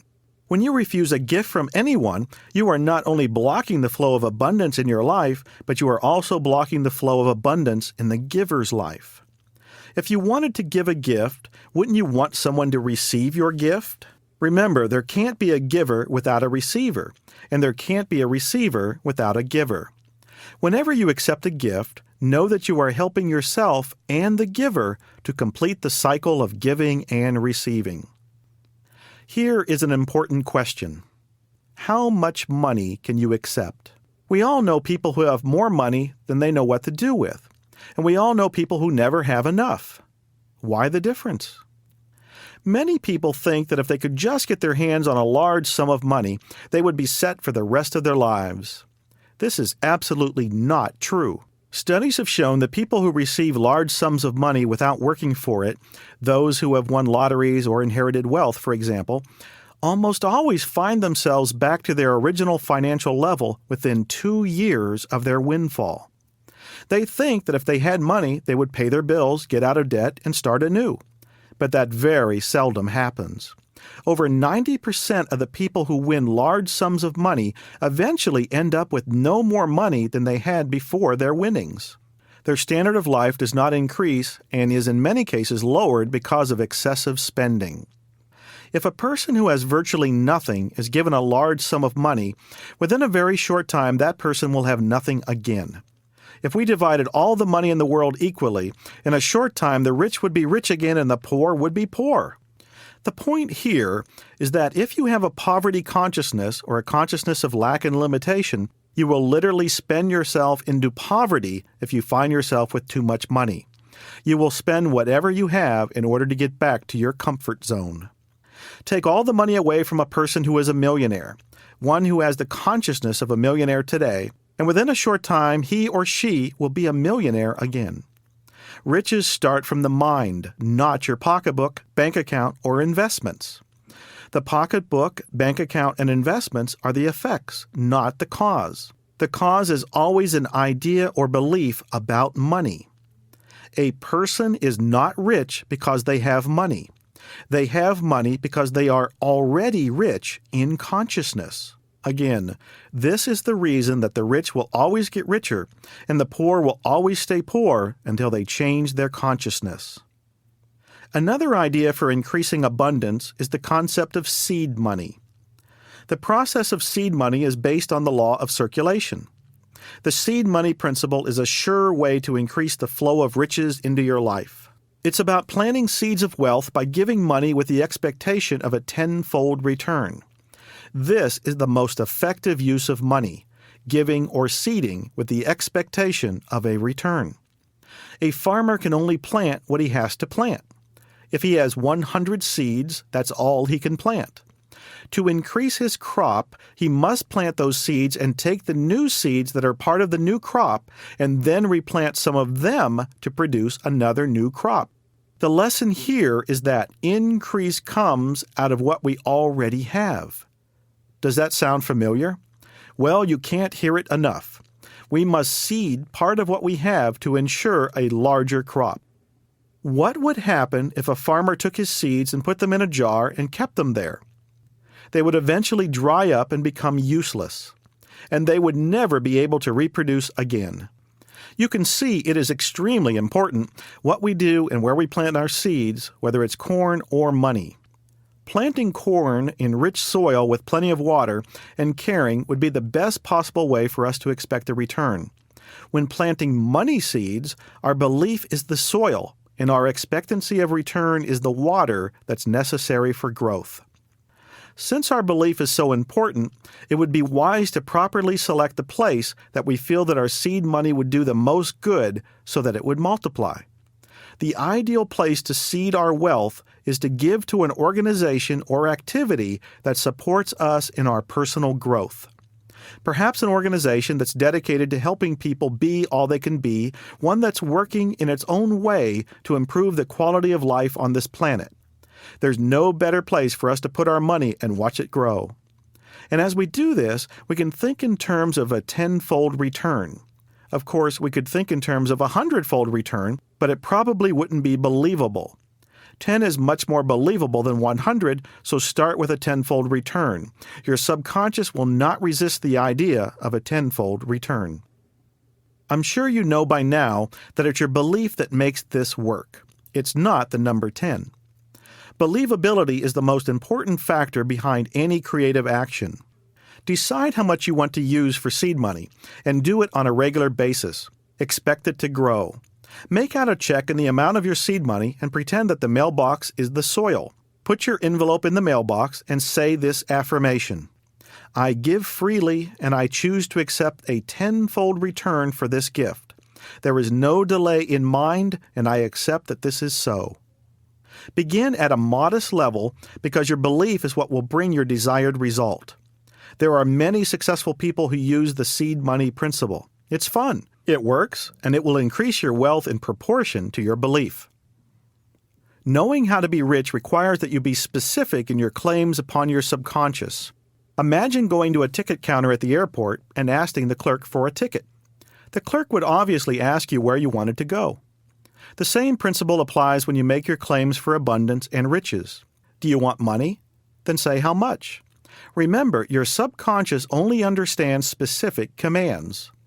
Also, make sure you are willing to accept what you ask for. You will never let yourself have more money than you think you deserve. If you want more money, start accepting the fact that you deserve wealth. You deserve to be rich. There are many priorities in life, and your right to be wealthy should be one of the highest on your list. Don't aim too low out of fear that you do not deserve the best. You deserve the very finest that you are willing to accept. Poverty is a sickness. The cure is abundance. Your abundance will increase as you use the time-tested principles discussed in this section. But don't take my word for it. Use them yourself and discover how they can work for you.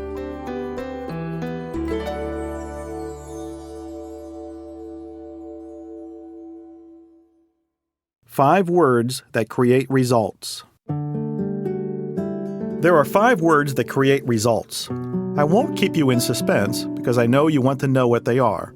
These 5 words can change your life. They are relax, recognize, realize, reason, release. Let's refer to these words as the 5 R's. The 5 R's are part of a 5-step creative process that we shall call our consciousness conditioning exercise. The 5 R's, relax, recognize, realize, reason, and release, might be compared to a golf swing. To the amateur, the swing appears to be one continuous movement, but it's actually a combination of many perfectly coordinated steps. The golfer must set his feet at the exact positions, grasp the club, and without taking his eyes off the ball, bring the club back slowly. On his downswing, he gradually accelerates his movement.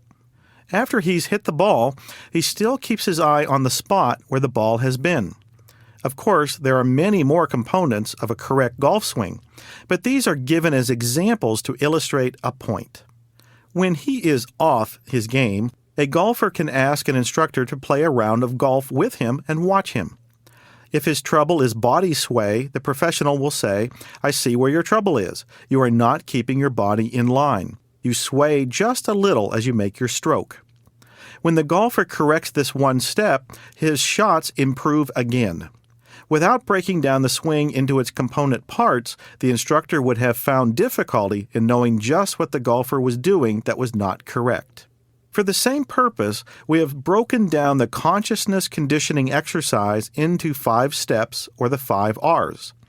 These 5 R's, when put together as a whole, will alter our consciousness, thereby altering the results that we produce in our life. The first step is to relax. Before we can change our consciousness, we must come to a point of physical and emotional relaxation. A tense person simply cannot produce effective results. No matter how well you learn the techniques, the inner tension will nullify the words you speak because there is a conflict between what you are saying and what you are feeling. All mental and emotional undercurrents enter into the consciousness conditioning exercise. It would be in your best interest to learn how to fully relax your mind and body for 15 minutes each day. One easy and effortless way to do this is through a process of breathing and muscle flexing. Before you begin, stretch out your body and concentrate on making your muscles as loose as possible. Then, sitting upright in a chair with your eyes closed, start to inhale and exhale in a slow, comfortable rhythm. You should begin to feel yourself relax. Now, working through the arms, hands, shoulders, back, and abdominal areas, and your thighs, calves, and feet, flex your muscles by squeezing them and letting them go. A fuller discussion of relaxation exercises can be found in my book, The Ultimate Secrets of Total Self-Confidence. Whatever method you choose, it is essential that you take a few moments each day to take a break from your problems, fears, and anxieties to recharge and reprogram yourself with the 5 R's contained in this 5-step process. So step 1 is to relax. The second step is to recognize. We must recognize that we are surrounded by a creative mind, in which lies all the answers to all the problems of the world. This universal or creative mind contains all power, all knowledge, and all wisdom. We know there is wisdom and creative intelligence in this universe. This can be seen in the activity of the planets and the stars. We know the atom to be a miniature solar system, and we find a curious mathematical exactness in the structure of crystals in cells. We see the wisdom that knows how to build a human body in approximately 9 months, fully equipped to start its earthly life, even though the mother hasn't the slightest idea of how to build one cell in that child. The same wisdom lies deep within the mental makeup of every individual born into this world. It knows how to keep the heart beating with mathematical regularity. It heals a cut by a mysterious chemical process that man does not know how to duplicate. It heals broken bones by arranging for the outpouring of a bone cement that welds bones together. The doctor merely sets the bones, and this wisdom or creative intelligence welds it together. This total process speaks to us of an all-knowing intelligence behind the universe, operating through the universe. Observant men and women of all ages have acknowledged this power in different ways. But ultimately, no matter what you choose to call it, this power does exist. There's not a problem to which this power does not know the answer. This very same power has brought into being every cell in the body. It has created every successful life. People are beset by problems, but this power only has answers. It knows nothing of problems. Its knowledge is far beyond anything that man has yet discovered. It knows nothing of incurable diseases, poverty, lack, or limitation. As a civilization, we are proud of our scientific, medical, and technological discoveries. Yet this power knew them before the foundation of the world. All future inventions and technological and medical advances are at this moment in this universal mind or intelligence. The universal mind might be compared to an ocean. The ocean currents flow freely through the brains of men and women whose habitual thought is directed by some particular concept or idea. And those men and women catch and register new ideas in line with their thinking. That way, individuals on opposite sides of the earth who have never known each other come up simultaneously with the same invention, the same discovery, or the same story theme. Each one believes he or she originated the idea, but no human ever originates. He merely tunes in on ideas carried in the one great universal mind. So, in step 2, we want to recognize this universal mind exists. In step 3, we want to realize that the principle of the universal mind to be the principle of our mind. Science has proven that everything animal, vegetable, and mineral reflects a pattern of energy. Everything is made up of this energy. And we know this energy expresses itself as intelligence or mind. We also know that mind is creative. It has the ability to create. We are an extension of this universal mind or intelligence. Since we cannot be separate from it, we must be one with it and share its qualities. This is highly important. Since the universal mind is the creator, you and I are the co-creators. This universal mind expresses itself through each individual, so essentially we're all using the one universal mind, just like air. There isn't my air and your air, there's just air, and we are each individually using the air to breathe at the very same time. The same thing is true with the universal mind. There is only one mind, one intelligence, and we are each using that universal mind. Whatever we need to know can be drawn from that one universal mind. All the wisdom and knowledge of the universe is within that one universal mind and is available to us. This creative intelligence or universal mind is the only agency in the universe that can transform thoughts into things. In fact, it's doing that every moment of time. Because of its supportive nature, the one universal mind will transform our negative thoughts or positive thoughts into form or reality. This intelligence is absolutely trustworthy. It will never let us down. It is totally dependable because it works on our thoughts. Our mind is an inlet of this creative ocean of universal mind. The individual might liken it to an electric light bulb. The light manifests through it, but is not produced by it. The intelligence or one universal mind manifests through us, but we do not produce it. So in step 3, we want to realize the principle of the one universal mind to be the principle of our mind. Most importantly, that we are one with it and not separate from it. Limited as our mind is, it is still part of the one universal mind or intelligence, and it is forever united with it. This creative intelligence carrying all the ideas is like an ocean flowing through the brains of men and women. An ocean has surface and it has depth, and no one can tell where the surface ends and the depth begins. The surface is our conscious mind, and the depth is our subconscious mind. The universal mind is expressed through our subconscious mind. What this means is that our subconscious is open at both ends.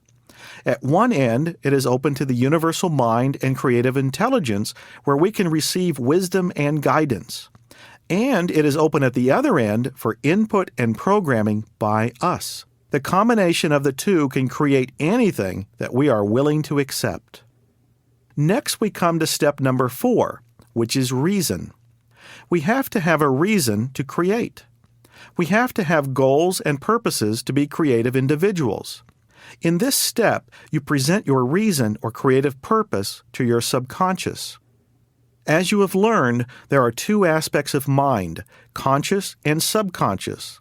Like the ocean, the human mind is all one, yet carries within it 2 distinctly different activities.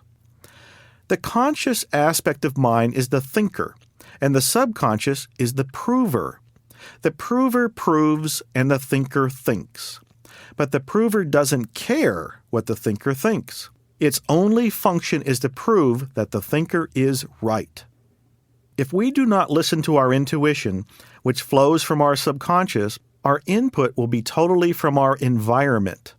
The combination of listening to our intuition or inner guidance and then programming what we know to be true is what produces the best possible result in our life. It's important to know that because your subconscious mind is creative. All ideas, impressions, and habitual patterns of thought retained in your memory have a tendency to recreate or perpetuate themselves. This is a process of mechanical momentum, which manifests as resistance. Thoughts do not have power in themselves, which means that they cannot override your will, but new thoughts do offer resistance to change. For this reason, you may notice that resistance factor coming up when you decide to change your thought. The resistance factor is usually characterized by self-doubt. Self-doubt is the resistance factor beginning its struggle. The best way to handle this is to not fight it, but to just observe and then release it. Your thoughts of self-doubt and confusion have no power in themselves unless you give them power. If you don't give them power by feeding into them, they will be totally harmless, and they will die because of lack of attention. The subconscious mind is where all the action takes place. So whatever idea you put into the subconscious and hold to be true will manifest itself as an experience in your life. Now pay attention. Your conscious mind, or conscious thought, is directive, but it is not creative. It has no power. It only expresses your desire. So the conscious mind can only give direction. Remember, it is the thinker. The subconscious mind has the power, the energy, and the action to make things happen. Understand that power cannot give direction to itself. It must have a purposeful disbursement. Otherwise, it is destructive in its action. The misuse and lack of understanding concerning the nature of the conscious and subconscious accounts for most, if not all, of the confusion and frustration and failure in life. For example, if you are straining and you are tense and you are attempting to be forceful with your conscious will, you're assuming that your will has power. That's a misunderstanding. The will does not have power. So nothing will happen except an overload on your nervous system. This is a typical misuse of conscious thought. The most common misuse of the subconscious is where the individual is unable to, refuses to, or is afraid to make a decision, which is the responsibility of his or her conscious mind. On the other hand, your subconscious cannot decide. It can only respond to decisiveness. It must be told what to do. It cannot and will not think for itself. So we, our conscious selves, must be responsible for making our choices. Often our choices are made so rapidly that we appear unconscious of the process of choice, but nevertheless we are always making choices. This power of choice is one of the greatest gifts that we have. With it comes our ability to select the kinds of experiences that we want to have in our lives. I cannot overemphasize the importance of making choices. After you've made your choice and told your subconscious what to do, accept that your subconscious will do the accomplishing. Always tell your subconscious what to do, but never tell it how to do it. It knows better than you, because it is connected to the universal mind where all the wisdom of the universe resides. Your word has power, and if you will speak your word with conviction and authority, your subconscious will act upon it without hesitation. Realize that what you have declared to your subconscious is on the way.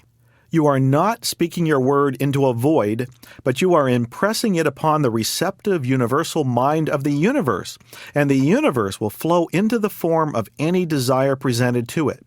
This is our reason to create.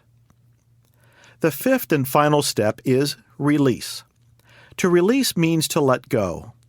One of the main reasons that people have difficulty using their minds is because they don't trust that it works.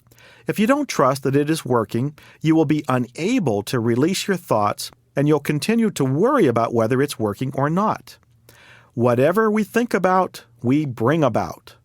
So if you are worrying that something won't work, you will create that very result you fear. It's like planting a seed in the ground and going out to the garden every day and digging it up to see if the seed is growing. At some point, you must release the seed to the ground and let it go. Someone once asked me what is the hardest part about creating what you want. My reply was, learning to stop figuring out how you will get what you want. If you try to figure out how you will get what you want, you will limit yourself to what your ego or conditioned mind can do. The key to creating what you want is to turn your desire or your goal over to your subconscious, which is connected to the universal mind or universal subconscious, and let it bring the goal to you and you to your goal. The creative principle or creative impulse will draw everything that you need to make your desire a reality, but you have to release the desire and let it go. The more you are able to let it go, the faster your desire will manifest. Don't get confused here.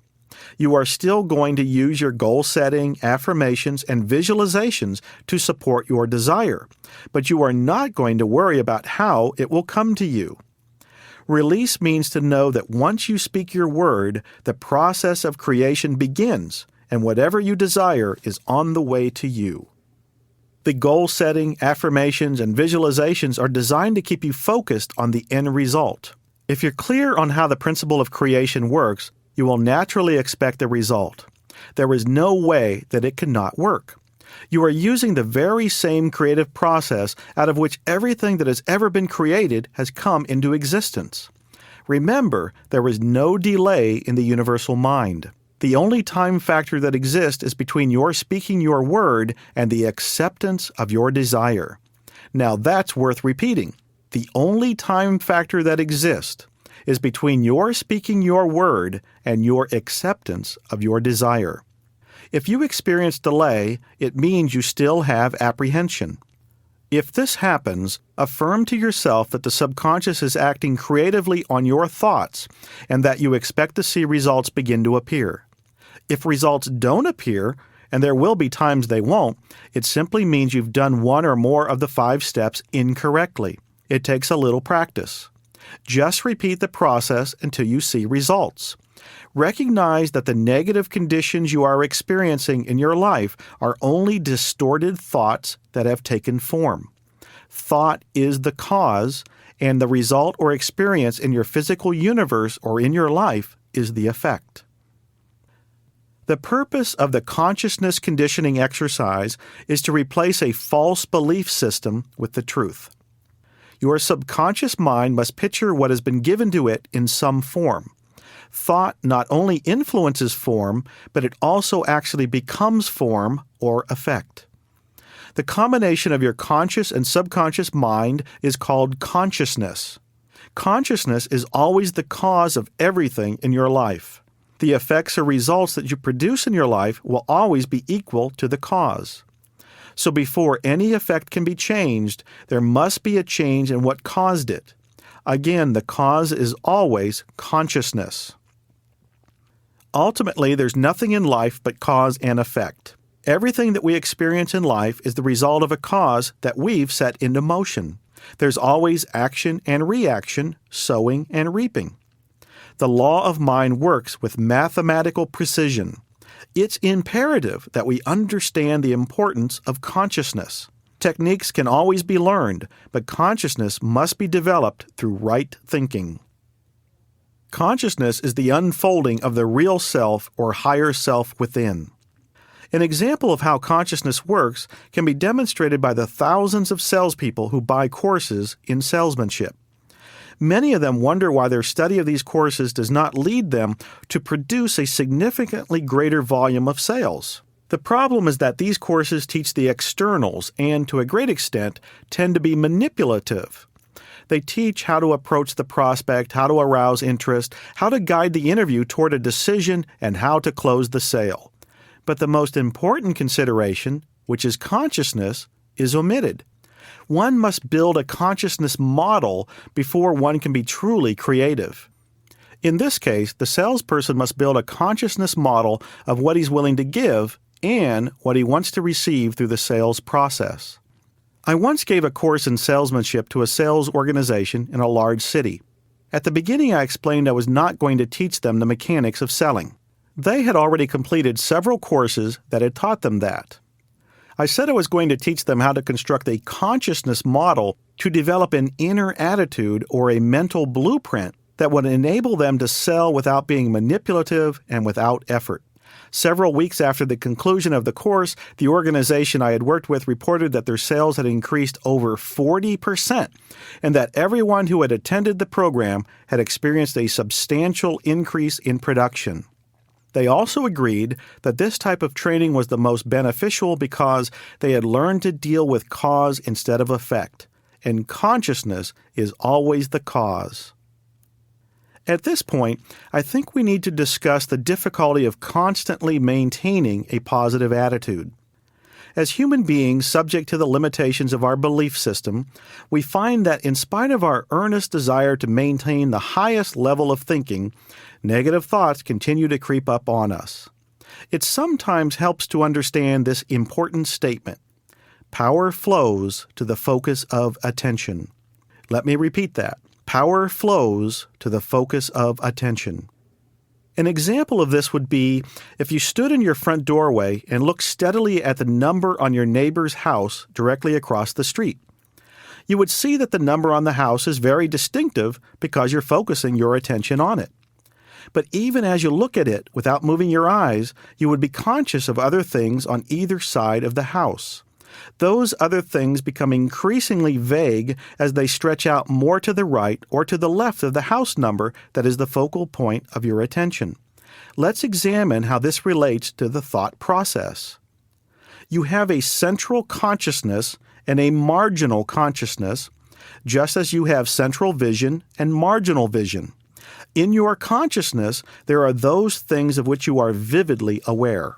These are your dominant thoughts. In your marginal consciousness, there are those things of which you are vaguely aware.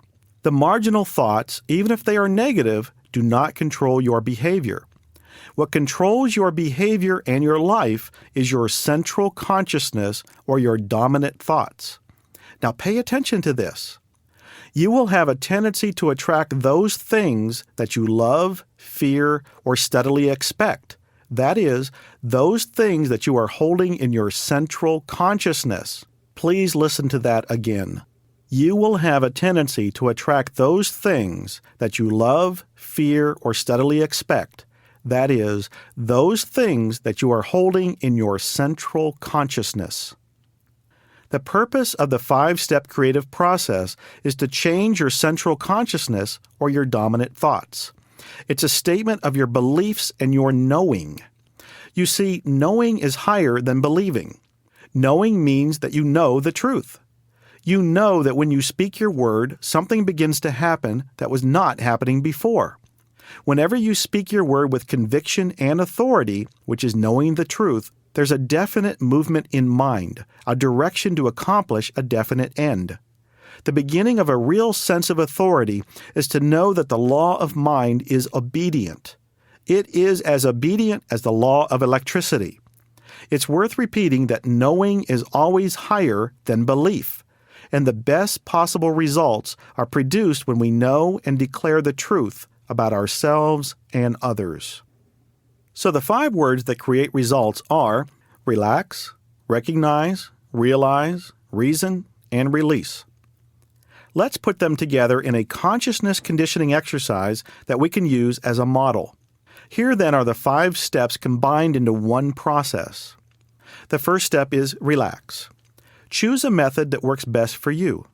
Allow your mind and body to fully relax for 15 minutes. The benefits of total relaxation are enormous. After you are relaxed, you may proceed to step 2. The second step is to recognize.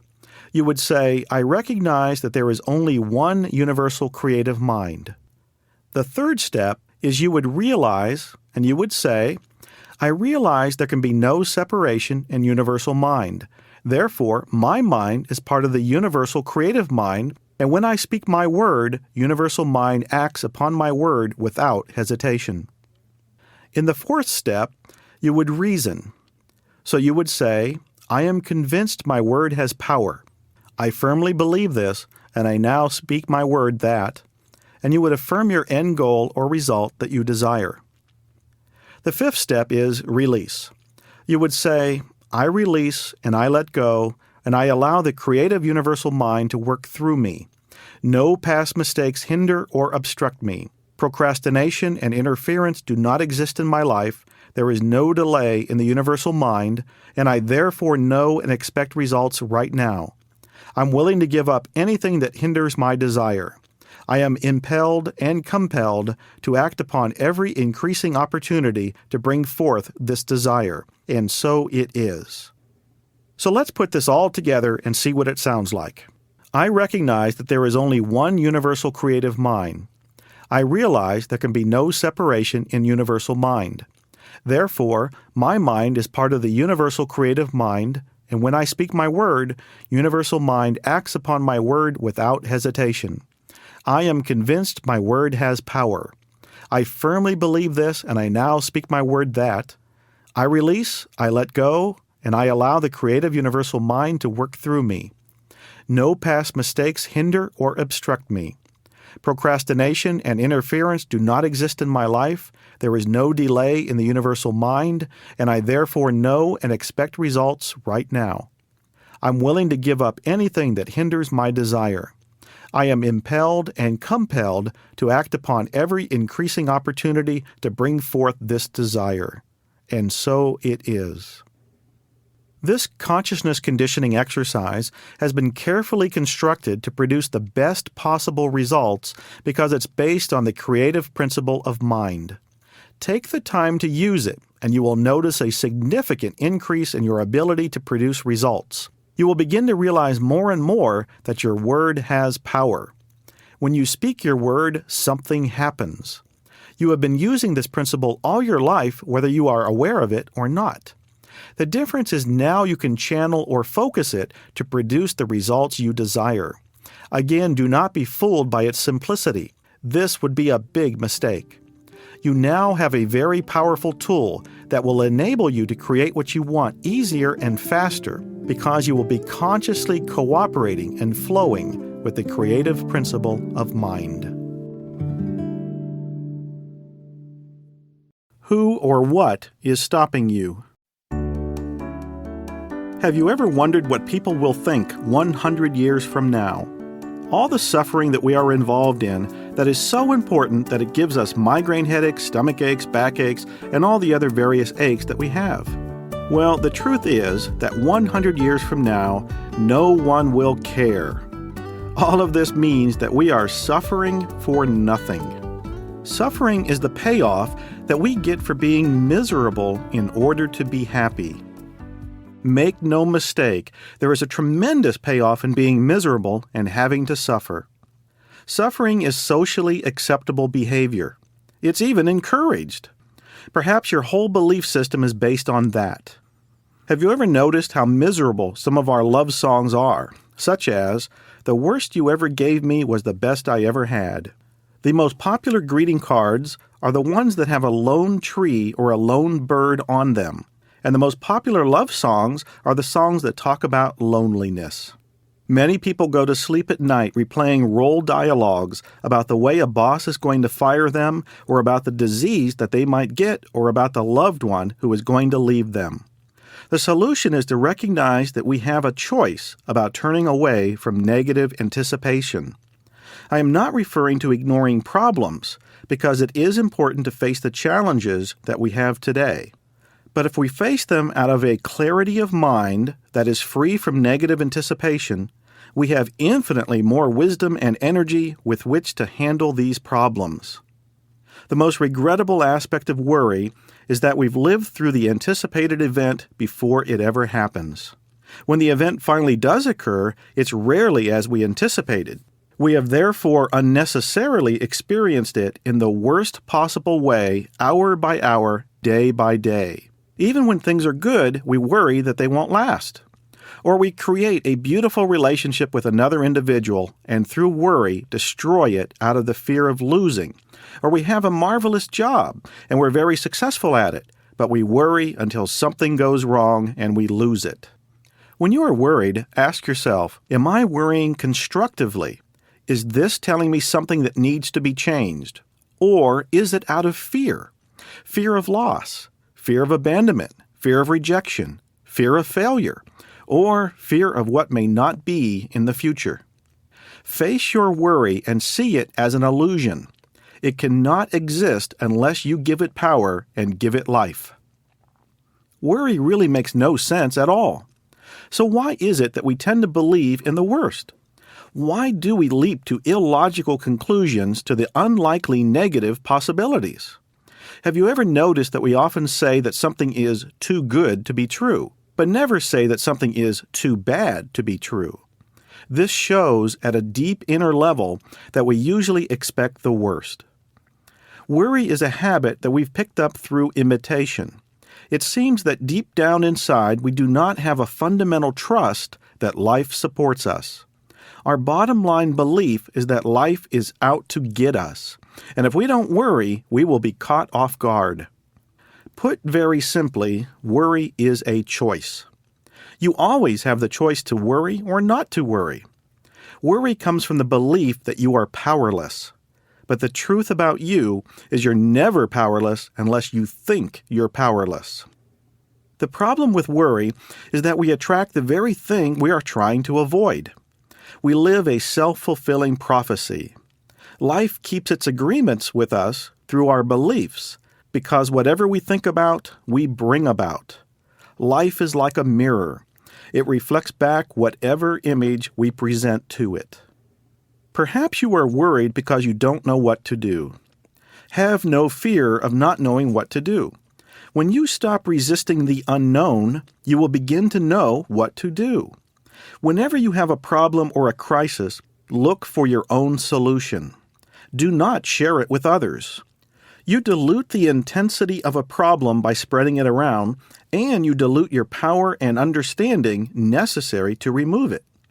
Of course, this is exactly what everyone else does. But you no longer want to be confused by everyone else. There may be times when a problem in business, finances, health, or relationships seems like a mountain in comparison to the particle of truth that you presently possess. Don't believe it, not for 1 second. Behind that particle of truth is the whole truth. It will reveal itself to you if you will stay with it. The next time you find yourself in a perplexing situation, do something entirely different. Notice, first of all, how your mind seeks anxiously for an answer, or relief, or for reassurance. Now break this pattern. Simply remain silent and say to yourself, "What if I do not need the kind of answer that I assume that I do?" And then stick to that. Do nothing else, and you will be amazed at the new solutions that will be revealed to you through your intuition. When you say, "I don't know what to do," it usually means you are afraid to make a choice. At a deeper level, you do know what to do, but you are afraid of making mistakes or what others will think if you carry out your own solutions.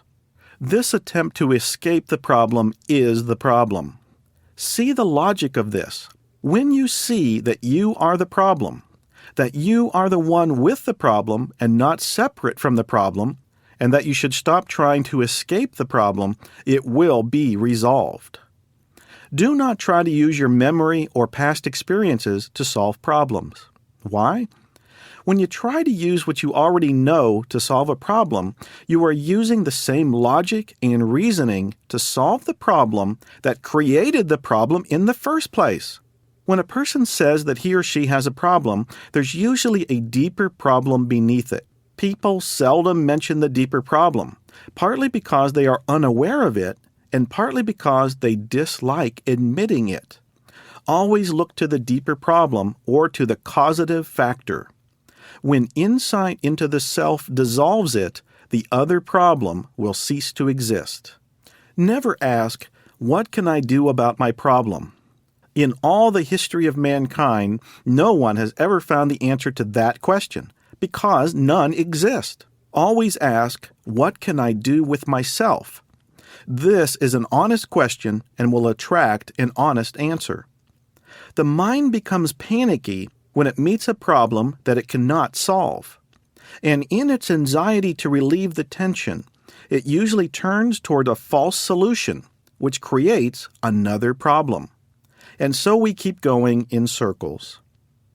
There's a way to end this. Do not force a solution. A lot of solutions will be revealed to you.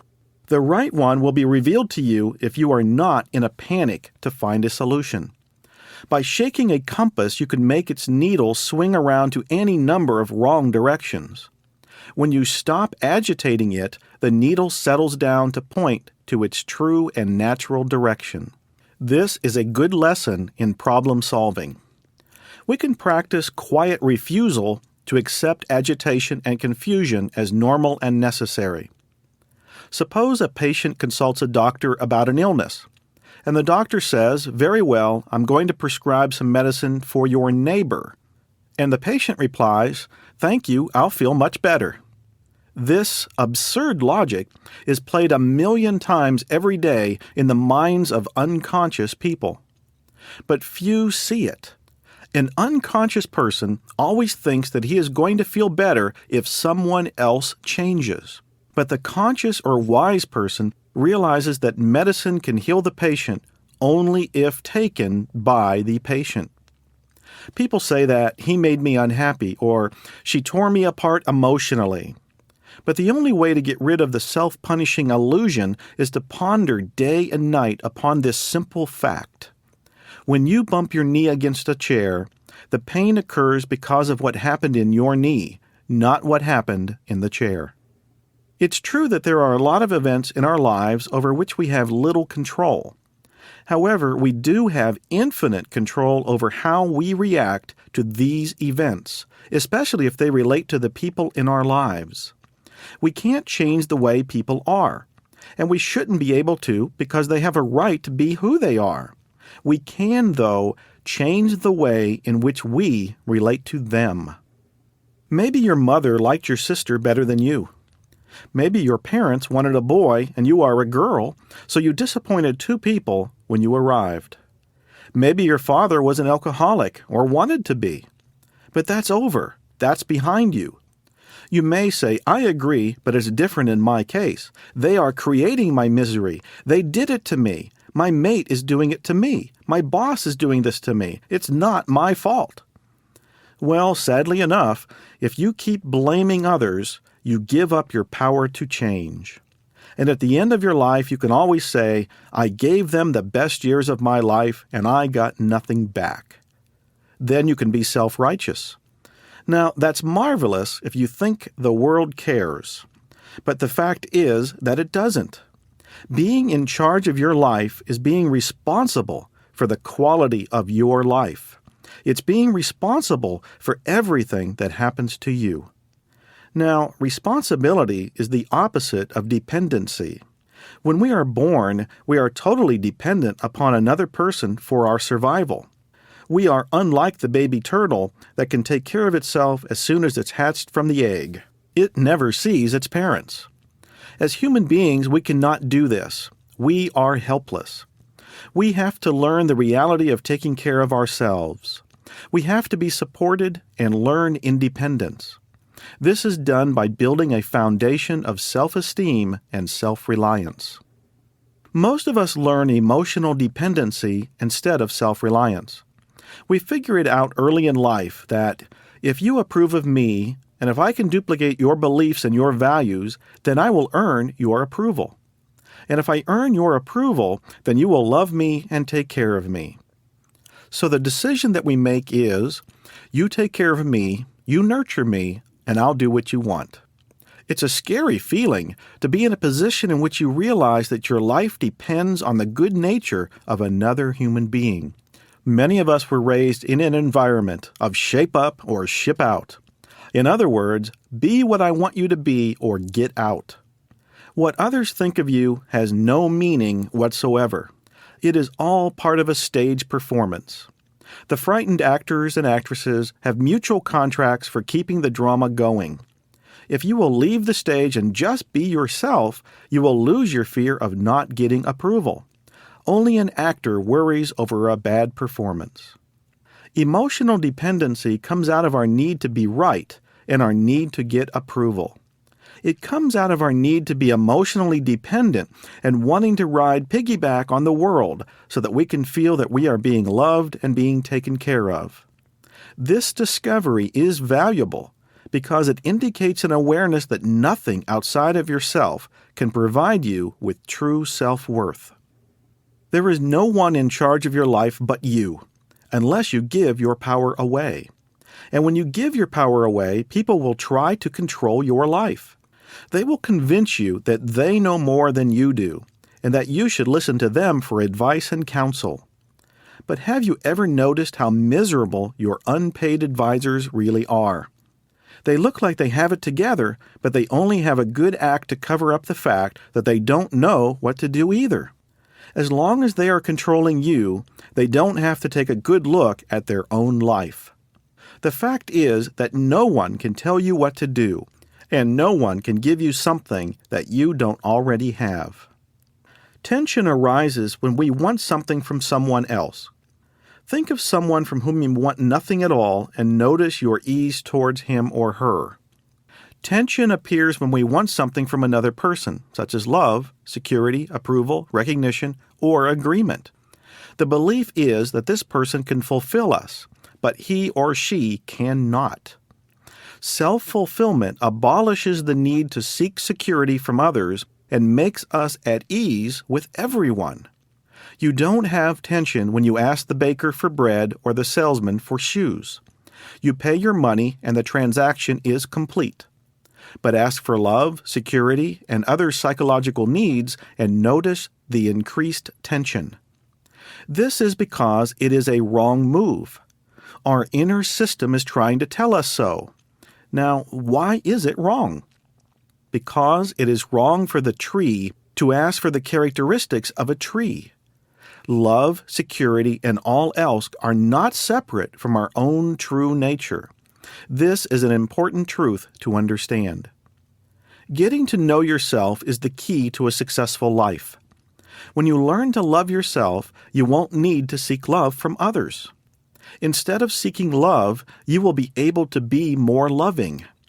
A person who knows how to love cannot be controlled. If you do not want anything from anyone, you cannot be exploited, because there is no place that anybody can get to you to control you. When you desire from another, you can be a scary individual. Some people will have difficulty relating to you because they can't buy you. This is the true road to self-reliance. Sometimes we are frightened to be all that we can be because it upsets other people. We say, well, I don't want to hurt them. But understand this. People use the phrase, "don't hurt me," as a way to get you to continue to do what they want you to do. They say things like, "How can you leave me all alone?" Or, "How could you do that?" Or, "How could you hurt me that way?" People try to manipulate you by saying, "I can't make it without you. You are the cause of my happiness," and so on. But the truth is, you don't hold someone else's happiness in your hands, and no one holds your happiness in their hands. When you are being yourself, you run the risk of rejection, and the more you fear rejection, the more you will seek approval. Risk rejection at every opportunity, and this will free you to be yourself. Learn from rejection, not from acceptance. Start in small ways to risk rejection. Risk rejection of your favorite ideas while watching quietly how it affects you. This type of observation breaks down the walls of limited thinking. Observation is one of the most powerful tools for self-transformation. Observation helps us to be more conscious of our lives. What does it mean to be more conscious? It means to see things as they really are, not according to personal preference, imagination, or borrowed beliefs. The chief barrier to consciousness is the delusion that we're already conscious. Admitting that we are not fully conscious is the first thing we need to do to get out of this trap. When we admit we may not know everything, we open the door to increased knowledge and solutions to our problems. There are numerous studies that show that no one is too old or too young to change their beliefs, concepts, values, or pictures. Most of the suffering in life comes from trying to change outer circumstances before changing our inner beliefs. Actually, you can change anything about yourself quite quickly. All you have to do is give up the belief system that says that it takes a long time to change. Most of us treat our TV sets better than we treat ourselves. When our TV needs adjusting, we make the necessary adjustments so that we have a clearer picture. Most of us need periodic readjusting and reshaping. This is what a creative person has to do from time to time. Remember, you are the most important creative activity in your life, and no one can treat you better than you are willing to treat yourself. You can tell a person 100 times that he needs to change his beliefs, but nothing will happen until that person tells himself the very same thing. This point is reached when the suffering becomes unbearable. When he has run out of hiding places, he will gladly exchange false beliefs for reality. This point is frightening at first because he must give up his old beliefs and everything that is familiar and comfortable to journey toward the giant question mark. And sometimes this creates acceptable anxiety. Keep in mind that anxiety is part of you. It is not bigger than you are. It is only one of your feelings. You have many feelings and you are bigger than any of them. The first twinge of anxiety is a tip-off for us to pay attention. It's a signal. Don't run away from it. It's a feeling that we are most tempted to ignore or evade. After all, anxiety can be uncomfortable, so the temptation is to pretend that we are not feeling it. Besides, most of us have been told not to be scared. But you can never be more grown up than when you look at your anxiety and take charge of it.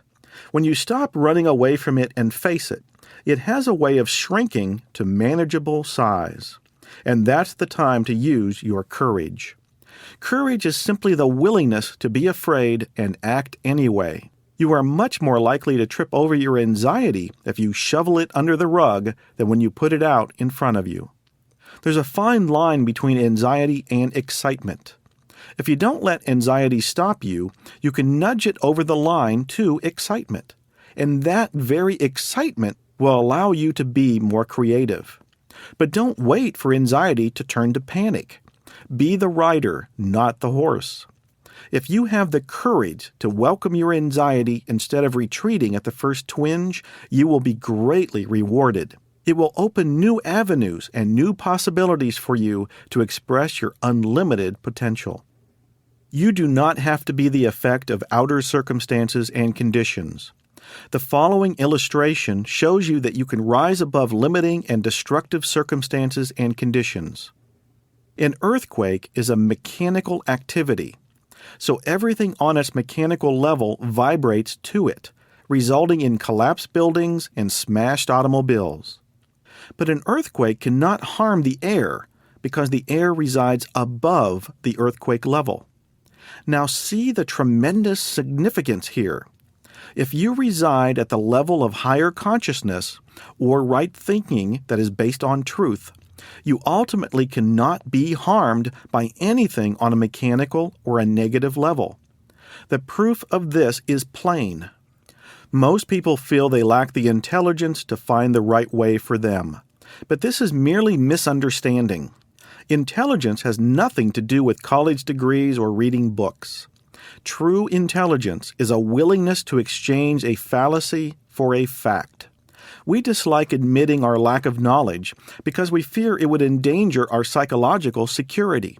But we fail to see that our reluctance to change does the very opposite. Instead of providing security, it keeps us insecure. Do not fear uncertainty. There is never anything to fear in uncertainty. It's quite possible to have 1,000 uncertainties and not have a single fear. There are so many bewildered people who say they don't know what to believe. Not knowing what to believe is the key to freedom. Most belief systems are a combination of superstition, gullibility, and mental laziness. Actually, you don't have to believe in anything but yourself because you are one with all-knowing intelligence. If you will give up your old beliefs, you will be open to new ideas that will greatly enhance your life. We simply need to find, to see, and to know. A ship that's tied to a dock cannot explore the land, and a person tied to a belief cannot see anything beyond the belief. As the saying goes, if you see, you will do, because there is no difference between the two. A scientist understands what it means to be a scientist because he is one. Likewise, we understand the truth by being it. To know about the truth is not the same as being one with the truth. To know about it is to have a mental knowledge only. To be one with it is to be the truth itself, with no separation between the knower and what is known.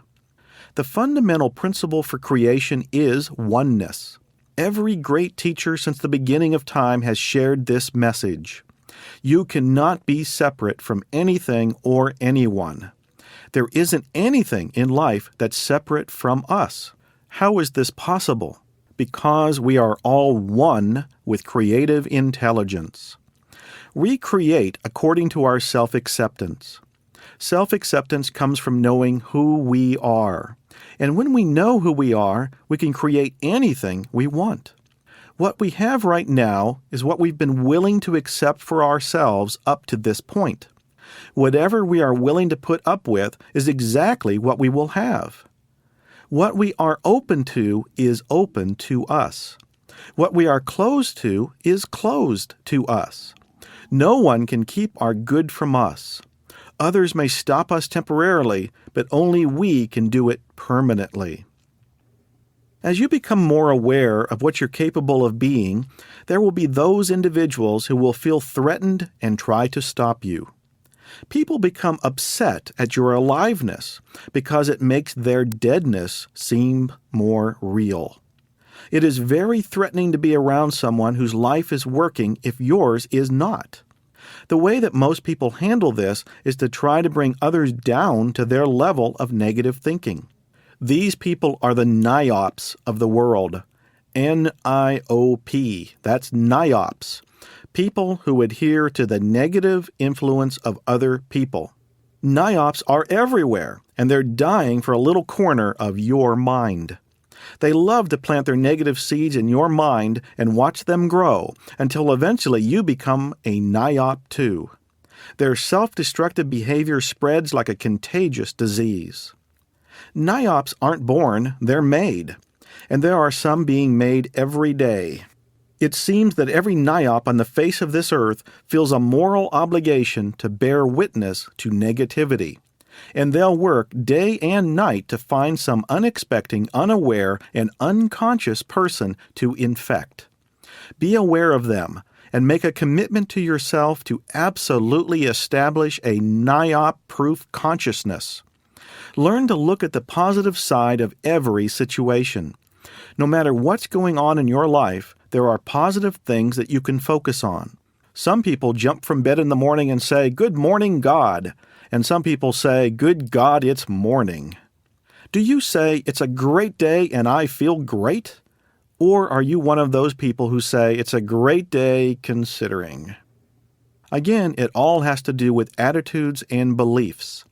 Our beliefs keep us from achieving what we would really like to achieve. For example, if my ultimate belief is that I'm fat, notice that I keep believing that way. And as long as I keep believing that way, I keep getting fatter. When I challenge my beliefs and accept that I'm a slender person, then my beliefs will be the very thing that will support me in losing weight. People say, "I've tried, heaven knows I've tried, but why is it that everything that I do fails?" Then they say, "I'm going to try one more time," and that doesn't work either. Why doesn't it work? It doesn't work because they haven't set up the proper condition of belief that will allow them to go where they want to go. They haven't looked to and believed in where they were going. They're not concentrating on where they want to go. Instead, they are focusing on where they don't want to go. Most world leaders talk about what we should be doing or what we shouldn't be doing. But rarely does any of them step up and take a look at the overall goal to see where we are and where we want to arrive so that we will know the proper pieces to put in the puzzle. This brings us to an important question. What is your ultimate goal? In other words, what do you really want? Now, please pause here for a minute. It may seem like a small thing, but if you don't know what you want, there's no way for you to begin your journey. The solution is to acknowledge what you really want and go for it. Can you articulate what's important in your life? If you can answer this honestly, you are off to a good start. And as you do this, please treat yourself with kindness and respect. Don't put yourself down if you haven't been living the life that you really want. What you have done in the past has nothing to do with what you would like to do in the present. Respect the life that you've been living, even though you might want to change it. It's all part of loving yourself. Suppose you want to know what Hawaii is like, so you ask several people who have been there. One person tells you about the beaches, another about the mountains. A third tells you about the people that live there. While this is helpful, you want to know more. So you take a trip to Hawaii and you see Hawaii for yourself. What you see when you get there is not the same as what you have heard. This illustrates your own inner thinking process. Others can advise you, but only you know what to do. You must yearn to see for yourself, and what you see for yourself becomes yours. The way to do something is to simply start doing it. Remember what we discussed earlier. You don't need details about how to do it. Just start. Someone once asked me what I thought was one of the most destructive behavior patterns a person could have. There are many serious and self-destructive forms of behavior, but I would have to say that blind obedience tops the list. To me, the most dangerous thing in the world is teaching people to do things without thinking for themselves. This mentality caused the death of millions of Jews in Nazi Germany. What the world needs more than anything else are people who question. Learn to challenge everything, even question what I've just said. Never doubt your wants. The only way that you are ever going to know if something is right for you is to experience it. If not, you will find out and make corrections. It is my opinion that at the moment of your death, you will not be as sorry for the things that you have done as you will for the things that you wanted to do but never did. When you decide your destiny, oftentimes the tape in your head will play, and the tape will say, "What will they think? What will they say?" Well, guess what? It doesn't matter. As I said in the beginning of this section, in 100 years, no one will care. And the interesting thing is that the other people are not as interested in our lives as we would like to believe. While you are worried about what they're thinking, they're wondering what you're thinking about them. So it is a neurotic trip that we can bypass. When you do not understand why people act as they do, try to see life as a drama in which the actors and actresses are following a written script with monotonous precision, never questioning their parts. If heartache is written into the scene, heartache will always be there as long as the players follow the script. But life is not a fixed drama. It only appears so because we don't question the roles that we are playing. The way to change the role is to change the script, and you can rewrite the script if you don't like the part. Before we end this section, we want to remind ourselves that nothing or no one can stop us from creating the life that we want, that the who or what that stops us is ourselves and our own limited beliefs. Make a decision right now that you are open, responsive, and receptive to new ideas and beliefs that will support you in getting to where you want to go, and that you are willing to give up anything that limits you in any way.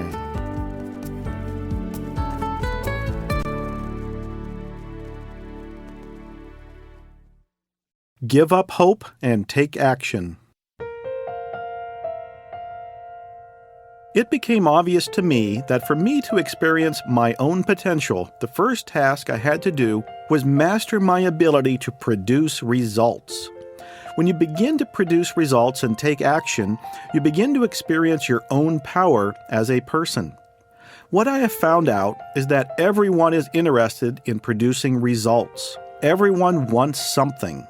If you don't have what you want in life, there is no way you can be truly happy. You can deny it.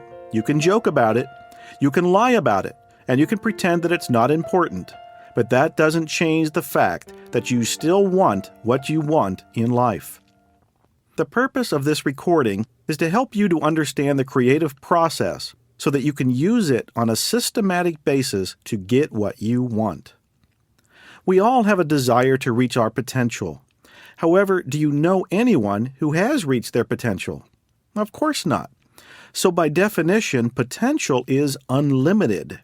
You will never reach your potential. No matter how successful you are, there is always going to be this little voice in your head that says, you could have done better. No matter what you do, it will seem like you could have done better or you could have done more. Before I realized that I would never reach my potential, when this little voice spoke to me, I reacted with disappointment. No matter how much I accomplished, it seemed like it wasn't enough. I was always focusing on how much better it could have been. When I realized that there is always going to be something more or better, I learned to relax and just enjoy the trip, to be thrilled about the experience rather than being tied into getting there. It helps to understand that you will always be able to do more and have more. The most important thing is the trip, not the destination. In life, if you achieve goals because goals are the most important thing to you, you've missed the point. A goal is only an excuse to play the game. You will not experience who you are by reading about others or watching others succeed at what they do. You only experience who you are by producing your own results. The more results you produce, the more you find out who you are. There's a perfect spiritual concept of who we are that already exists in the universe as the truth, but we're subject to the law of our choice. What goes on in our lives is usually not in accord with this perfect model. What happens in our daily life is not based on the perfection of the universe. It's based on our choice. We choose our reality. So, what are we going to choose? If in the past we have chosen sickness, lack, limitation, or unworkable relationships, we don't have to settle for that today. We can have it all, and it doesn't take a lot of effort and work. If we think it takes a lot of effort and work to get what we want, then that's what our life is going to be about. The idea that it takes effort and hard work to get what we want is just another false belief system. All that is necessary is to apply the principles discussed in this material. While that may seem like a lot of work, the systematic application of the principles discussed in this material is actually less work than not applying them. It's more work to create poverty, disease, and disharmony than it is to create health, harmony, and abundance, because perfect health, harmony, and abundance are the natural order of things. Simplified, we can boil it down to this. Choose what you want and believe you're going to get it. Remember, your subconscious is hooked up to the main computer or the universal subconscious. So your mind is set up this way. Decide what you want and believe in your ability to get it, and your subconscious will take care of everything that needs to be done to get it. It's as easy as that. The problem is that we are fooled by the simplicity of it. We are conditioned that life is more complicated than that. Again, the idea that it is difficult or complicated to create what you want is just another false belief system. You can't get started until you know what you want. So if you are not sure, once again I urge you to choose something, but just get started. If it's the wrong thing, you will find out and then you can make corrections. But you must be specific. Affirm the specific thing that you want to be, to do, and to have, and when you start handling what needs to be handled, your subconscious will observe the shift from theory to practice and will support you in getting what you want. If you don't know what you want, here's a little hint that may help you. You may be so completely out of the habit of thinking for yourself in an active way that when you ask the question, "What do I want?" you seem to draw a blank. If you put it to yourself the following way, it might come out differently. Ask yourself, "What would I like to see happen?" This might be easier for you. When you put it this way, your subconscious won't feel threatened by an impending change. Then it's not such a big step from what you would like to see happen to what you want. This in turn can prepare you for the big question, which is, what can I do to make this happen? Impulsive action does nothing to add to your strength. Strength comes from knowing what you want and making a decision. All it takes is learning to trust yourself. Once you learn to trust yourself, you will begin to listen to yourself, even if your first impressions seem to be crazy or odd. That's the way original thinking has to appear at first. So take a chance and turn a new idea over in your mind. Play with it, and you will find it fascinating. And out of a little idea can come the most meaningful and important thing in your life. Many of us spend our whole lives waiting for our ship to come in. Then, if it does come in, we're too scared to unload it. The sensation that life is passing us by is a very real sensation for most of us. We have all at some time in our lives experienced the feeling that the world is moving forward without our involvement, and that it will continue on after we're gone. In an effort to throw ourselves back into the mainstream of life, we frequently establish hurried and ill-defined goals. Most often these so-called goals are not written down, but just floating around in our heads as a vague idea. We haven't accepted at the subconscious level that we already have what we want. Jonathan Livingston Seagull said, "The way to get there is to know you've already arrived." The paradox is that we must accept that we have something before we can have it. You see, in the one universal mind, it is already a reality. Our acceptance takes it from the realm of the universal mind into our physical reality. The important thing after you've accepted that whatever you want is yours is to release it with no expectations. Expectations are the exact way you think your goal has to come to you. Just accept that what you want is yours. Remember, whatever you want wants you. But be careful with your expectations. Don't get locked up into one channel, whether it's a person, place, or thing, that you think will be the channel for your desire. Allow all the channels to be open. Never close off any one channel. When accepting what you choose to experience, the forces within your life and your desire become a reality. I realize that this may not be simple to understand, but it's the way the universal creative mind works. Without an end picture, you will walk around without purpose and direction, and you will get caught up in all the little things that happen in your life. Then, if someone slams the door in your face, it becomes a catastrophe. When you take a look at the completed picture, everything that happens in your life will serve you in getting to where you want to go. Once you've established where you want to go, you have to give up everything you know about getting there. That doesn't mean you don't take action. Unfortunately, because of our past experience with problem solving, we tend to handle things in the same way we've been handling them for years. Creative intelligence, however, always knows the perfect way to bring about our desires. It will guide us only if we are willing to give up our old beliefs about how things must work.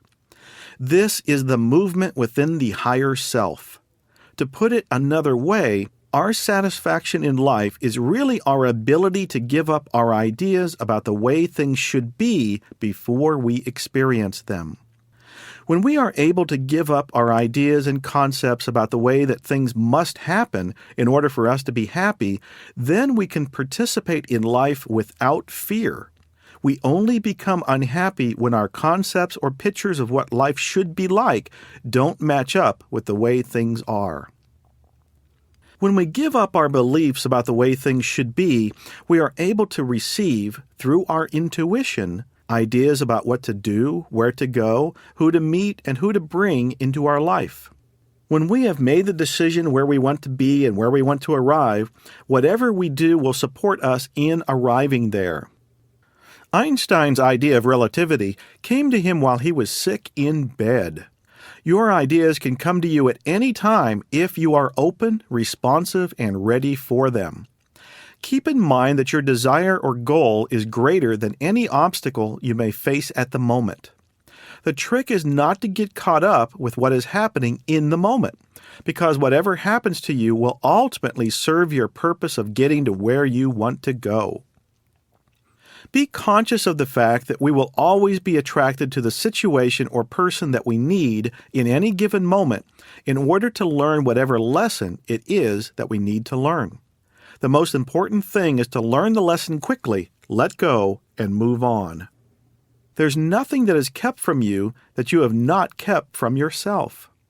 The thing that you desire is already yours, but by now you should already know that. If there is any barrier between you and what you desire, that barrier will be revealed to you and you will be able to dissolve it. Whatever you need to know in order to get where you want to go will be revealed to you. You set the forces in motion within yourself once you've made the decision of what your ultimate goal will be. So allow whatever it is that you need to know to come up from your subconscious to your conscious mind. The right course of action is always revealed to you if you will trust your own judgment. Studies in human behavior show that people tend to seek out surroundings they feel comfortable with. Once an individual's attitudes are developed, that individual will find an environment in which his attitudes and beliefs are accepted and his current belief system is reinforced. What this means is that if we don't make a conscious decision to change what is not working in our lives, we are going to stay in the same type of mental environment that we've been living in for years. If beliefs are causing us pain and suffering, then why don't we change them? Why haven't we done what needs to be done to have exactly the kind of life that we want? It is because we've been programmed to fear change. We are addicted to certainty. We would rather be certain we are miserable than to risk being happy and satisfied. We are programmed to always look for security and survival, and we are also programmed to fear the unknown. Making a decision says something about you. It's also true that not making a decision says something about you. So don't get hung up on the end of the pendulum swinging back and forth between yes and no. Giving yourself such a conflict means you are avoiding change. And like any obsession, excessive conflict is a cover-up. The yes and no of the conflict is a distraction to keep you preoccupied so that you do not pay attention to something else. The something else is usually, what will they say? Or, what if I make a mistake? Change involves dealing with the unknown. It involves going from the familiar to the unfamiliar, and it involves risk. If you changed your job today, how would you feel? Supposing you've just taken a job that provided a higher salary, more chances for advancement, and better working conditions. Wouldn't there still be some doubt, fear, nervousness, and insecurity regarding the change? Most likely there would. You see, even when change is positive, we have anxiety. The difference between successful people and unsuccessful people is how they handle change. Successful people have anxiety too, but they don't get immobilized. Unsuccessful people let their anxiety immobilize them. Successful people still have anxiety, but they rechannel it into creativity. Start to look at change as a friend instead of an enemy. Take it with you and allow it to work for you instead of against you. Each one of us is climbing the ladder of life, and each rung has new opportunities and new obstacles. You may be familiar with the Peter Principle that states that eventually each one of us rises to our level of incompetency, then we stay there because we do not have the ability to continue. I don't believe that's true. I think it's because of our fear of change that we stay stuck, because we don't reevaluate and reprogram ourselves to adjust to change. We just stay where we are, which is just a little bit over our heads. The Peter Principle infers that we have limited abilities. But the truth is, we cease developing our abilities because of our fear of change. In the growth process, you will make many mistakes. You've been programmed since childhood to look at your mistakes. What you've been taught to do is to concentrate on what isn't, what should be, and what could have been. We've been brought up with a belief system that says we should constantly judge ourselves, evaluate ourselves, and see if we are doing it right. We end up judging ourselves so harshly that we quit producing results because we are afraid to make mistakes. You and I have been taught to fear the unknown, so we start worrying about what's going to happen 2 weeks from now, 2 months from now, or 2 years from now, instead of concentrating on what is. We are always looking for certainty, and if we can't be certain, we don't move. We allow ourselves to be immobilized. It is because we don't like the unknown. But the truth is that no matter what you do, there's always going to be the unknown. And there's no way to know before experiencing. There's no security between the cradle and the grave. The only security that you and I have is our ability to create and produce results. If we are not tied into the belief that we should not make mistakes, uncertainty won't be a problem. I've made a lot of mistakes in my life, some of them very large. But that's part of the growth process. I plan to make more mistakes, and I'm sure that some of them will be even larger. It helps to realize that an airplane spends 90% of its time in error. We need to take a look at that. If you could see that you can get an airplane from New York to London, even while having been in error 90% of the time, maybe you could be less critical of yourself. Maybe you would allow yourself to be in error. A sailboat cannot get from where it is to where it wants to be by traveling in a straight line. It has to zigzag. So in terms of a true course, it's always in error. What is important about an airplane or a sailboat is that the errors cancel out. Learn this great secret of life, that life is about making corrections. The problem is that most people are highly sensitive about being corrected. The way that we respond to correction is a reflection of our own self-esteem. If you will look at your life, you will see that whatever has happened to you, there was usually a warning sign, but you delayed until the last minute to make a correction. You were probably afraid of making a mistake, being wrong, losing someone's approval, or looking like a fool. Failure, for the most part, is not the result of our lack of ability, but a product of our reluctance to correctly observe, evaluate, and act on the danger signs of a given situation before that situation gets out of control. We are fundamentally no different than an airplane. To be in error means to be off course. What's important is not that we are off course, but whether we make the correction that needs to be made. Most of us don't make the corrections because we are too busy protecting our ego. Most people's failures in life are products of justifying themselves and protecting themselves when they should be correcting themselves. Our willingness not to be in error and not to correct is the source of most of our failures. Successful people are like an airplane. They are willing to live in error, and they are willing to correct. For the most part, the problems that we face are the result of waiting until the last minute to do what needs to be done. What you get out of failure is the experience that you are not okay.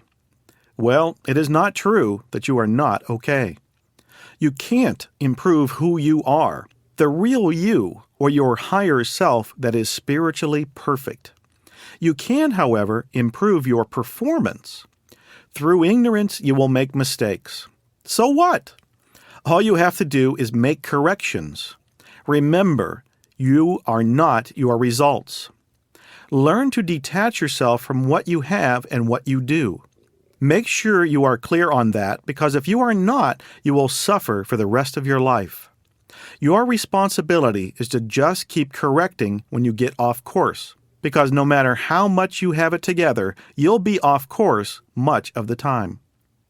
Successful people are people who are constantly busy doing things that they don't know how to do for sure. And that's the adventure of it. They don't know what the future will hold. All they know is that they are committed to a path, and they will do whatever has to be done to get to the next step that gets them to the next step that gets them to the next step, and so on.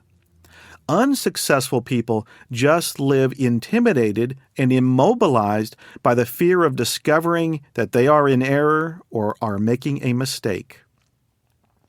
Make a decision once and for all not to be one of these people.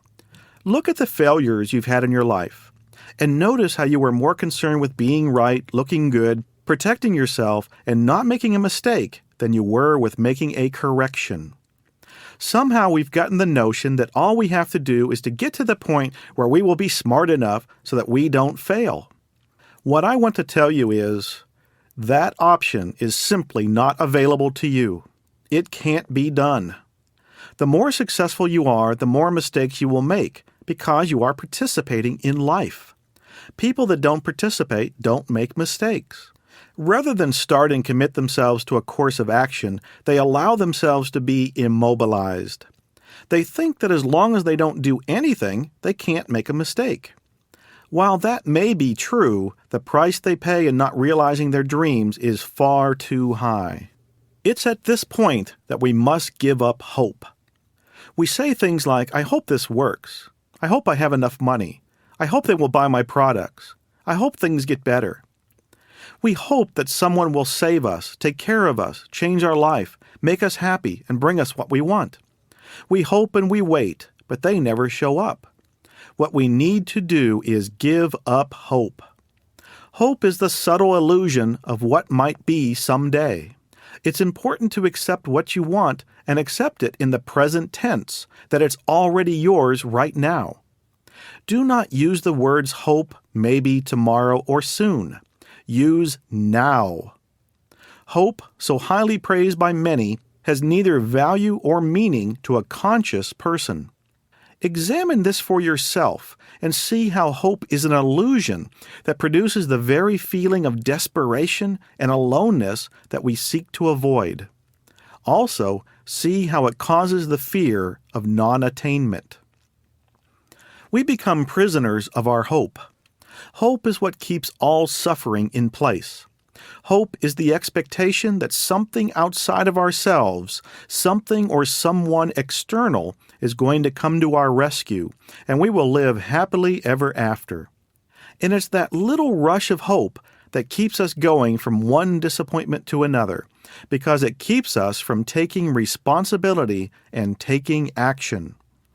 Letting go of hope can be a difficult experience at first, because if we believe that there is no hope, we think, how am I going to survive? The fact that nothing or no one outside of ourselves will save us is the truth. In the beginning, this truth is difficult to accept, but after we have accepted it, something interesting begins to happen. It becomes freeing. We can finally stop waiting for someone or something that was never going to show up anyway. Once we give up hope and stop asking a source outside of ourselves to deliver something that they cannot deliver, there is a dynamic shift in our relationship to life. We begin to choose advancement instead of avoidance, and we become responsible for the quality of our own life. As long as we believe in hope, we are a prisoner of our own hope. It's only when we become hopeless that we will take responsibility for our lives. We want to train ourselves to give up hope and take action. There's only one way that you are going to find out for sure what's right for you, and that's by taking action. You can think about what you want. You can speculate about it. You can gather all the facts and you can ponder the possibilities for the rest of your life. But you will never know for sure until you do it, until you take action. Getting started is difficult sometimes. It's the law of inertia. Any object at rest takes a much greater amount of energy to move than when it's already in motion. The best advice I can share with you is to do something. Make a decision, even if it's the wrong decision. Whatever you do, it will be better than sitting and hoping things will improve. Once you've told your subconscious that you have done everything that you can do, it will take care of the rest. It knows what to do because it is connected to the universal subconscious. Begin by knowing that you have already arrived, that at the being level, you already have everything that you need. You already are a success. You already are healthy. You already are rich. Live your vision, experience unconditional love, and enjoy the magnificence of your own being.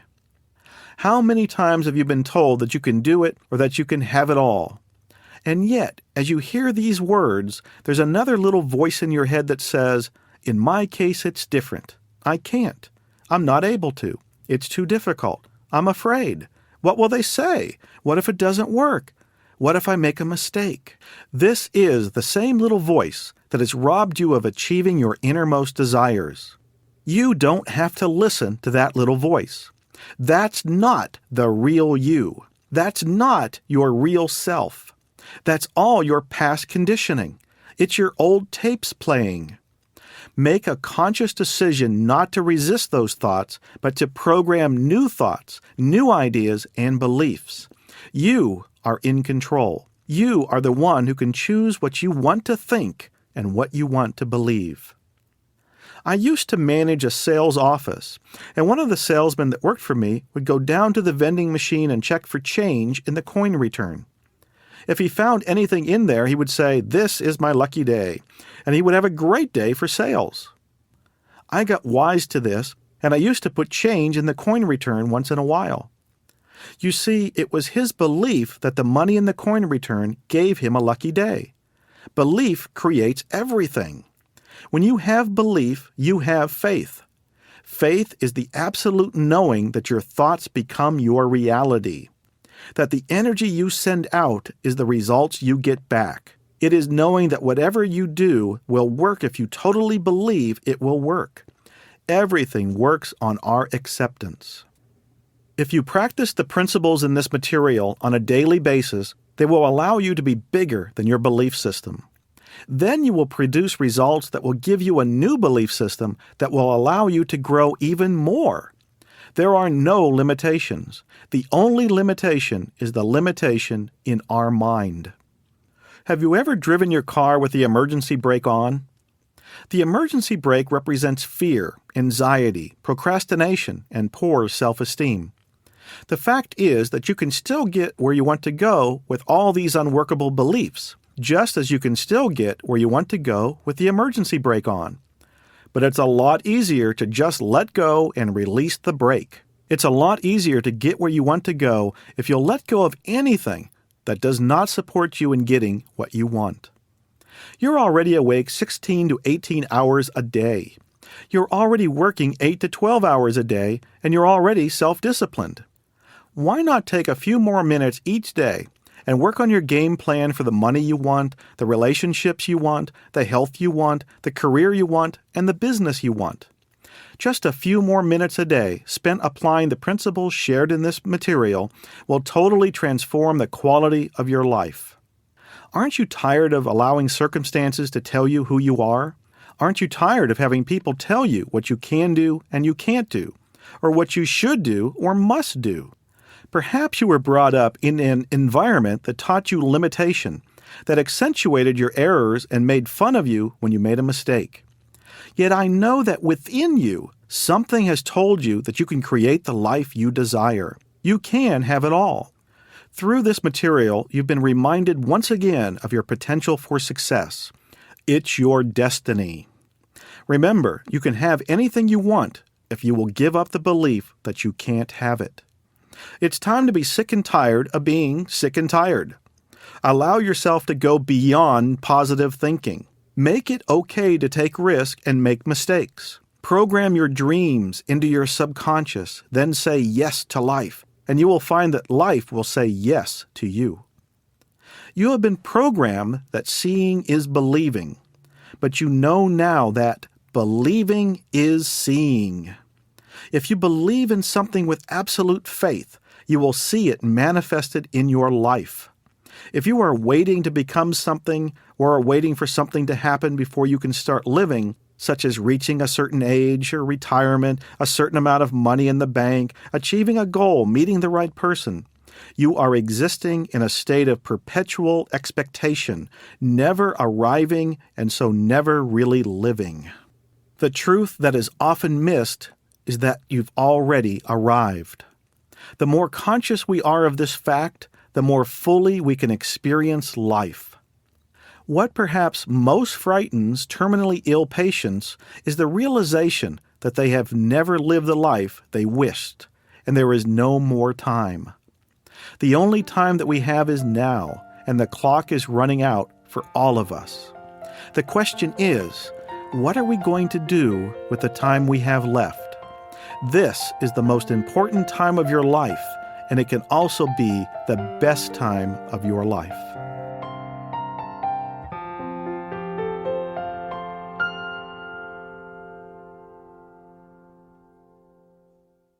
The greatest obstacle to happiness and how to overcome it. Our life is about a string of moments in time. So often we stand in our unhappy now trying to improve a future moment. The problem is that this moment is where we are creating what we call our future. Most people are looking toward a future time for pleasure and a feeling of satisfaction, but very few experience it in the now. Yet now is the only time that exists. What you are being, living, thinking, and feeling in the present moment will determine your happiness. It also determines how much time you spend on worrying about the future. Think of your present moment as your point of power, because it is the only point where you can exercise your full power. For most of us, the present moment exists only as a mental concept. If there is such a place where all the creative forces of the universe come together, how do we know it is the present moment? What evidence is there that this is true? Consider this. All your hopes for the future and even your memories of the past can happen only in the present moment. The present moment is that one point where everything comes together. When does life start? When does it end? When do cause and effect take place? When is it that we meet every challenge? When are problems born and when are they resolved? When do we feel pain? When are we healed? This all happens in the present moment. We have been taught that those moments are separate from each other, but in truth, they all take place in the now. No matter what happens in life, it is always now. Then now. Then now. Always in the present moment. Nothing ever happened in the past. It happened in the now. Nothing will ever happen in the future. It will happen in the now. When you think of the past, it is stored in the mind as a former now. And when you think about the past, when do you do it? You do it now. When the future comes, it comes in the now. And when you think about the future, when do you do it? You do it now. The past and the future have no realities of their own. Their realities are borrowed from the now. Ideologies such as communism, socialism, or any other type of ism, as well as rigid religious belief systems, operate from the assumption that the highest good for all lies in the future, and therefore the end justifies the means. The end is an idea or a point in the mind projected into the future when solutions, whatever form they take, happiness, fulfillment, equality, liberation, and so forth, will be attained. Not infrequently, the means of getting there are enslavement, torture, and murder of the people in the present. For example, 50 million people were murdered to the future cause of communism to bring about a better world in Russia and China. This is a chilling example of how a belief in the future can create a present hell. How does this pattern operate in your life? Are you always trying to get somewhere other than where you are? Are you focused on achieving or attaining or chasing some thrill, pleasure, or excitement? All unhappiness is caused by denial of the present. We think problems are caused by our situations in life, but attachment to the past and future and denial of the now is the real problem. Ultimately, then, there is only one problem in life: not living in the now. You cannot be unhappy and fully present now. It is impossible to have a problem when your attention is in the now. When you live in the now, a situation is either dealt with or accepted now. A problem means you are dwelling on a situation mentally without having a true intention or possibility of taking action now. Perhaps you are seeking answers to your questions or problems. Notice that sometimes you receive your answer, but most of the time you don't. Why? Because you are not in the present moment when the answer arrives. Anytime your mind is out of the present moment, you cannot receive the answer you need from higher intelligence. The answer can come in many ways and at any time, but it will always come in the present moment. If we spend most of our time regretting and living in the past or worrying about the future, we place ourselves out of the present moment, where all creativity and answers take place. Does it make any sense at all to desire, request, yearn, and pray for that which is closest to your heart and necessary to your life, and then not be paying attention when the answer arrives? Our point of power can only exist in the present moment. We create from this moment whether the materialization appears instantly or later as a complex event. However, all creation takes place in the now. If we really understand this truth, we will have an inexhaustible supply of usable energy at our command. It is only our thoughts, attitudes, and emotions in the moment that have power. It is not what occurred to us in the past that will force us on a path that we would rather not be on. It is how tightly we hold on to that past by reliving its trauma and drama in our present moment. When we constantly worry and re-examine the past in order to discover what's wrong with the present, we reinforce the building materials that will create exactly that which we are trying to escape. Understand that in every moment you are sending out a vibrational energy through your thoughts. This vibrational energy is magnetizing and attracting everything to you. If you send out a vibrational energy that you don't have what you want, you will end up with more of the same, having what you don't want. If this is true, and it is, then what could be more advantageous than using this moment to send out a vibrational energy or thought that is in alignment with what you want in your life? The answer is nothing is more important. I am talking about the power of focus. Ask yourself, am I activating what I want in this moment, or am I focusing on something that doesn't allow me to have what I want? Energy is tied into desire.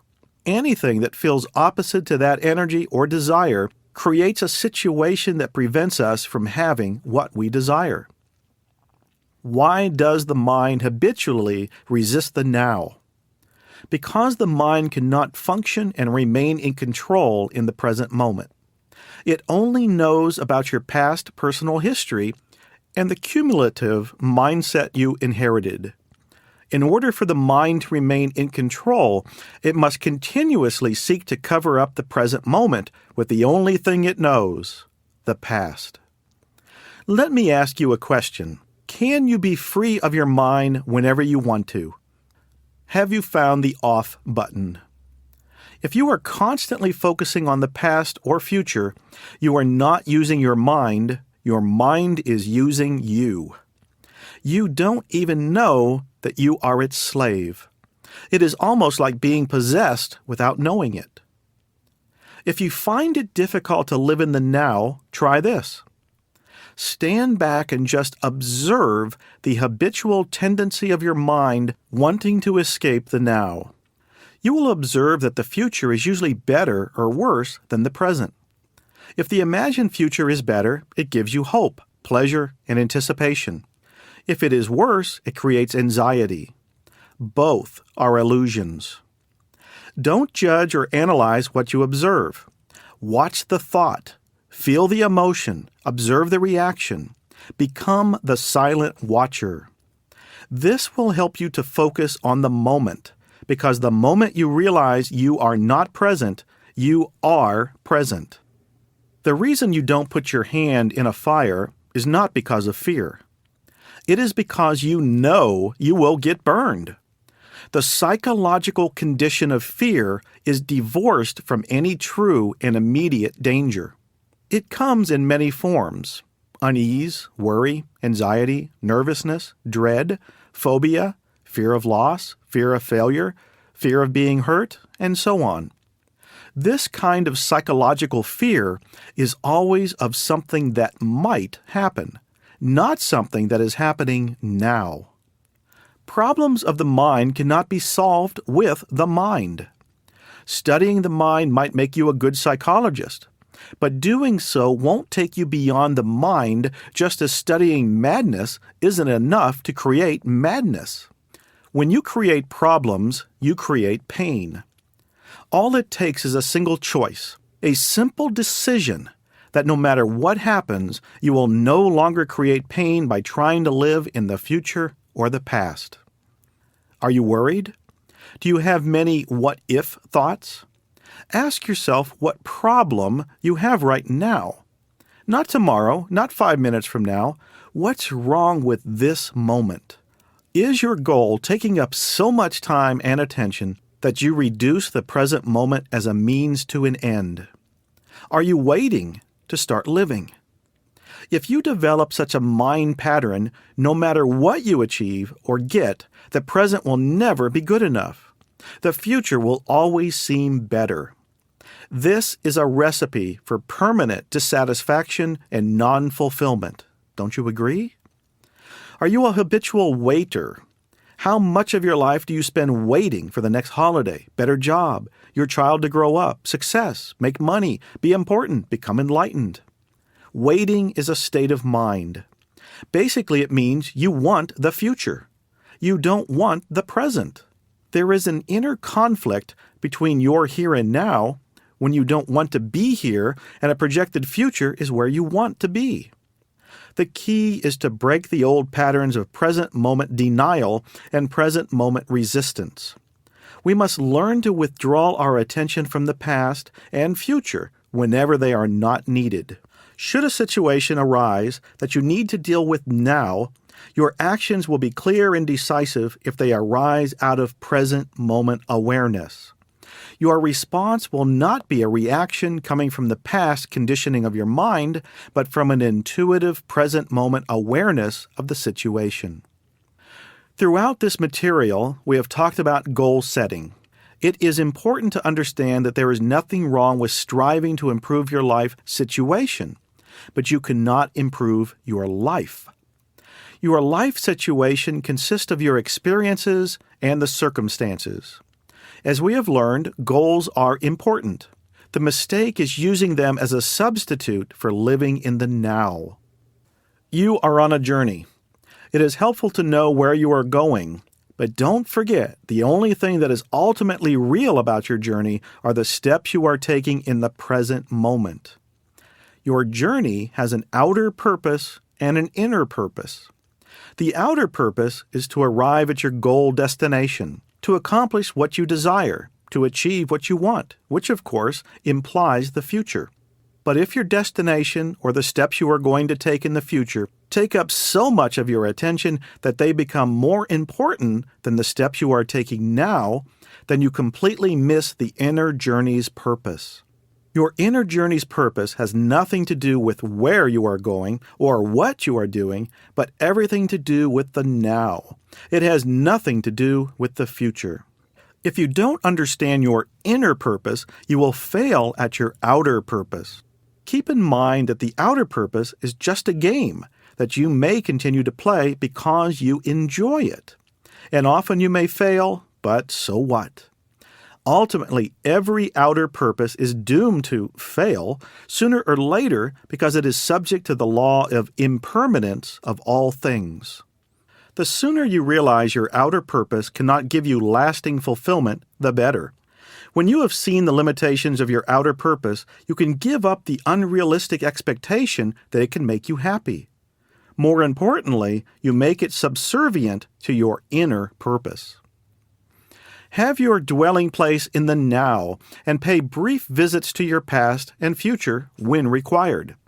Always say yes to the present moment. Surrender to what is and see how life suddenly starts working for you instead of against you.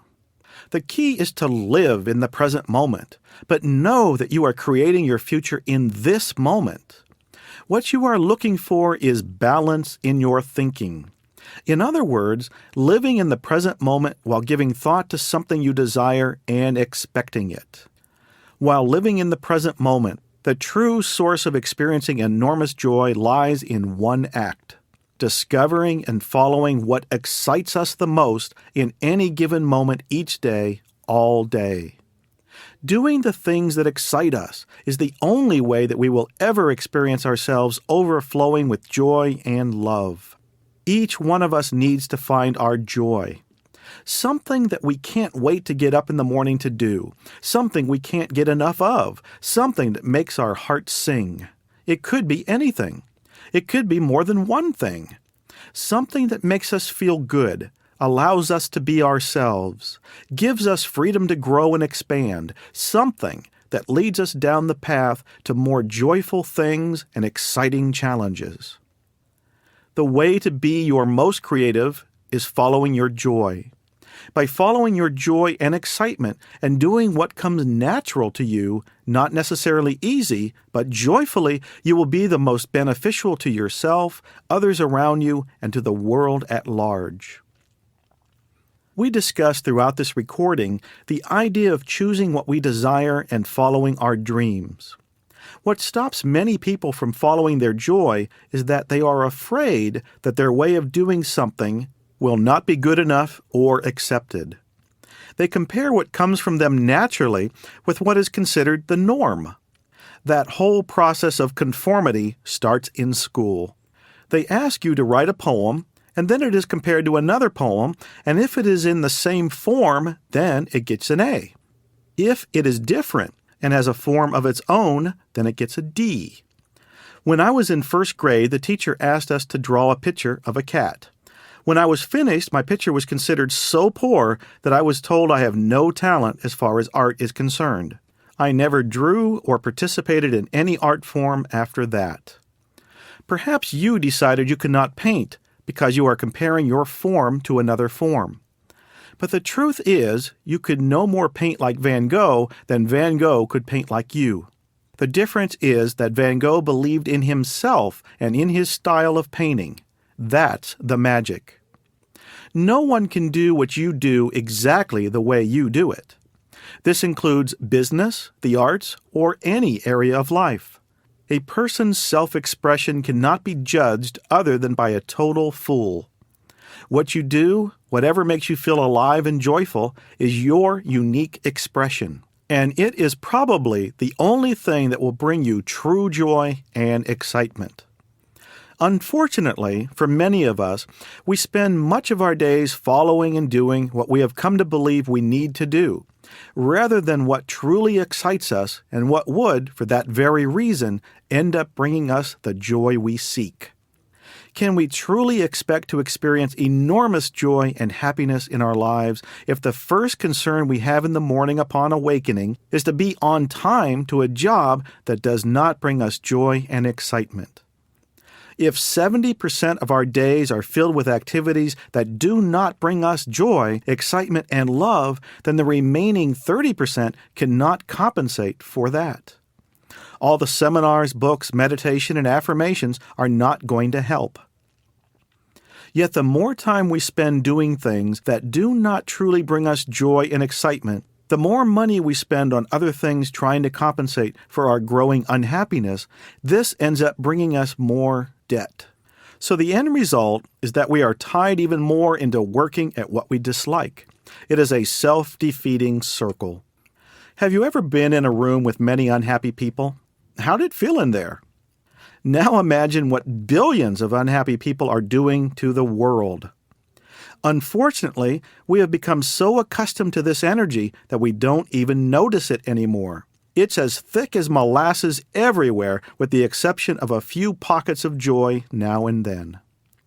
What we fail to understand is when we have billions of people doing things that they do not want to do, it creates unhappiness.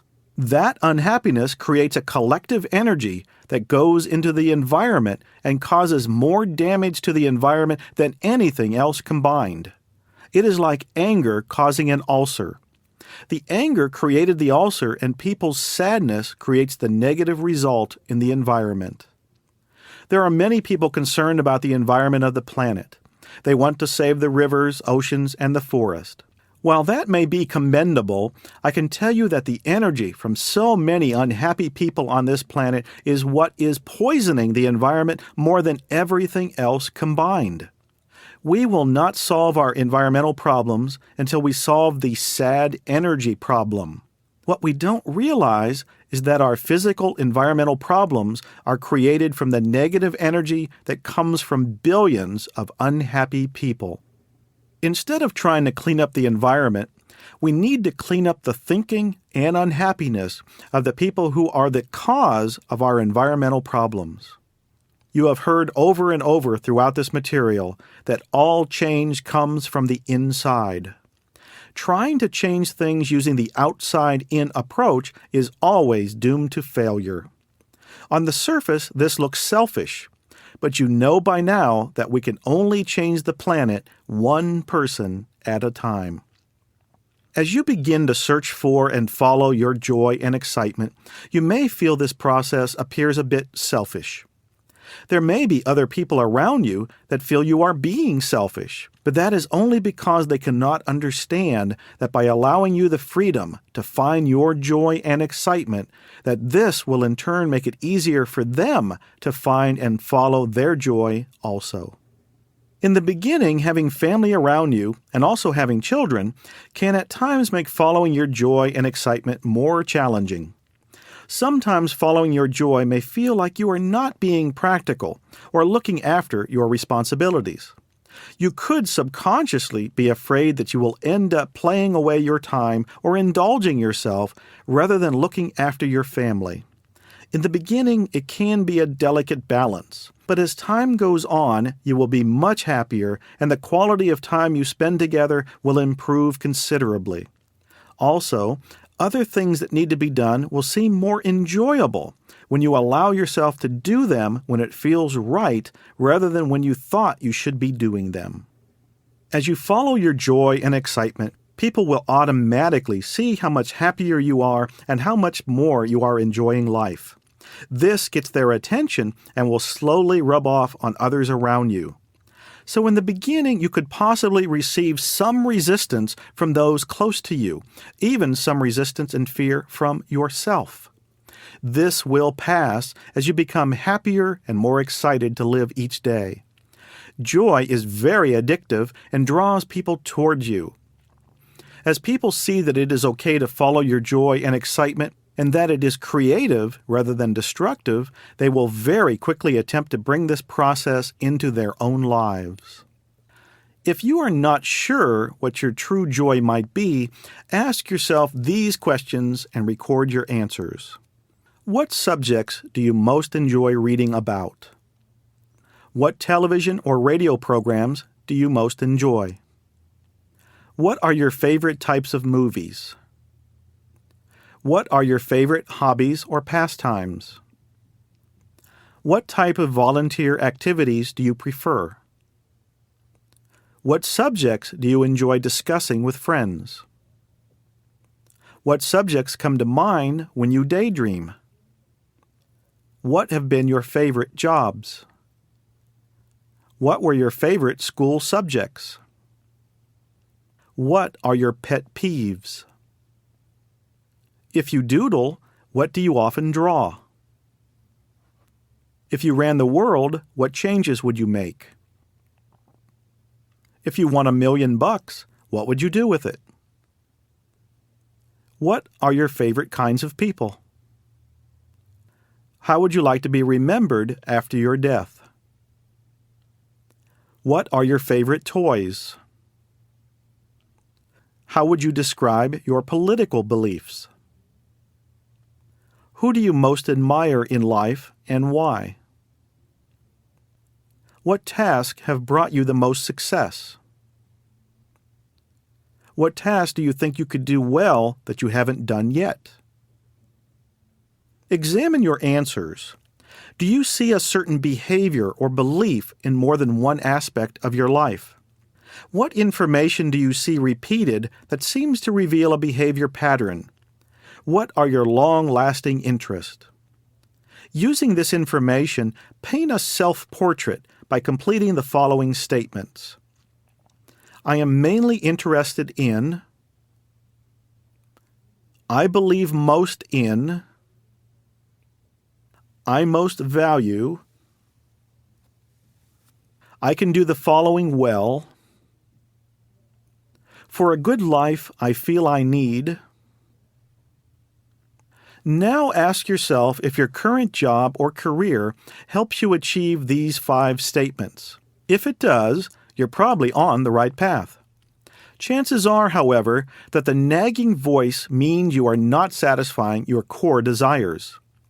If this is the case, then it's time to find a better fit. As you can see, finding what brings you joy and excitement isn't that difficult. Essentially, all it takes is to think about the things that you dream about, the things you think about that you feel would bring you pleasure. After you have done your list, the next step is to remove the things from this list that are an escape from what you are doing. There are a lot of things that we do to escape some of the unhappy situations in our lives. These are not the things that will truly bring us the joy and excitement we seek. Sometimes we do things that have ulterior motives attached to them, and we think we do it because it brings us joy. But if it's really the ulterior motive that we are after, then it is not really following our joy. That's sort of like working at a job that you hate to get something that you want. Although it can work to some extent, in the end, those 8 hours of unhappiness are going to be very hard to compensate for. Remember that if you are working at something that does not bring you joy, you will spend twice as much money trying to buy some happiness, and in so doing, you will need to work even more at what you don't like. Following our joy is not one large step, like quitting our job and spending our days sitting under a tree. That is not following our joy. That is escaping. There is a big difference between following the things that truly excite us and doing things to escape from a life that does not bring us joy. The trick is to find, in the present moment, the things that would bring us the most excitement, and then do whatever we can to follow that excitement, even in the smallest way. This causes a chain reaction that brings us more opportunities to do what we love to do. I think that the hardest time people have with following their joy is trying to make a living and at the same time trying to follow their joy. I have noticed that one of the very first things we fear is our financial concerns. That's why we start off slowly, following the path little by little and letting things build upon themselves slowly. However, I will tell you this. Whenever I followed my joy, it always turned out to be the most financial rewarding thing at the end. When you follow your true joy, wherever that leads you, and even if it changes from time to time, then the details will work out on their own. If you try to work out all the details and debate them to death, you will go insane before you find the right answer. But if you just follow your joy and what brings you excitement, then you will end up doing what is best for you and everyone. Whatever we desire is waiting for us to claim it. You have already learned you do not have to know the details or how to do anything. All you have to do is focus on what you want. I can't take away your fears and doubts, no matter how much I say. You will just need to trust yourself and the power within you that you can truly follow your joy and do things in a way that bring you joy and have it all work out. The greatest obstacle to happiness is not living in the present moment and not following your joy. The solution is to do just the opposite. If you find yourself focusing on the past or the future, remind yourself that the present moment is all there is. And then surrender to what is and see how life suddenly starts working for you. If you put the same amount of effort into finding what gives you joy as you put into going to work at a job you dislike, you will end up with results that will make you think, "Why did I wait so long to do this?" I have come to understand that when we enter this world, we all do so with 2 wings. One is the wing of infinite power. This is your connection with the universe. And whether you know it or not, that wing is flapping by your side, supporting you 24 hours a day, 365 days a year, from now to eternity. The other wing, which you have consciously activated, is the wing of self-effort. This wing has to fly equally as hard as the wing of infinite power. When it does, you will have flight into the world of unlimited possibilities where anything and everything is possible for you. Then, and only then, will you understand how truly powerful you are, and that you have all it takes within you to create what you desire. So follow your joy, whatever it may be, in whatever form it may come. Let it come forth as it may, to be as it may. Let your joy, excitement, and uncensored creativity carve you into the image of the Creator, for the crevices and lines on our faces show not our age, but how much we have dared to be true to ourselves.